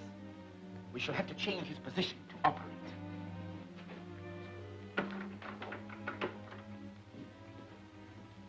Lookout reports a squad of cars heading this way. They may be G-men. So, Dick Tracy's friends are looking for him already.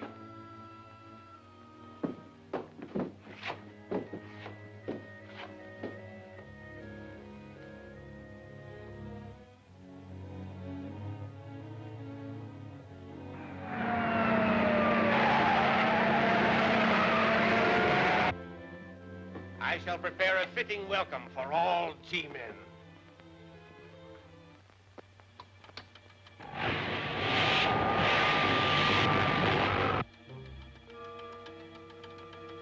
Now listen.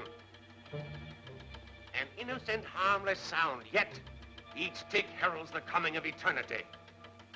And now we must hurry to the powerhouse through the secret tunnel. We can escape in the wing before the G-men discover we are gone.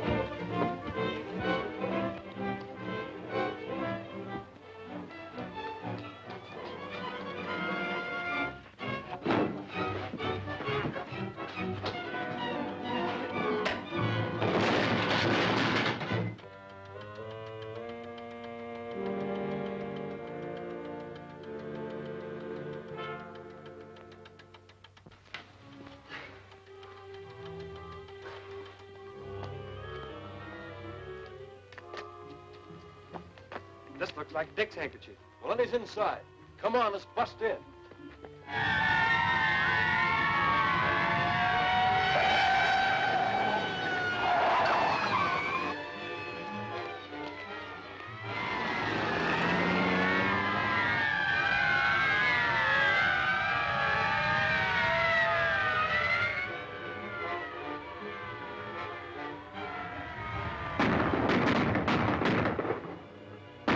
This way, we can escape in the confusion. Back to the tunnel.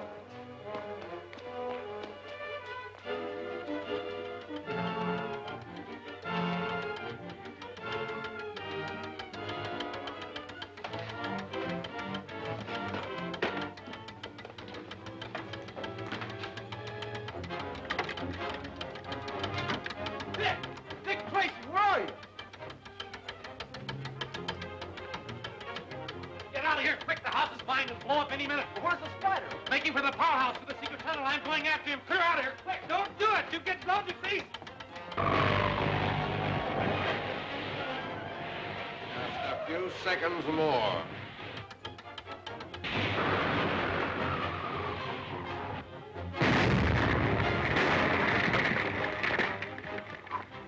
We just got out of there in time.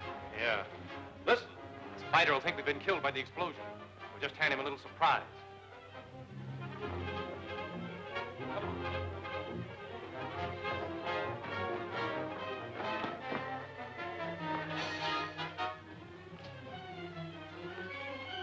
Remember, no shooting. It'll be heard by the others outside.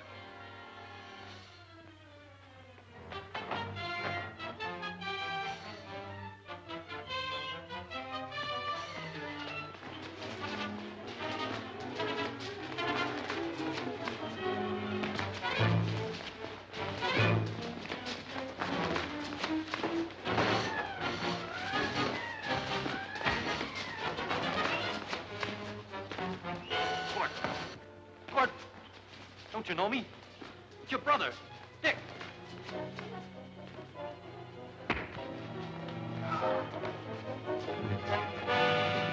Oh.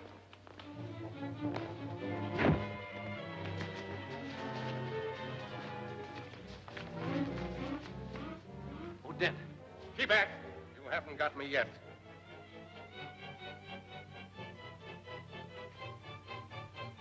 Outside, Gordon. Gordon, think. Try to remember. My dear Tracy, I am overwhelmed that you have solved the mystery of your brother's strange disappearance. And now, don't move. Outside, Gordon. Gordon, think. Try to remember.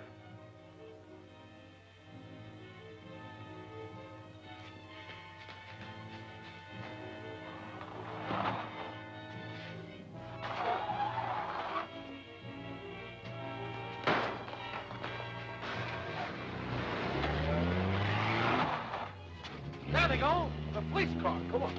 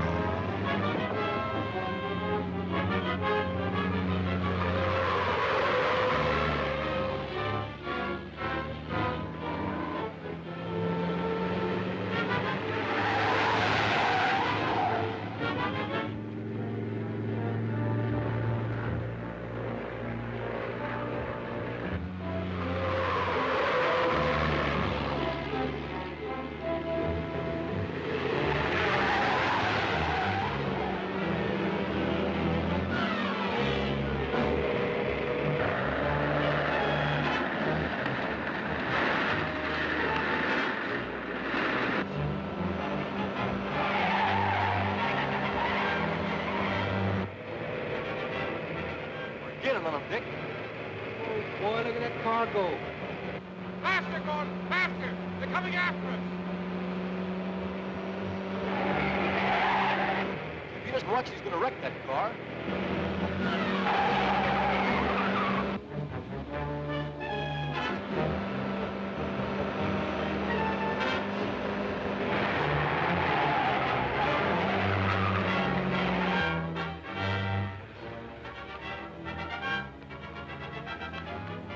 Get up, Junior, get up.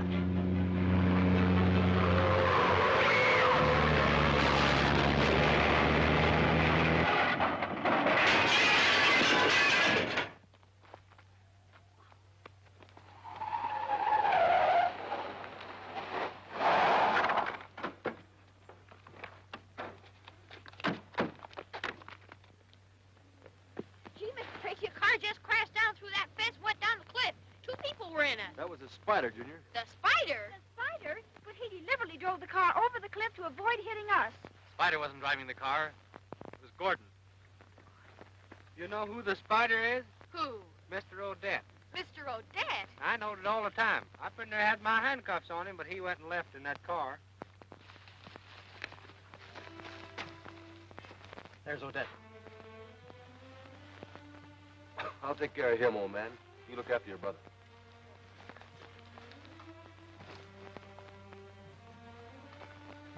Gordon. Gordon. Dick. How come you're here? What's the big idea? Don't you remember, Gordon? I remember I was in a car. Then something happened. It was Gwen and Junior. They were right in the path of your car. Gwen? Junior? You drove your car over the cliff to save them. Don't you remember? It's all like a horrible nightmare, Dick. I can't seem to remember anything. Don't try. It's all over now, and everything's going to be all right. Yes. I think I'm going places.